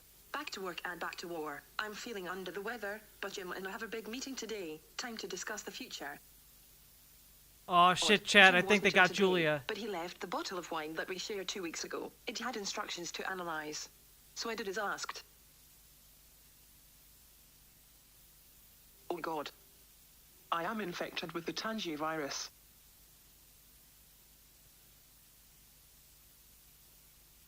I immediately left. As I drove away, the staff at the entire building followed me to the parking lot and watched me as I drove away. They were all smiling. How can I be so gullible? The 5th of February, 1990. I'm working in a veterinarian's office. I've been poisoning my body with anti-parasite drugs and chemotherapy meant for dogs. I'm 40 pounds underweight, bald. She been taking ivermectin. Mouth is covered in sores, but I've kept the disease from overtaking me. But I'm just buying time until I can figure out how to cure this thing. The 23rd of April, 1990. I can feel them scratching at my skull. The drugs aren't as effective anymore. My fingers are spasming. My eyes are twitching. I am dying. The 5th of May, 1990. I've been having the strangest dreams. I've been thinking about Ireland, France, moving to the States for med school. The 15th of June, 1990. I miss my mom and dad. There's so much I wanted to do. I wanted to meet someone, grow old, have kids. Now I'll never do anything. The 27th of August, 1990. I can hear them now. They want me to consider them my children. I consider them a plague. Oh God. The 21st of September, 1990. I lost my job at the vet's office. My memory isn't what it used to be. I'm mailing these tapes to the FPTV cable station, the council too. Maybe they can use what I learned to save us. The 8th of October, 1990. I'm ending things tonight. If anyone watching this wants to know my last words, there. Boil anything you drink. It kills the virus.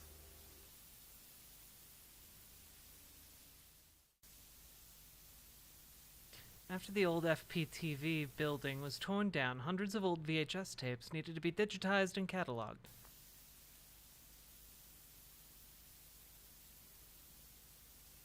Most of it seemed mundane, but the 120390, a mysterious message, appeared in the channel's nightly ads section.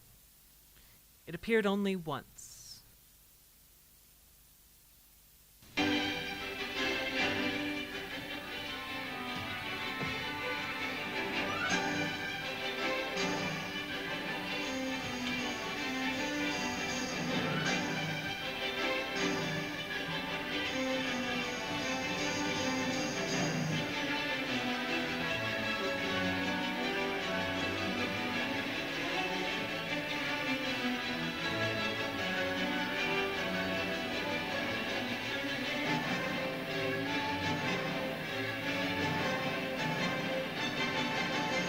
Sell your car! Don't trust your government. They have sold you out. You have been warned.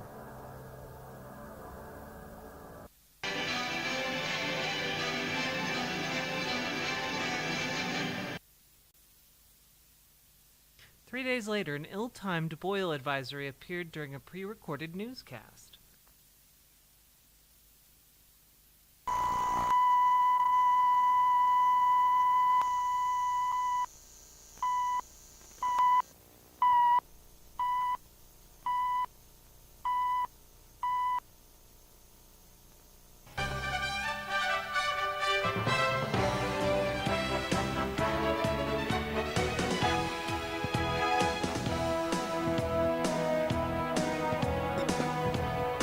By working with the property owners and other concerned groups throughout the parish, we have made great strides in cleaning the river such as this. The Netaubany River is a big concern of ours. By having the landfill nearby, it does create a possible image of polluting that river, but I can assure you, we at the landfill are making every effort that we possibly We can at the to see landfill. that the landfill does not pollute any river, any stream, any body of water throughout this parish. And I am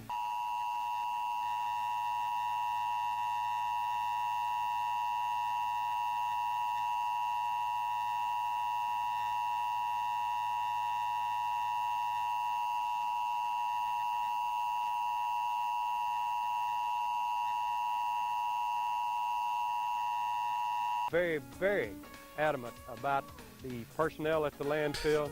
They have orders that if they have any type of activity out there that might be damaging to any stream, that they're to report it to me and the proper authorities immediately.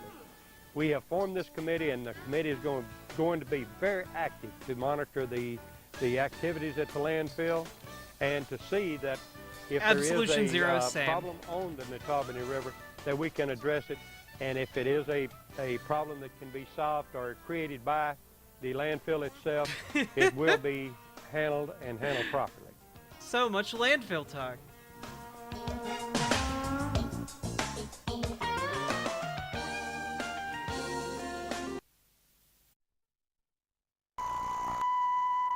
Boiling water saves lives. 15-second spot. Directed by Chad Peterson.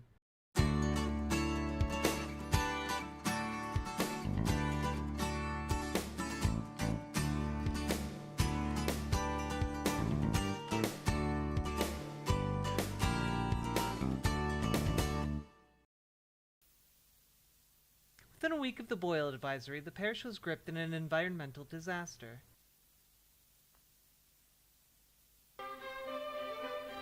The new health unit on Club Deluxe Road between Hammond and Ponchatoula, just one hallmark of growth and steady improvement here in Tangipahoa, especially in parish government. With me is Parish President Gordon Burgess. And Gordon, here at the health unit, we can certainly see evidence of a parish government on the grow and on the move.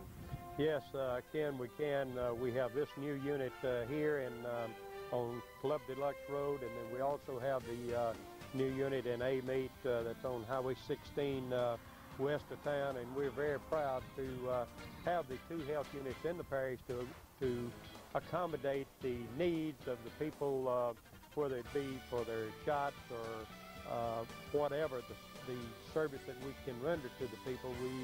We feel like that we have the facilities now that will satisfy those needs. Well, stay with us, everybody, because in addition to this facility here, we'll show you other hallmarks in Tangipahoa. Within a few days, the boil advisory was dropped with no warning or news coverage.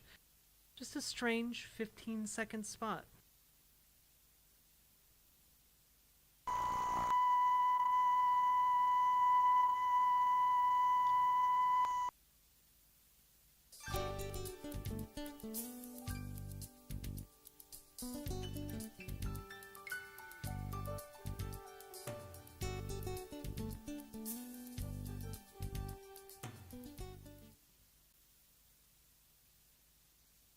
Over the next 3 months, the parish government employed an aggressive pro-drinking water campaign. And terror has come to America. And this typical day in anywhere USA, whether rural or urban, will be forever changed. In the aftermath of such devastation, we'll see a shift, a return in focus to the small-town roots of morality. Happy citizens drink the water. Remained rooted and intact beneath the camouflage of the everyday citizen's hustle. Life is a fragile gift that is delivered to us in pieces, in small moments, and it only achieves meaning as we cherish and blend the pieces, even the seemingly insignificant pieces, into a full, universal whole. Despite the continuous pro-water drinking ads, Tangipahoa Parish seemed to be getting back to normal.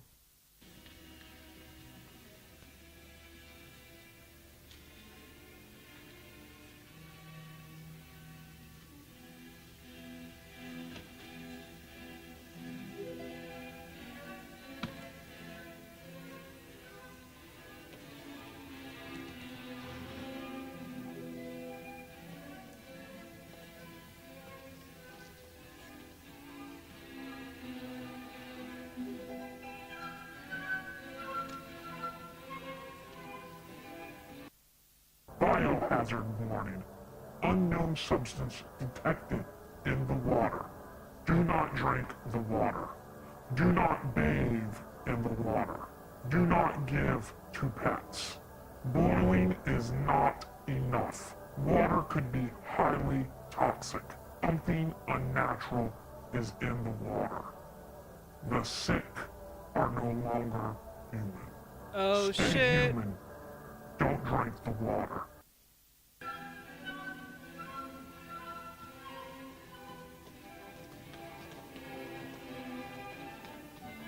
Don't drink the water, chat! According to those living in the parish at the time, panic followed this message's broadcast. All of them declined an interview.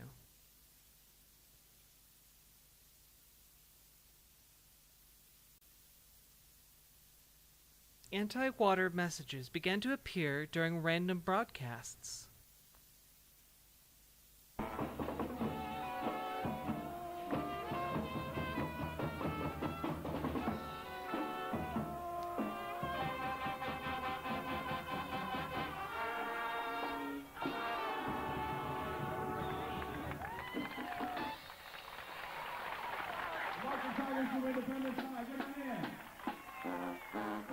Do not take water from the health unit. It has been tainted.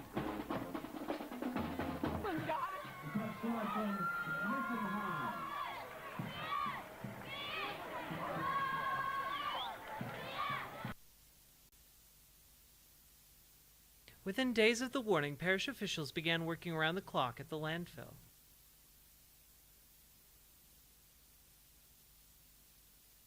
What they were doing was never disclosed to the public.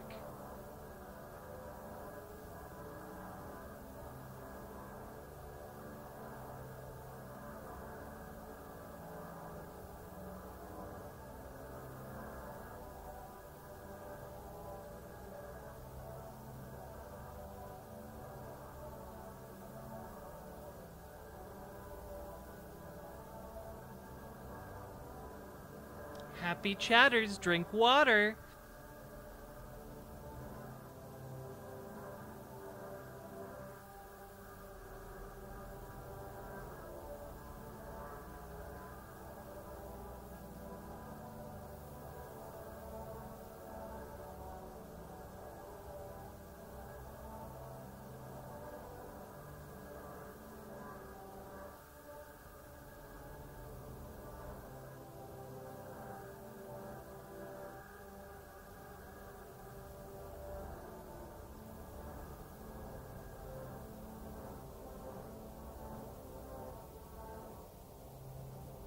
I've got to take one for the team.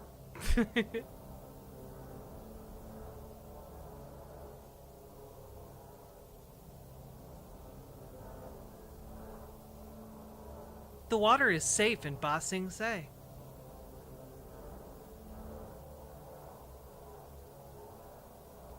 There's no tainted water. Ask yourselves, what are they covering up? The following video played 24/7 for 1 week.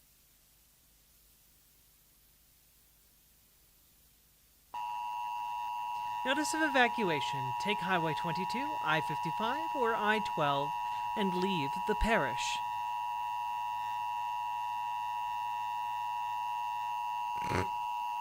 Do not stop for law enforcement until you are outside the parish. Until it abruptly stopped.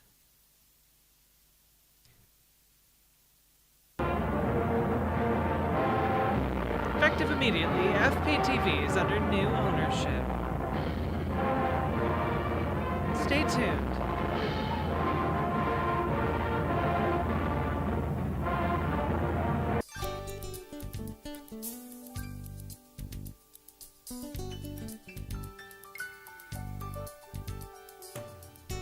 Drink water! A message from your local government. Drink it. Nothing was ever said of the odd event ever again. Most consider it a joke. A few think it was something more sinister. We'll probably never know. Update. The Tangipahoa government has asked me to remove the videos. I'm not sure how long they'll remain up. In the late 90s, an unnamed storm settled over southeast Louisiana. Flash floods occurred without warning. Most of the population was trapped when the Tangipahoa River flooded. The area was devastated, but the town of Kate's Crossing was perhaps hit hardest. My bad. Fire department sent volunteers to evacuate the citizens. Despite their best efforts, the bodies of over 200 people were never found. Most blame the rising rivers, but some say it was something else. The men and women serving that day still don't speak of the Great Flood. This tape is the only first-hand account of that event. Where them bodies go. Gary, come in. What's your ETA? 5 minutes, give or take. Copy that. Holler back when you get on scene. Roger that. Over and out. Molly, come in. Go ahead. I'm at the old church and there's nobody here. You at the Old Baptist? Looking right at it, and it's empty. Somebody must have beat you to it. Look, we got an elderly couple southbound. Can you do it? 10-4, I'm on it.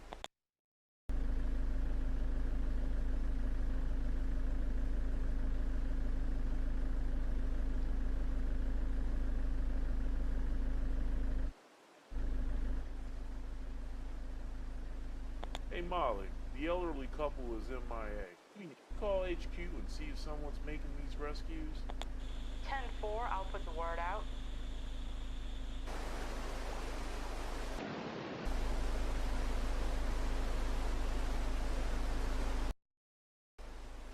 Oh hey, no, Molly, I'm Paladin. at the Collinswood subdivision. Where are they? All the way in the back. 10-4. This chat sponsored by Riverboat Jack's Streamer Girl Bathwater, rated perfectly safe. Happy chatters drink water. Cheers. With sharks.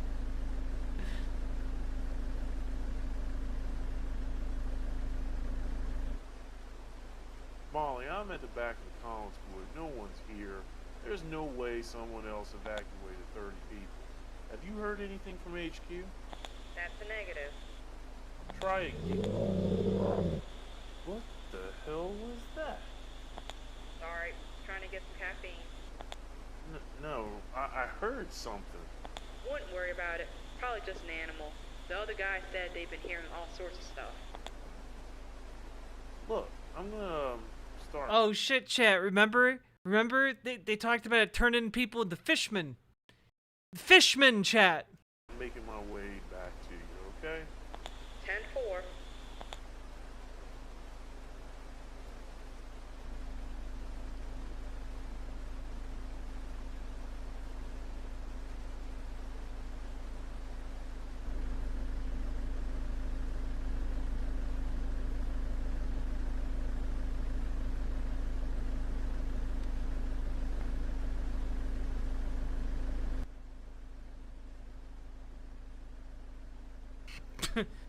Murlocs. Gary, come in. How close are you to North Street? About a block away. We have a Jane Doe in need of medical. She has lacerations on her right arm. Says she was attacked by a monster in the middle of evacuation. Oh, what? I don't know. Probably wasn't snake or gator. Hold on. Gary, I'm gonna have to let you go. Some kind of emergency in the front office. Nothing like a flood to bring out the best in people.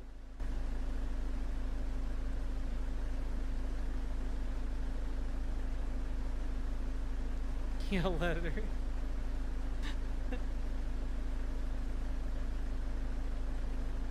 I like that this guy was just like completely Molly, unbothered by all no the screaming one on the here, other but end. Something doesn't seem right.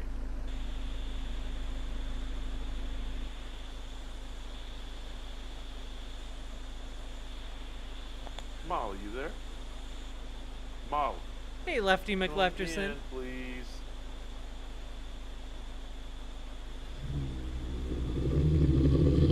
Jesus Christ, that sounds close.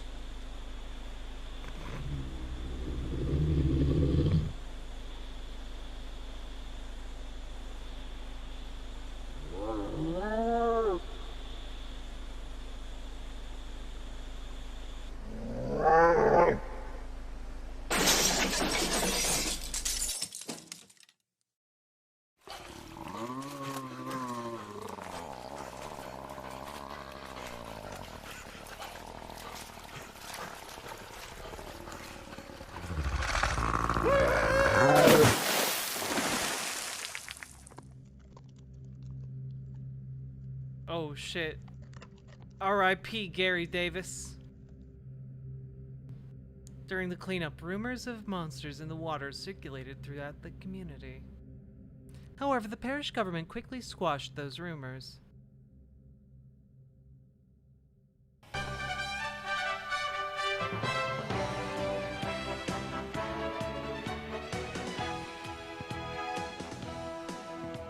We were able to enact some Pure Waters Act ordinances that help clean up some of the waste, the household waste that was going into our river.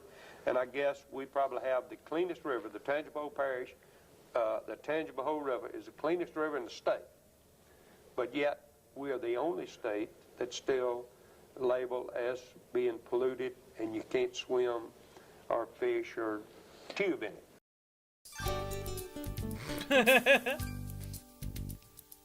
Drink water. It's fine. It's never been cleaner. Put it in your body. Preferably with your mouth hole. People to this day go missing on the Tangipahoa River.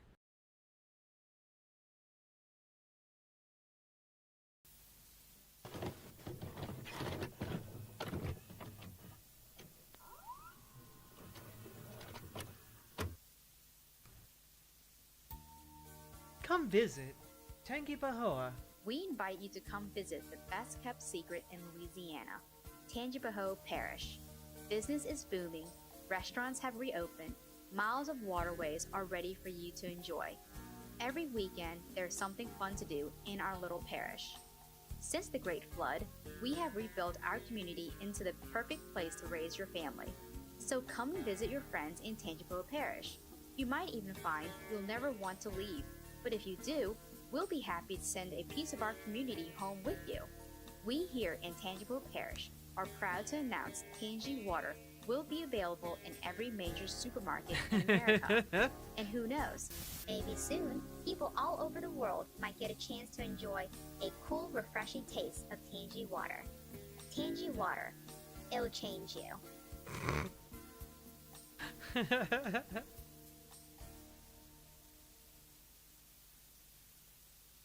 We were conquered without a fight.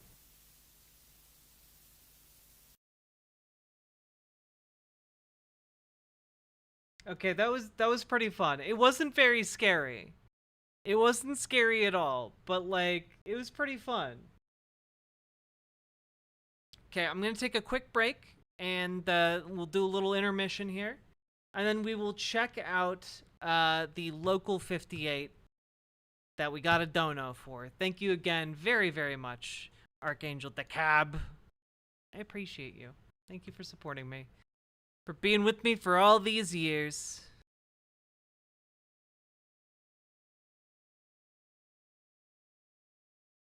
And thank you for hanging out with me, Chad, even though I'm a goddamn ragamuffin today. Time to get some sleep. Good night, Storma. Good night, Absolution Zero.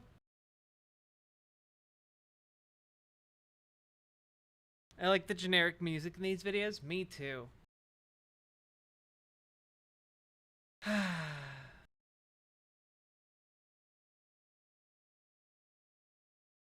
Okay. BRB.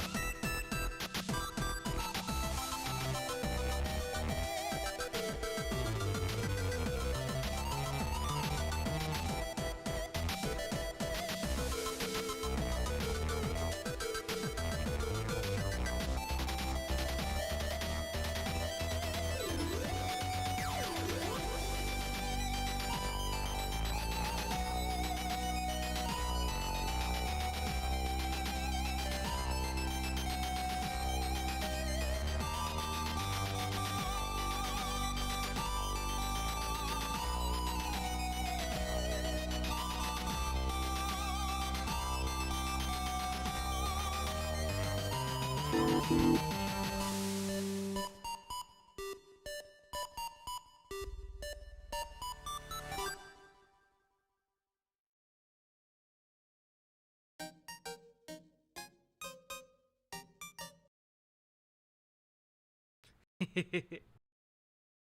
right, let's do local 58. Wait, how long is it? Okay, the season's like 10 minutes. Okay, let's go.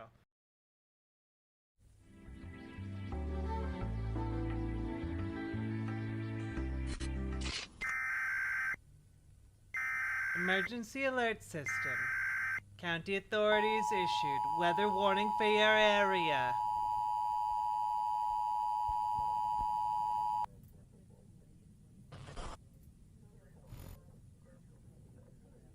The County Weather Service has issued a warning for a meteorological event.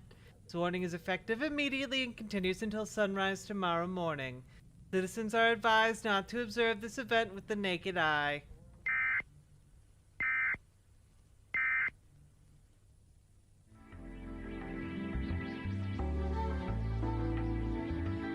Tonight, Local 58, WCLV TV. Emergency alert system. County authorities issued civil danger alert. County Weather Service has issued the following correction for the weather warning in effect. For your safety, remain indoors. Safe for all to view. The meteorological event is safe for all to view. Warning has been lifted. Go outside now. Can you read this? Look at the moon. Look at the moon. Do not look at the moon. Stay inside. Don't look at the night sky. Face away from all windows. Avoid mirrors. Do not look up.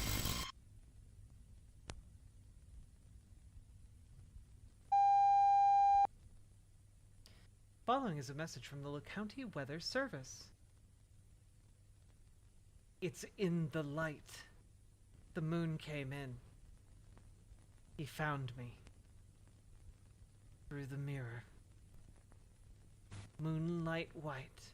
White like eyes. Not light, but blood. I drown in him. If you are afraid, we will look together.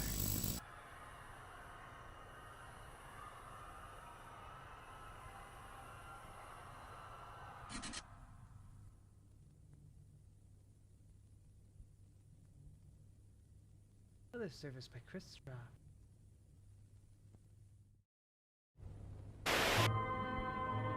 Contingency. Local 58, WCLV TV. Up next, 3 a.m., end of broadcast day. Go the fuck to sleep. This concludes our broadcast day.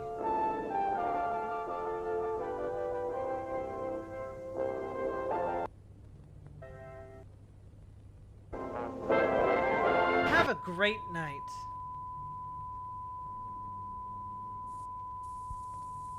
U.S. Department for the Preservation of American Dignity. Do not use after 11/13/1970. Contingency message real. Locator USDF pad /393H15A. To be used only in the event of United States complete surrender to insurmountable enemy forces. Public broadcast only upon confirmed condition. 12 Omaha, solemn certainty.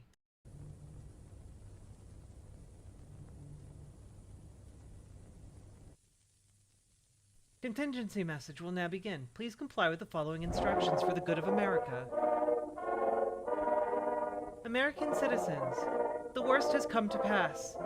Despite the sacrifices of our citizens and the might of our armed forces, the United States has been forced to surrender to her enemy. Though they may occupy our borders, our streets, and our homes, the enemy will never occupy our spirit. That's why all Americans are now called upon to act, to preserve the memory of the United States clear and bright, untarnished, and uncompromised. Now that I've already taken action in the company of family and loved ones, now all Americans, every man, woman, and child, are called upon to act before the moment passes by. Let our united resolve echo throughout history. Even in defeat, we refuse to yield. Even in defeat, we claim victory. Honor liberty by taking the final and greatest liberty of all. It's a privilege to be called to action. You take America with you. Use the method most available to you at this time. Your courage will inspire others. There is nothing to be feared. The time has come. Access to a loaded firearm is ideal. Place muzzle, hole of gun. Oh no. As a citizen, you must act now. Your local law enforcement has been ordered to ensure your compliance. It is against the law to delay. This message will repeat until there are none to read it. Front lawn, face up, feet together. What? If there's time, the victory position. Regarding your children, tend to them before yourself. Use a calm tone of voice. Everyone can do their part. Jesus Christ, dude. Vincent Pets, the smallest patriots. Jeez. Us. I was in the other room and thought that was a real emergency alert. I'm sorry, Epic Prawn. Technical difficulties. We apologize for the interruption. Correction. Earlier today, this station aired what appeared to be a warning from a U.S. government agency. This has been confirmed as a hoax. Local 58 apologizes for any confusion that may have resulted. Wait. In the event of accidental public broadcast. Power relays down before broadcasting card image. Literally. Amazing.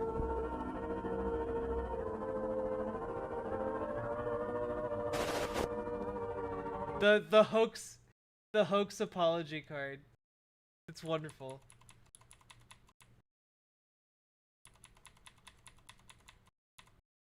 Yeah.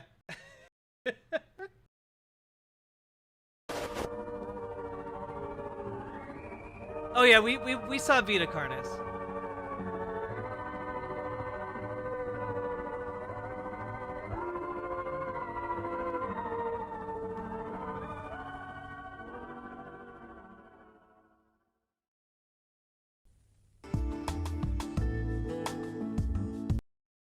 Local 58 TV.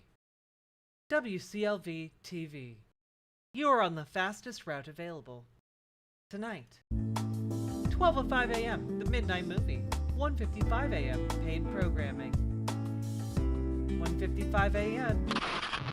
Nothing. Go fuck yourself. Proceed to the highlighted route. Continue on Holbrook Park Drive, then in 500 feet turn right onto North 38th Street. You will arrive at your destination in 2 hours and 28 minutes. Oh, this one fucks?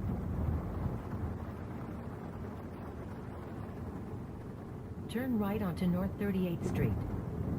I guess we do get confirmation here this is in 2014, so the world didn't end and America presumably didn't commit mass suicide.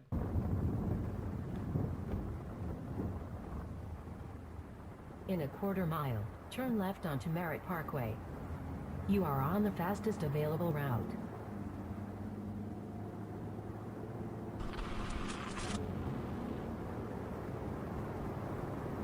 Turn left onto Merritt Parkway, then take the on-ramp to Highway 114 North.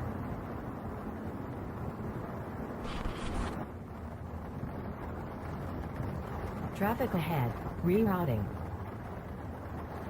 In 10 miles, take exit 17, then turn right onto Quarry Utility Road South.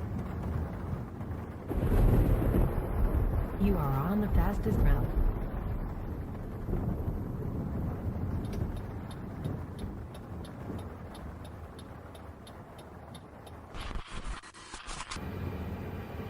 There isn't a big comprehensive list, as far as I know. On Service Causeway H516. One of those things you just kind of have to stumble Arrive upon. at your destination in 14 minutes. I think the hypnagogic archive is another one that I need to check out.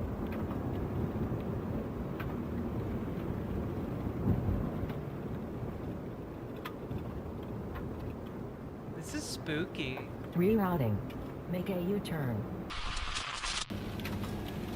Head east for 1/4 of a mile, then follow signs for do not enter.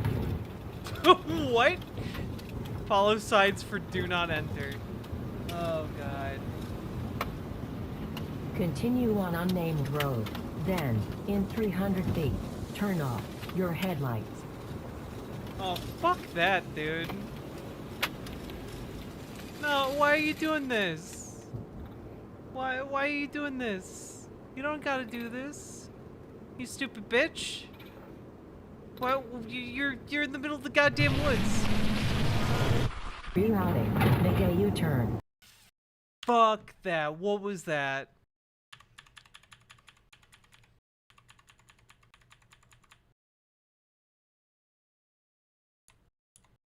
Oh, nah.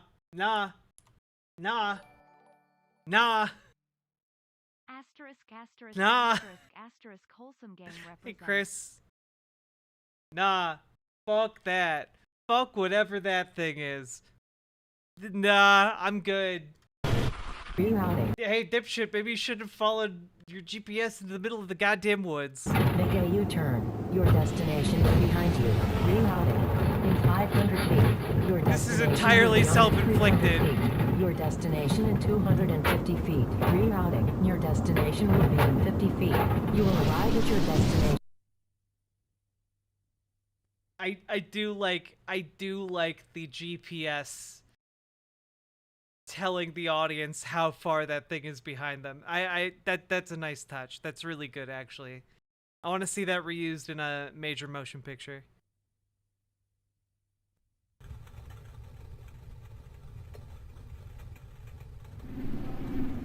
You have arrived.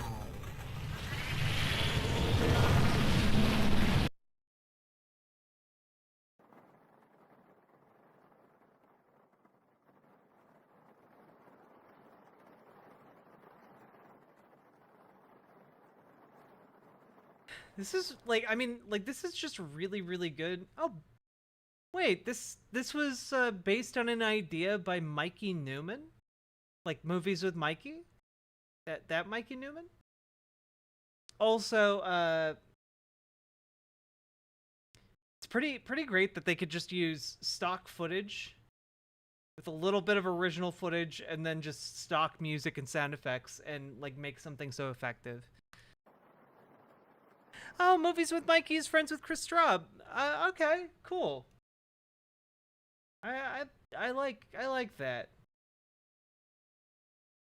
What a fun little connection. Okay, so we had season 1, and then we have season 2 here. Show for children. Okay.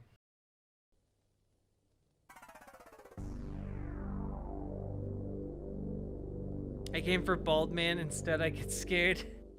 I'm sorry, Drago. I'd really like to play Baldur's Gate at some point on this stream. But I need to trick Chad into giving me money.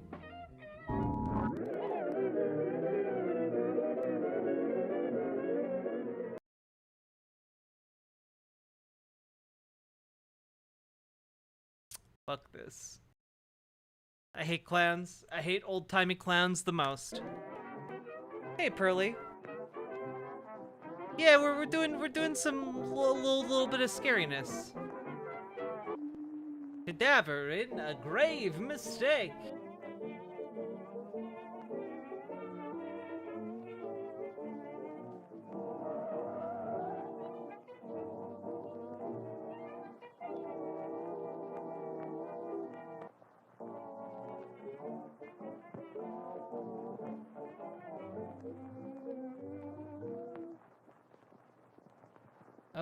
Oh God. Oh god. It's a show for children. These are created by Chris Straub from Penny Arcade. Wow, well done.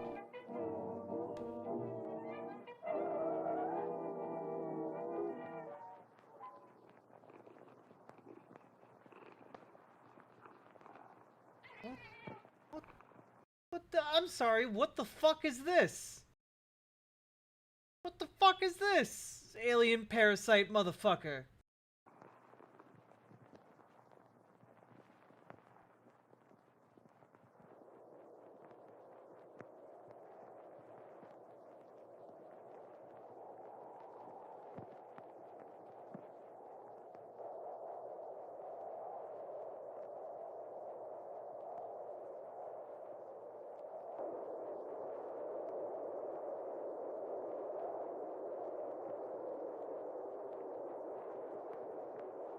Hey, Salmon Moose.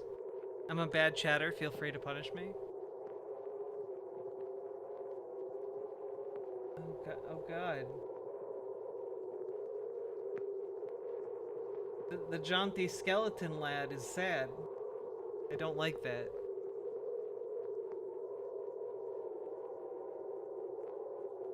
This is a really good homage to the Popeye, 40 Thieves video.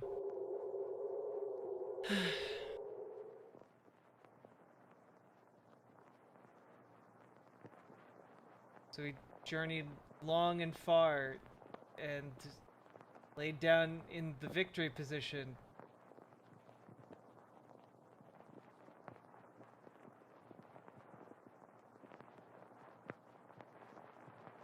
Oh, Jesus Christ. Oh, and then he just fucking died. The end. Cool.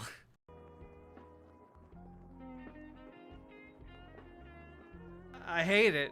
Thank you, Chris. I hate it.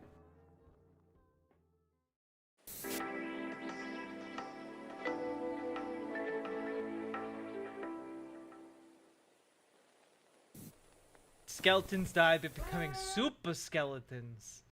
Oh good, local 58 TV, real sleep. Which is terrifyingly juxtaposed against whatever the fuck fake sleep in this universe is. TRI, Thought Research Initiative. Real sleep. Video cassette instruction, 1983 Thought Research Initiative. Section 1, Myth versus Fact. Turn to page 7 in your workbook. Myth or fact? Dreaming is necessary for regular sleep to function.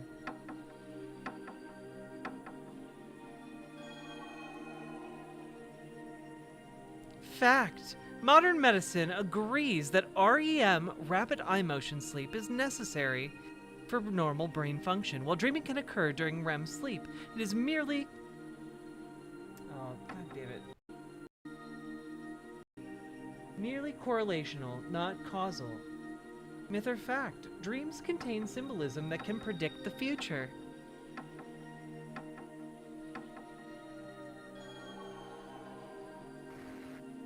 Fact, the symbols in dreams arise from the unconscious mind assigning narrative meaning to a neurochemical waste filtration process. Precognition is a lie. Sleep allows the body and mind to heal and recover. Myth or fact?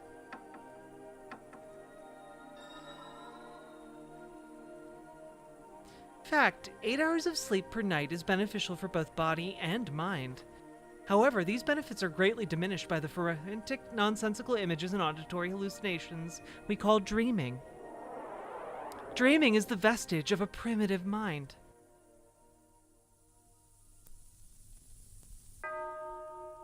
Section 2, the Kleitman Map. Turn to page 9 in your workbook.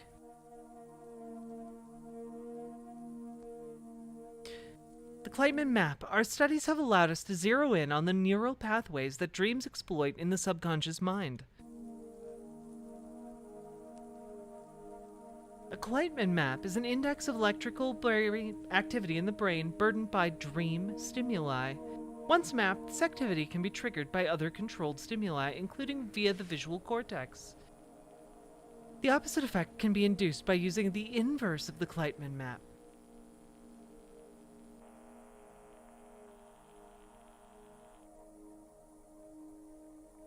No more dreaming. This is what restful, real sleep looks like.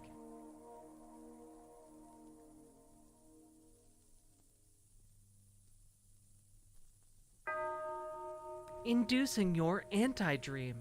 Close workbooks and watch the screen.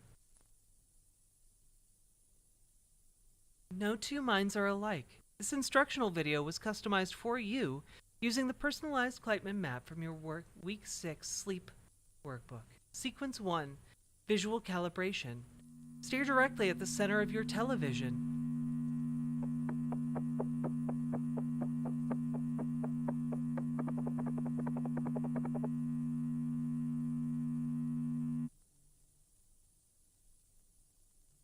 Sequence 2, Cortical Memory.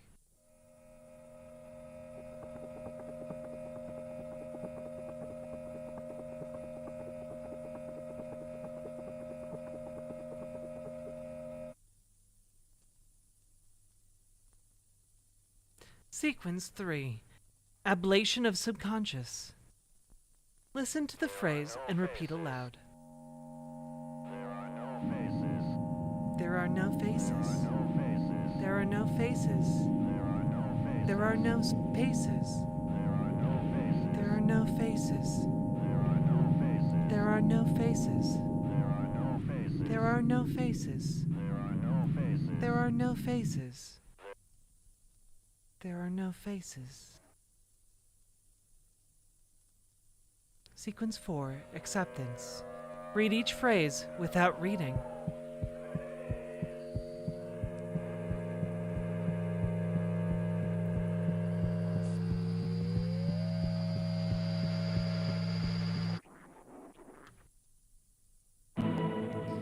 Good night.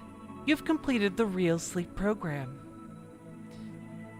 Most patients report a night of dreamless sleep after only one viewing of this video cassette. Consult your technician if you are experiencing delayed results and/or unwanted side effects. Do not see a doctor.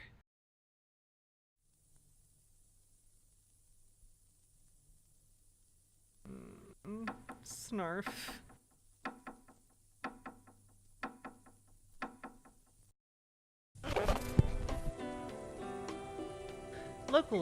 Local WCLV 58 tonight. Sky watching. City council meeting. Paid programming.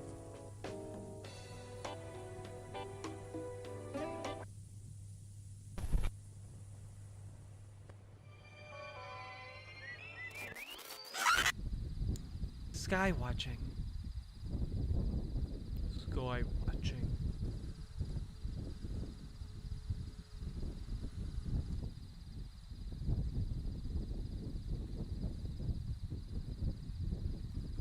Sky watching. Orion's belt.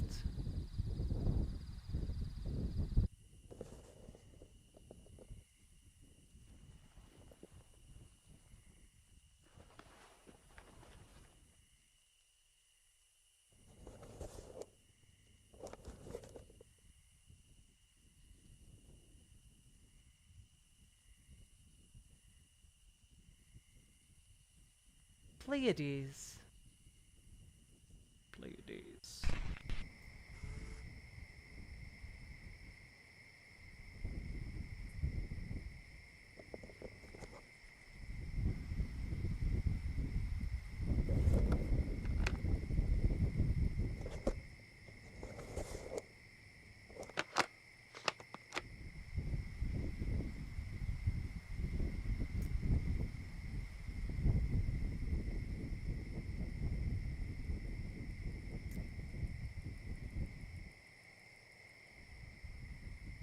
His throne. His throne. His throne.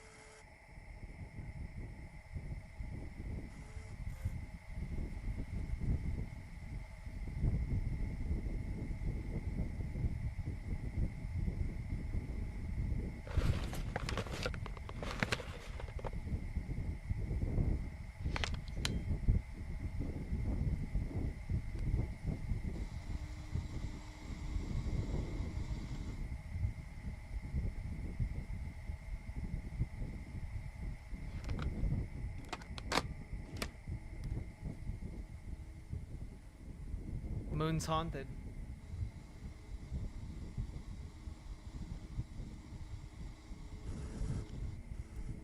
Moon's inhabited?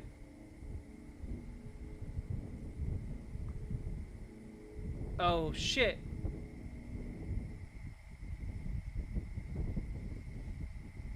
Wait, where did the moon go?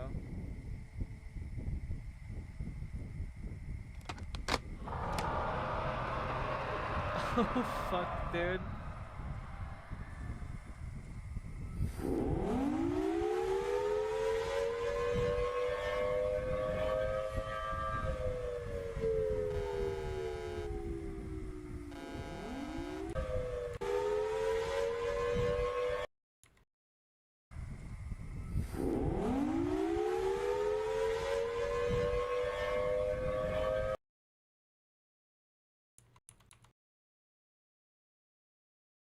Oh shit, dude.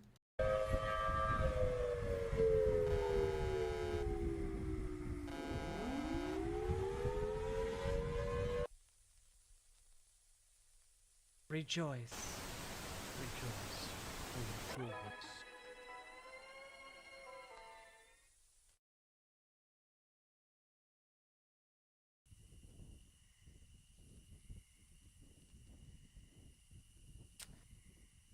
Well, that's pretty good. It looks like... Oh, there was another video 1 year ago.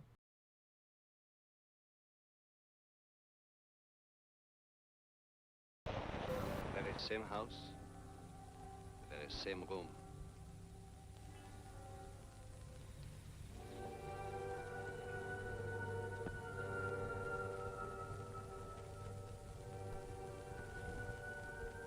So you see, dead men do tell tales. Will she try to explain it at all? Well, that I would like to hear, because I can't explain it. But it happened just the same.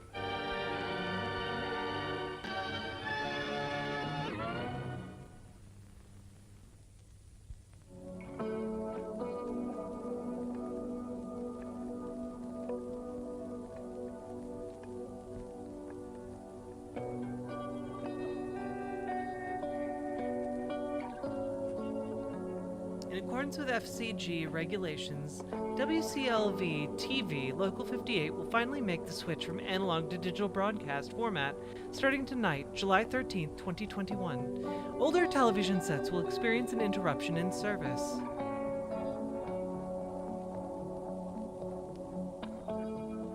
Analog TV owners may qualify to receive a free digital conversion kit. For more information, dial 845 622-5580. County and local digital info, http://local58.tv/digital/.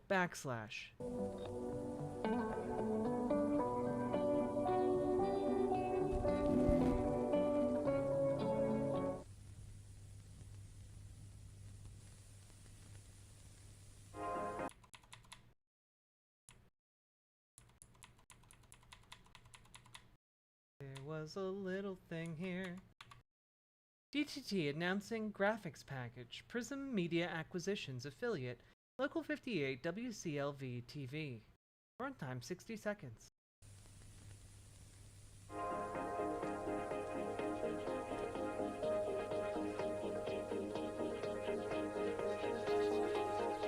The mining disaster. Remember that?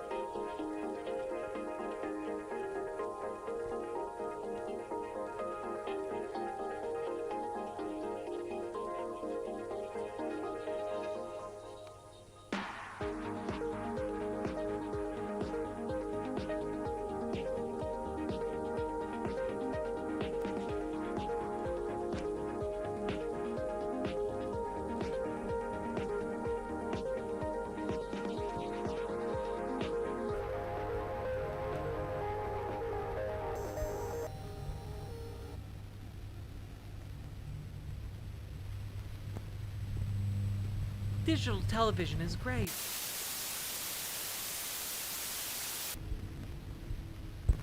quality.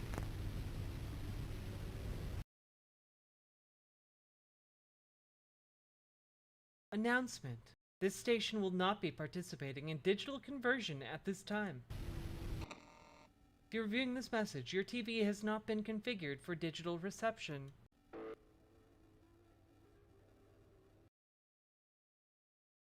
The one you watched. I, the one you watched. I, the always here. They make you thought from pieces. Local 58, WCLV TV, Betrayal.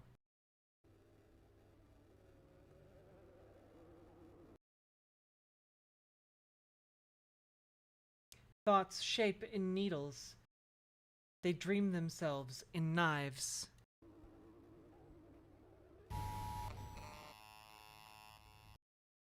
Weather warning. Go outside.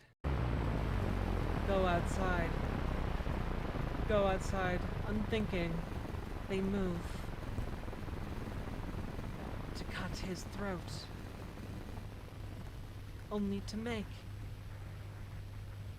1,000 mouths.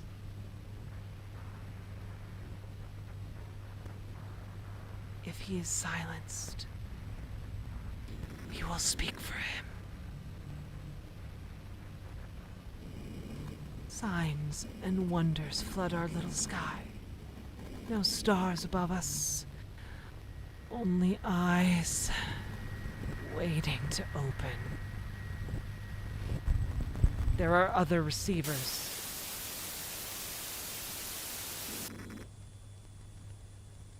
Warning. Federal law imposes severe civil and criminal penalties for the unauthorized reception of analog frequencies formerly allocated to broadcast television.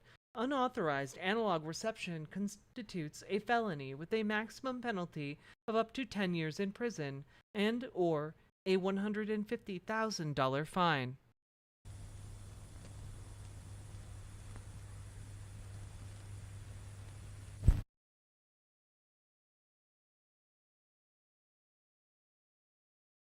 Okay, that was pretty fun.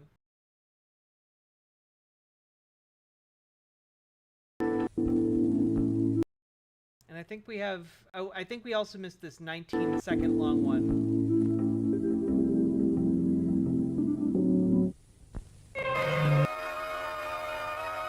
We begin our broadcast today. Look away. It does not matter. There are other receivers. Safety in numbers.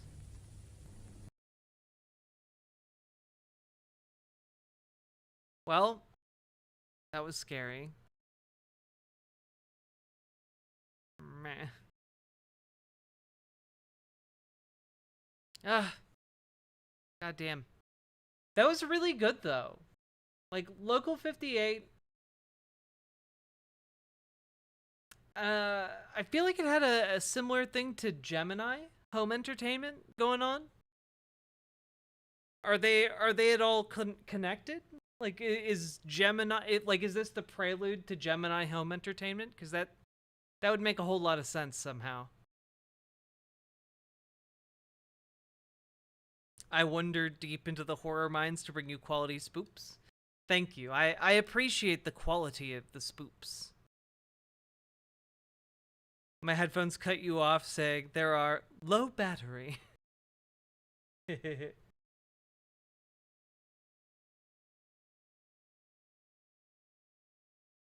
God. Terrifying stuff.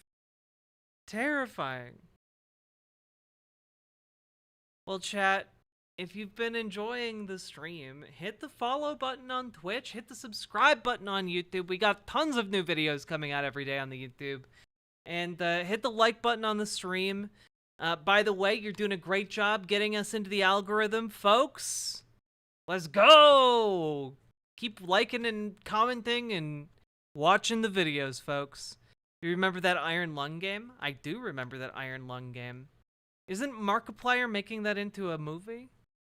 Because that could be really fun. He has a good aesthetic sense. Also, consider dropping some subs or donos. Consider jumping on over to riverboat.gg, you silly goobers. Also, we currently have, like, let's see, 42, 30, 72. We've got about 100 people watching right now. Good job. Good job, all of you. I'm impressed. 100 people at 1 a.m. It's a bit of a difficult thing. I might be streaming earlier in the days. We'll see. We'll see how this goes as things move along in my life. But just as a heads up, I might be streaming, more in afternoony times in the future. Like 11 p.m. here.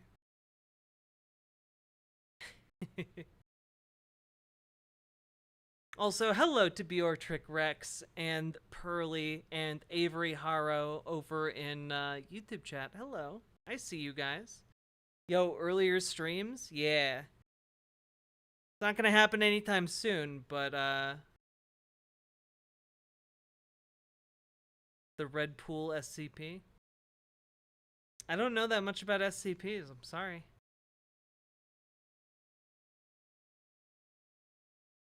Folks, I am very tired, so I'm gonna head off to bed. We're gonna raid on over into Conyer. We're gonna raid into Conyer. Y'all go say hi to them. Be lovely little goobs. And I'll see you all on the other side. Good night, everybody.